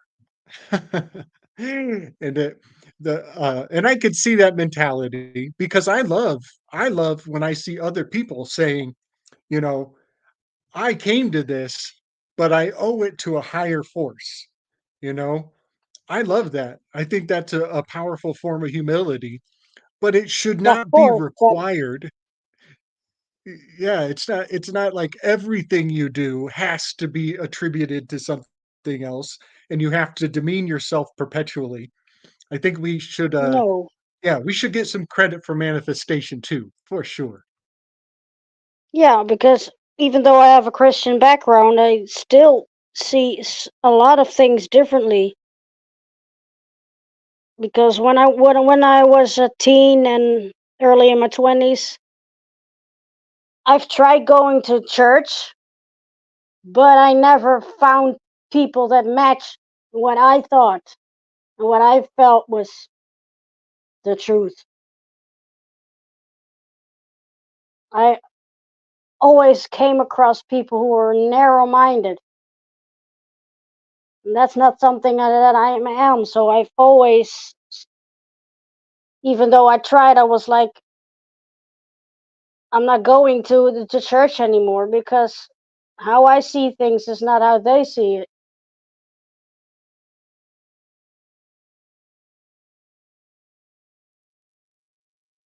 Yeah. You know, something in here, I see a lot of mystic circles will just jump into the claim that we are gods. And that's cool because they're not exactly wrong, but Yeah, but also there not are exactly others. right. Yeah, yeah, exactly. Yes. And there, It's but then somewhere. when one circle says we are gods, then some other circle is going to be like, oh, we got to kill you. Um, I always like to draw the line at we are kings and queens. We have sovereignty. Yeah. We get the smile of approval, and that is sufficient. But that claim of like we are gods, it's like it's not wrong. It's just saying it in a way that's gonna send the powers and principalities into a bit of a frenzy. And so I just love that Exactly. we do have sovereignty. We do have a direct line, and we can inspire others to get access to that direct line. But the Christians would accuse you in standing in your sovereignty. Uh, Other people with their derivative of sovereignty are going to accuse you of trying to replace God or become like or as a God. That happens a lot between the Christians and the Greeks. The Christians look at the Greek Hmm. ethos and they're like, oh, they think that they are a God. And it's there is an ascendance, there is an access and a compass going in the powerfully, directly in communion with the higher powers. But it's not like we're trying to usurp or get up into heaven and then throw God down and now you answer to me. That is not the spirit of the Greek ethos at all. But yeah, that's an easy misunderstanding, isn't it? Yeah, it is. And I really don't agree with that because saying you're a god, that just, yeah, it's placing yourself above others, first of all, Yeah, because I believe that it's much more important to be humble rather than arrogant.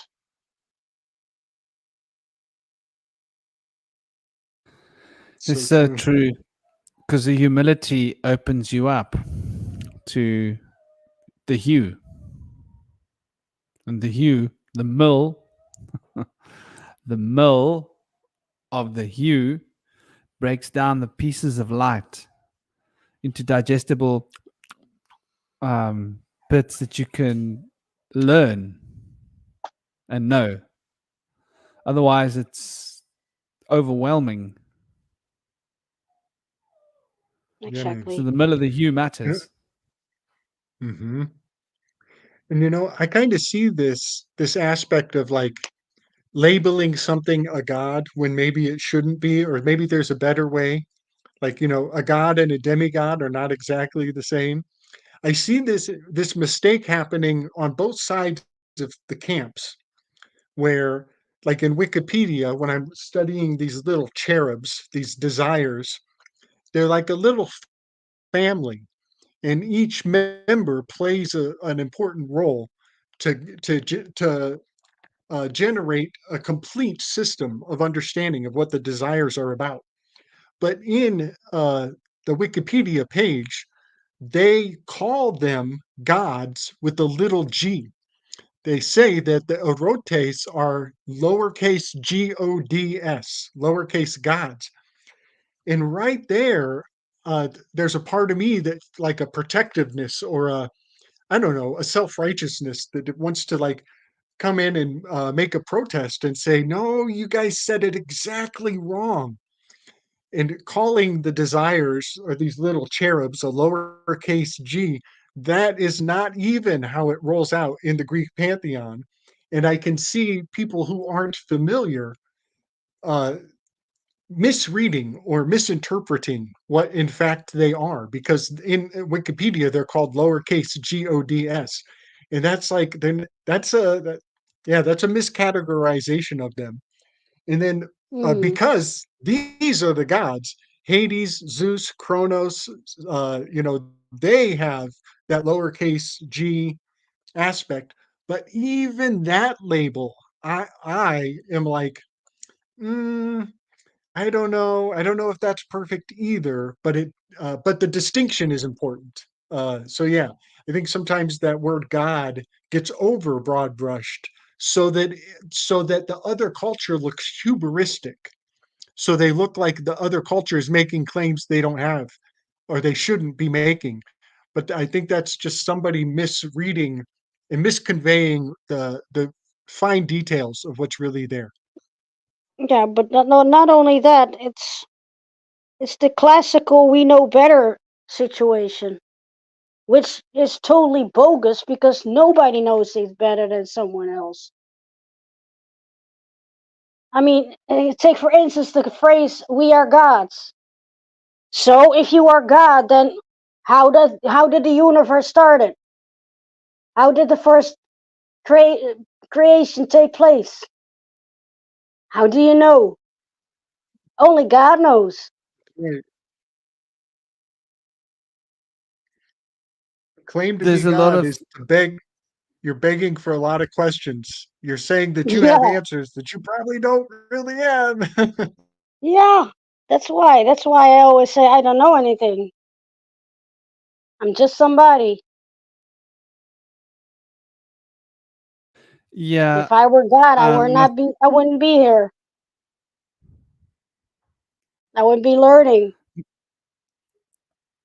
my son's mother has this problem. They say that a little bit of knowledge is a dangerous thing. It's toxic. It makes us become toxic. Yeah, And she doesn't understand Ganesha because she's that kind of Christian that is holier than thou. And so everything okay. else is wrong. Everything else is evil. It's all satanic. It's all bad. She had a born again Christian stunt. I call it a stunt because it's that kind of Christianity that's getting ready for the rapture. Yeah, yeah. So I it's that get what you mean. particular type of Christianity that you just got like you take your hat off to that and go, seriously? Like you guys, like the magic wand is coming, it's gonna be waved, and like all the good guys Please. are gonna go there, all the bad guys are gonna go there. And it's like that's really what Mm, and the date's been predicted by about like September 5 times. She's predicted September. the dates. Yeah, I want to say something funny. Last year September, there was a video that my husband watched about the rapture, and he was totally indoctrinated by it, and he really thought that what was said in the video was going to happen. So when once it was September 23rd, I said, "And did the world perish?" He said, "A lot happened, right?" It was very very funny. And it's not that he's a real Christian or anything like that, but he does have a Roman Catholic background, only the kind that doesn't go to church. and that doesn't read the Bible. Yeah, basically, so you're these just sorry, do basically continue, dear, please. what my opinion is about Roman Catholics when they go to church is that they solely rely on what the pastor says and not think for themselves and not read the Bible Because they're putting themselves. up They're a giving their pasture power is where away. you put cows. What did you Don't say, you take the Franklin? sheep out to pasture? Don't you take the sheep out to pasture?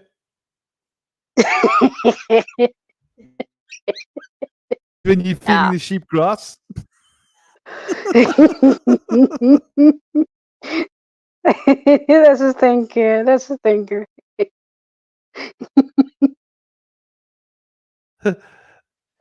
So I can summarize the rapture and the sheep out in pasture very concisely. The word pasture and rapture are the same word. Yeah. It's actually it's a cosmodrama. Um, it is a very underappreciated constellation called Achaea. Not Mhm. spelled like the furniture store. It's Aquilla. Achaea. And it is generally a bird of prey. Different cultures will Yeah, switch out Aquila. what type. Yeah, you got it. You got it. And so I think the eagle is the most common derivative of this bird. And in the Yeah. stories, this bird is snatching up a child and lifting the child into the air in some sort of struggle or strife, which actually happens. That actually still happens today. So it's a very real possibility. But this is the cosmodrama of the rapture. And the reason why it's beautiful and poetic is because it's at the bottom of the annual cycle. It's at the very end, the lowest point of the year. And from this location where that constellation abides, there's nowhere to go but up. The declination of the sun can only ascend for the rest of the cycle from that point up. So the rapture of being lifted up by some deified force is intrinsic to the energies of the ions of the winter season, as there's nowhere to go but up. And it's a good thing. That's the other thing. This is why we're like, from the outside perspective, some people could be like, wait a second, Christians want to be raped by their God? And that's a good thing from the outside perspective. But from the mystical perspective, you're like, yes, yes, that is a great thing because your God will lift you up and remove all of the things that tie you down or bind you or make you feel small or repressed. Will take all of those binds off of you. And then you'll be purified and just simply a soul. And then you can lift up into the pearly gates like a hot air balloon. So yeah, it's pretty cool how cosmodramatic these strange fixations of culture play out in kind of redeeming ways. I think something Mhm. redeeming about seeing why it rolls that way. The whole thing about like the Vedic story, and Christians get this so confused about this because they don't recognize that, because it's the same like some guy came around and said, well, the word shramana has got nothing to do with shaman, the word shraman has got nothing to do with shaman, but he didn't speak Sanskrit, he'd never been to India, and he'd never studied the culture, but he reckoned like Then he how can knew. you judge, So he was like, the word right? shaman, it's just linguistic coincidence. Sorry, what was that?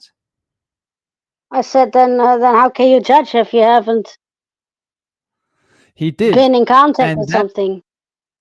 and that story has been reiterated. I've seen people talking about it in groups, and I'm like, what's wrong with you people?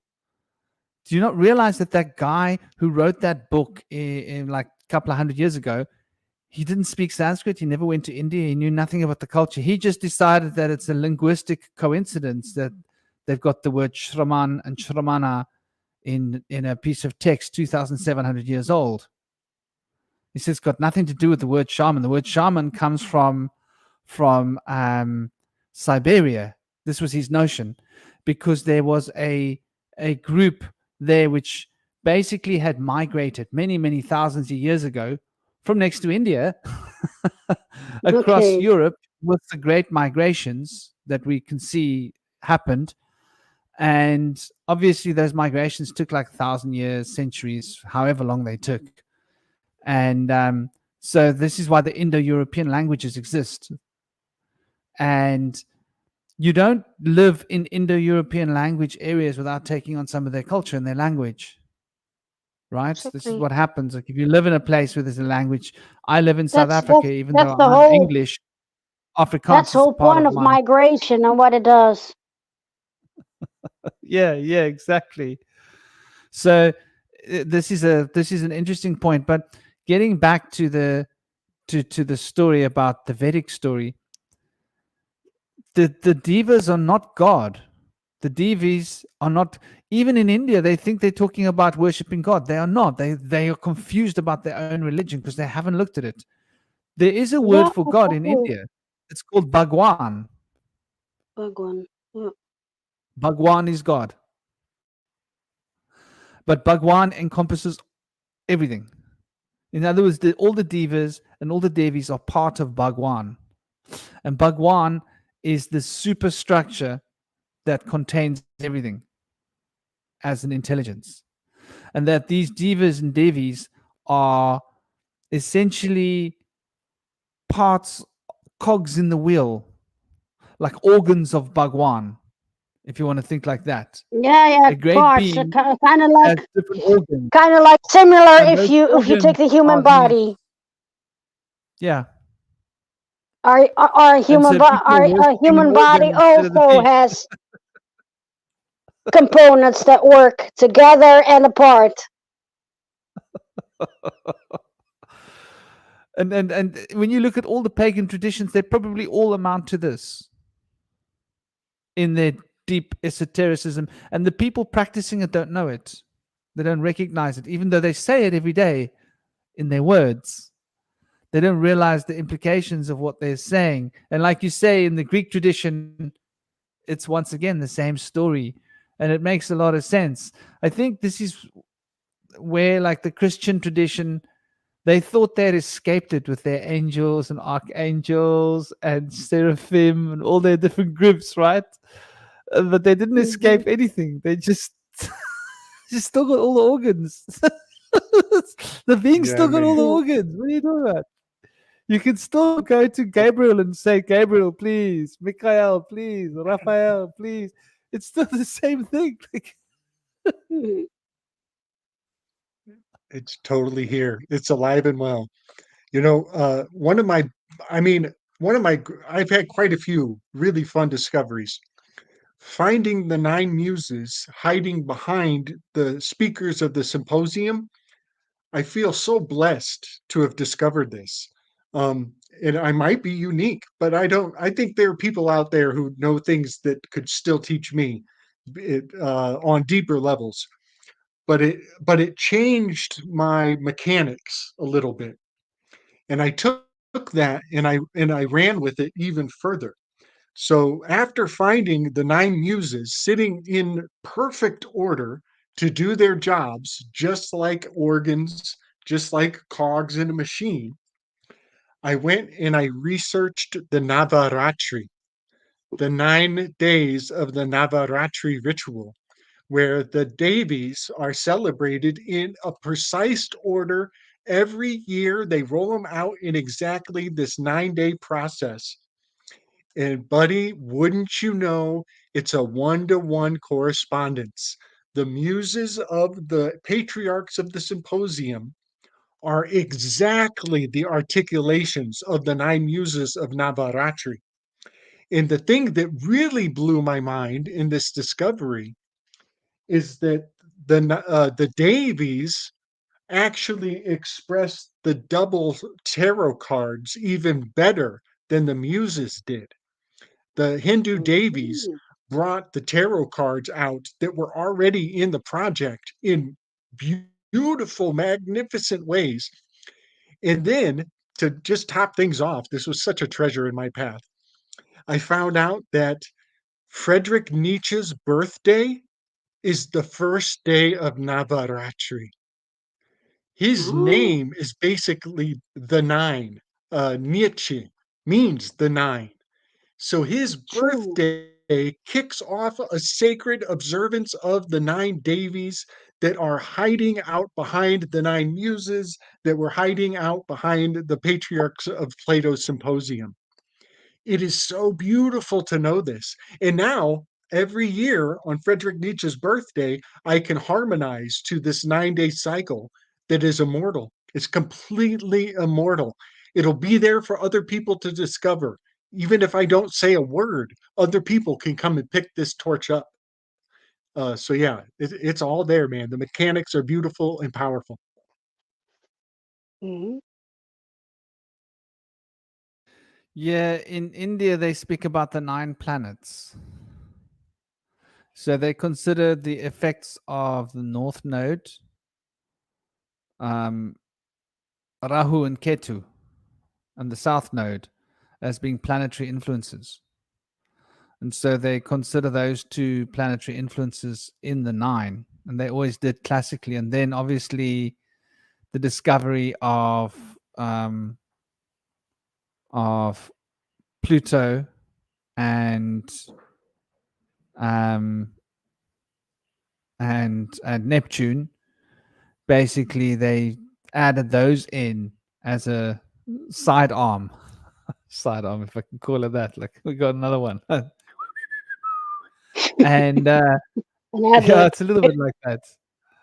But so that those nine days are the purification of the 9 planetary influences, and that's the Ratri is the night, right? The Ratri Yeah. is the stars at night to come out, and the Navajo.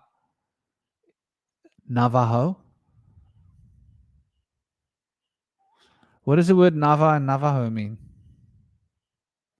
We'll have to find someone who's of that lineage, and I wonder how close what we're getting at here, Navajo, because it seems to bring up resonance for my subconscious.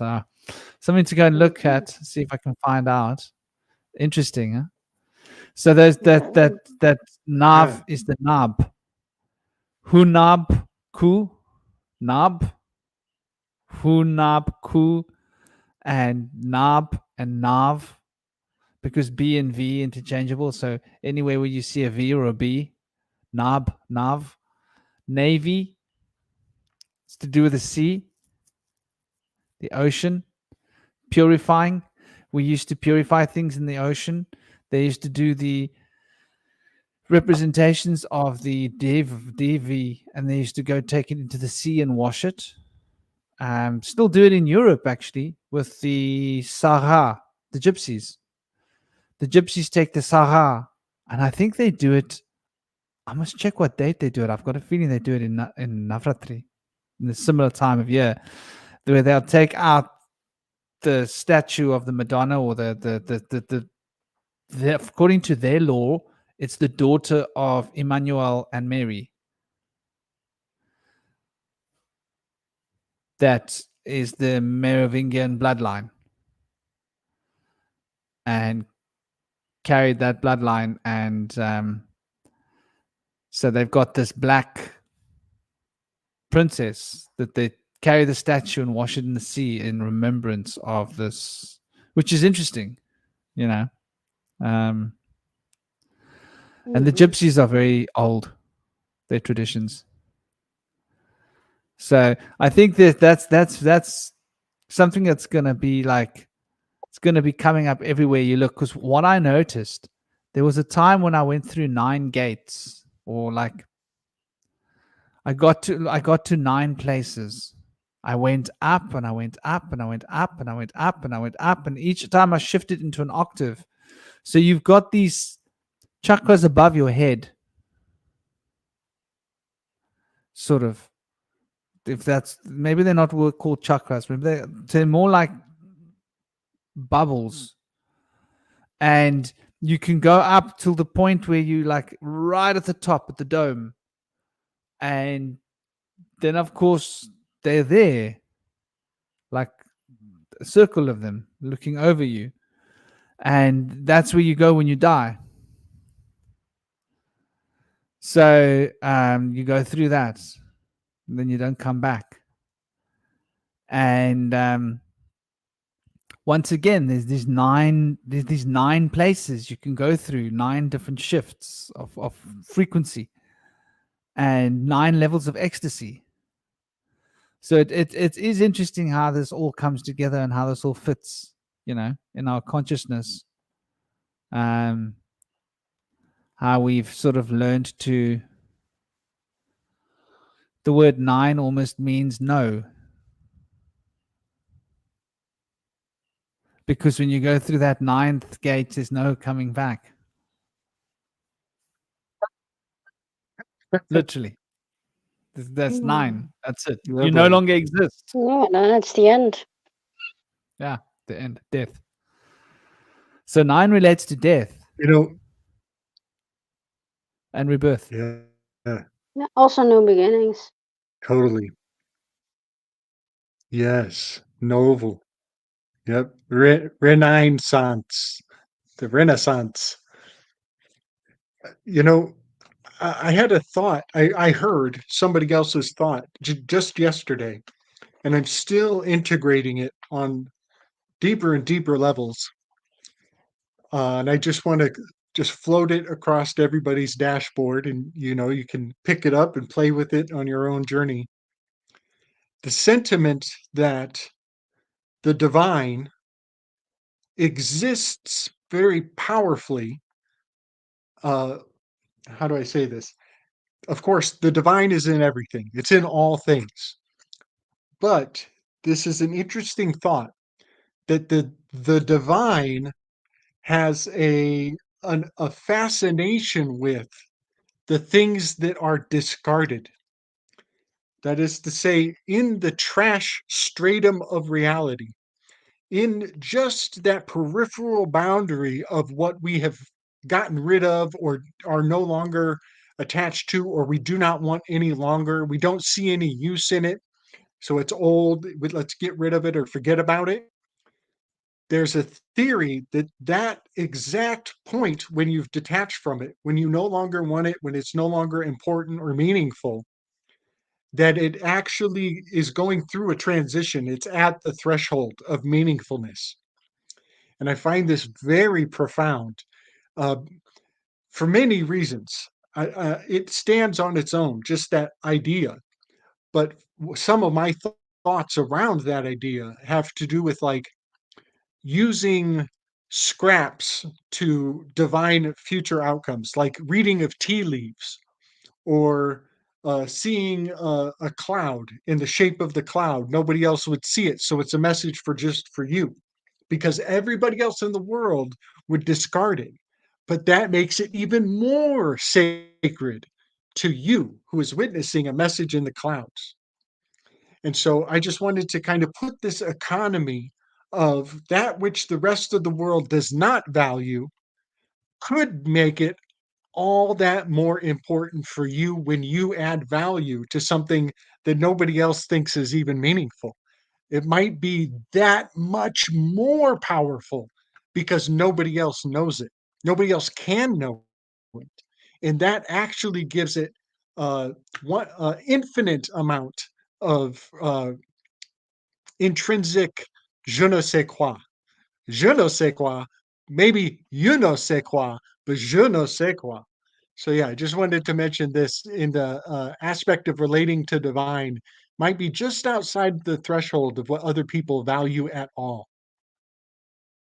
So you're saying Juno, the word Juno, and c'est quoi?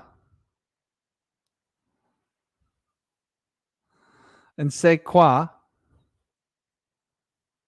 Secular. Secular. The word secular must come from c'est quoi.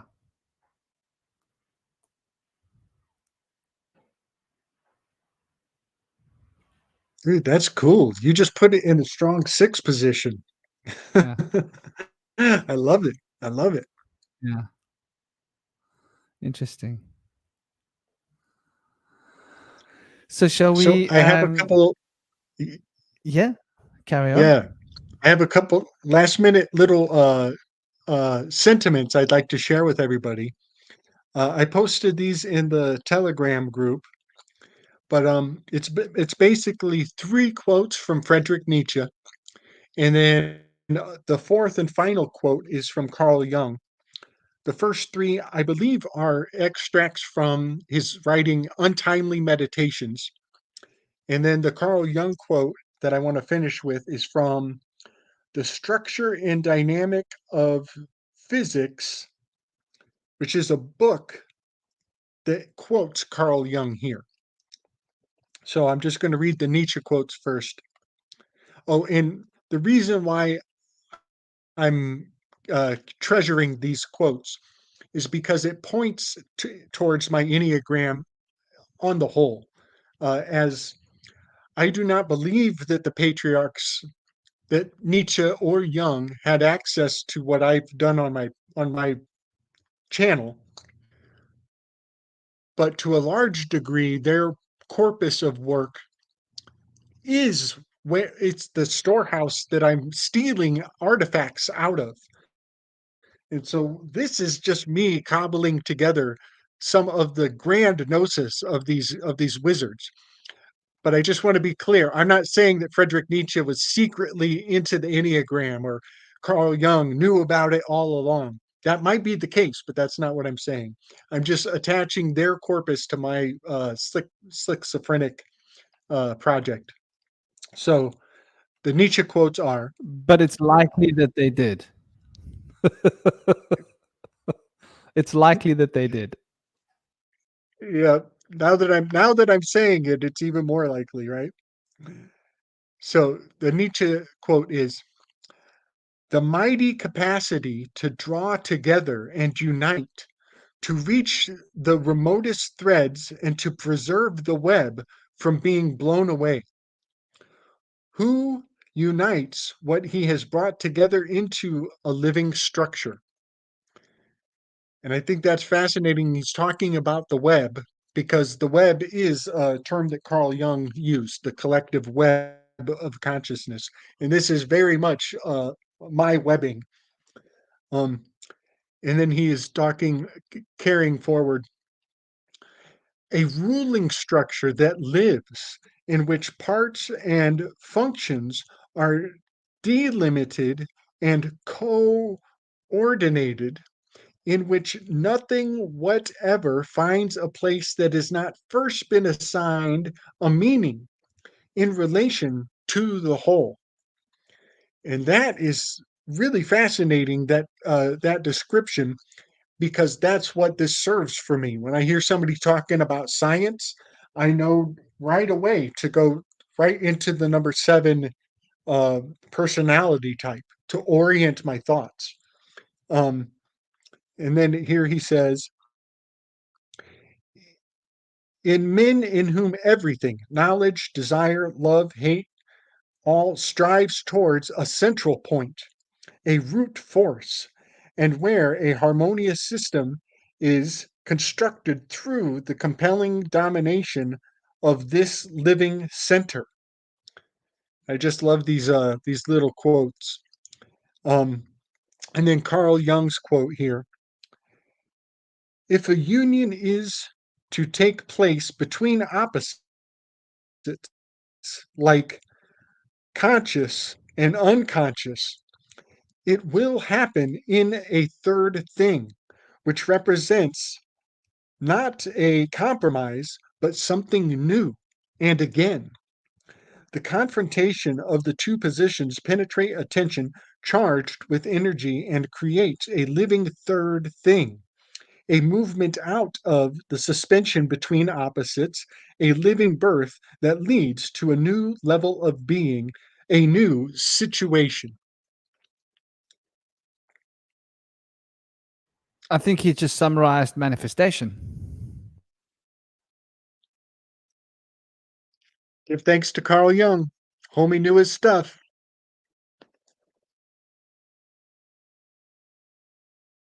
That's beautiful because it's basically explaining to us that like babies happen when male and females get together.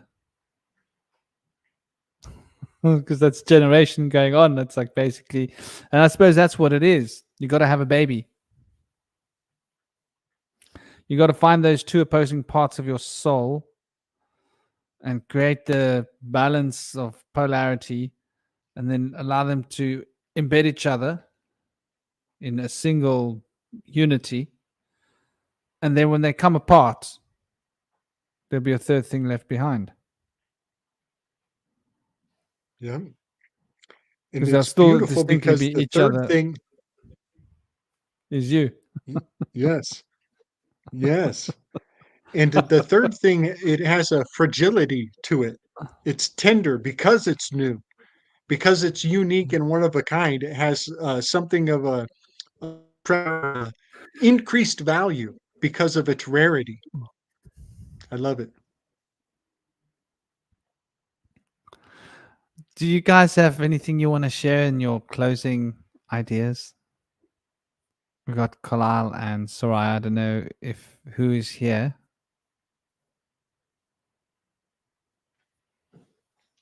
I want to say thank you, Franklin, again for the space. It has been an awesome, awesome roundtable. Slick, you've been cooking. You know what I'm saying? You've been cooking, man. Your collages are brilliant, absolutely brilliant, and they highlight so much. It's like it's like a book. You know what I'm saying on a whole picture. So um, it's a powerful testament to the Enneagram and to numerology. You know what I'm saying? So I really really appreciate that. Um, Love, peace, and power to you, Franklin, again for the wonderful space. To everybody in the chat. Um,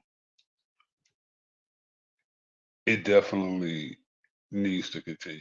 You know, I think this is a very very broad spectrum topic. And there's just entirely too many directions that we can go. But love, peace, and power to you all. Thank you. Thank you, brother, and bless you. Soraya was popping in and popping out. Her mic wasn't active or something. I wonder if it's her connection. But thank you both for sharing your beautiful, and everybody else that was on the round table, and everybody that's been watching. Thank you all for being a part of it and bringing your insights and your ideas to the table. And brother, you've got more to say. Please do. Thank you. Yes, I want to make sure everybody gets a chance to go listen to Kalel on Third Eye Edify. That was an awesome show you did, buddy. That was a good show. And I can tell there's a lot going to grow out of that. That's one of those seeds in the archives that totally is going to germinate into forests and jungles and all kinds of thought forms to come forward. So yeah, thank you for doing that with our buddy George. Cause yeah, uh it's so fun. I was on the show just before that. And so, right now we're looking at these heroes and these stories and the culture of Hollywood and the changes of these thought forms. It's strange how we all share monsters, and Hollywood and theatrics give shape to these monsters, and the shape is actually telling us how to react to the monster. Uh, and I just love that the word America is an anagram for chimera. And so the chimera and the hybrid of the genetics of our consciousness is always being played with by these theater makers. And Khalil, you and George were breaking it down on beautiful and powerful levels. So if anybody missed that, run over there and get some over on Third Eye Edify. That was a great breakdown. Thank you for your work. Thank you, brother. Thank you. Greatly, greatly appreciate that. Shout out to Third Eye Edified. Okay. Well, thank you guys so much. Big love. This little guy won't leave me alone. He wants to jump on my lap, even though he makes the other dogs freak out. The big one gets really jealous because He always wants to like, no, be with no, you. he's mine. Stay away from him. Yeah, he's territorial. He's a 60-kilogram giant, so he's a big dog. What is that in terms of pounds? That must be about 130 pounds. It's a pretty big dog.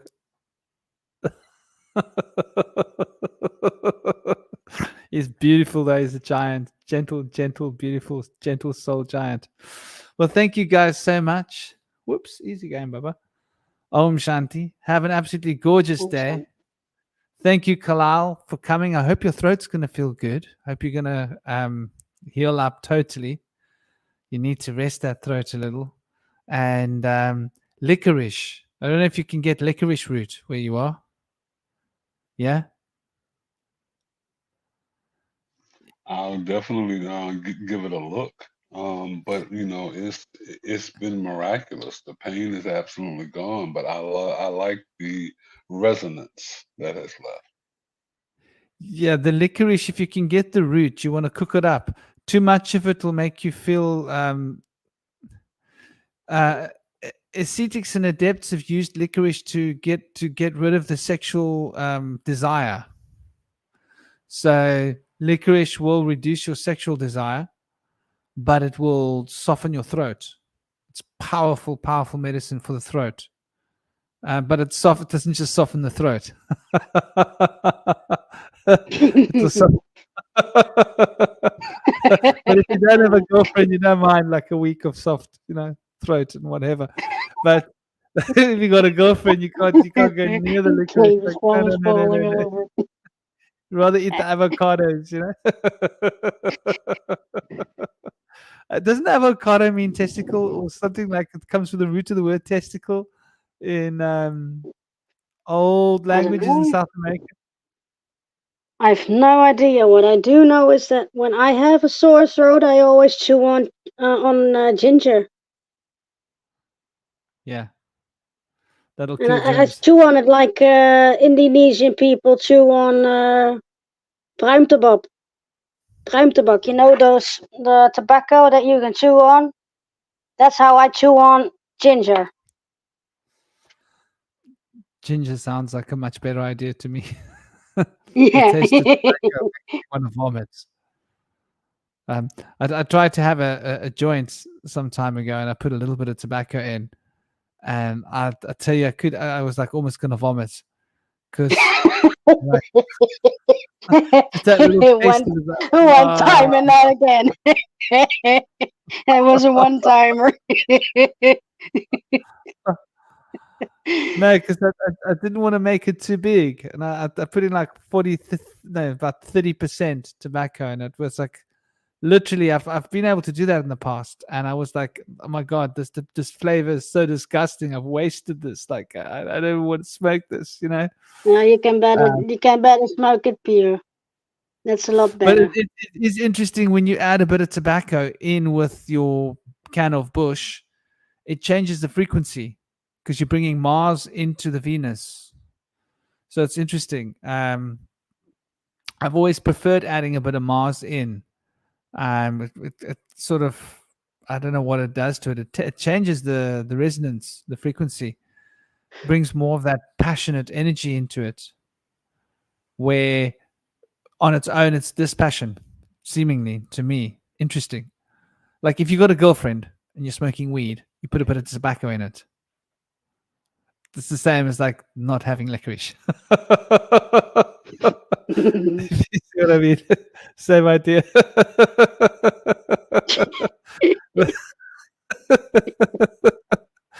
Anyway, Mooney, bless you, Moonfeather.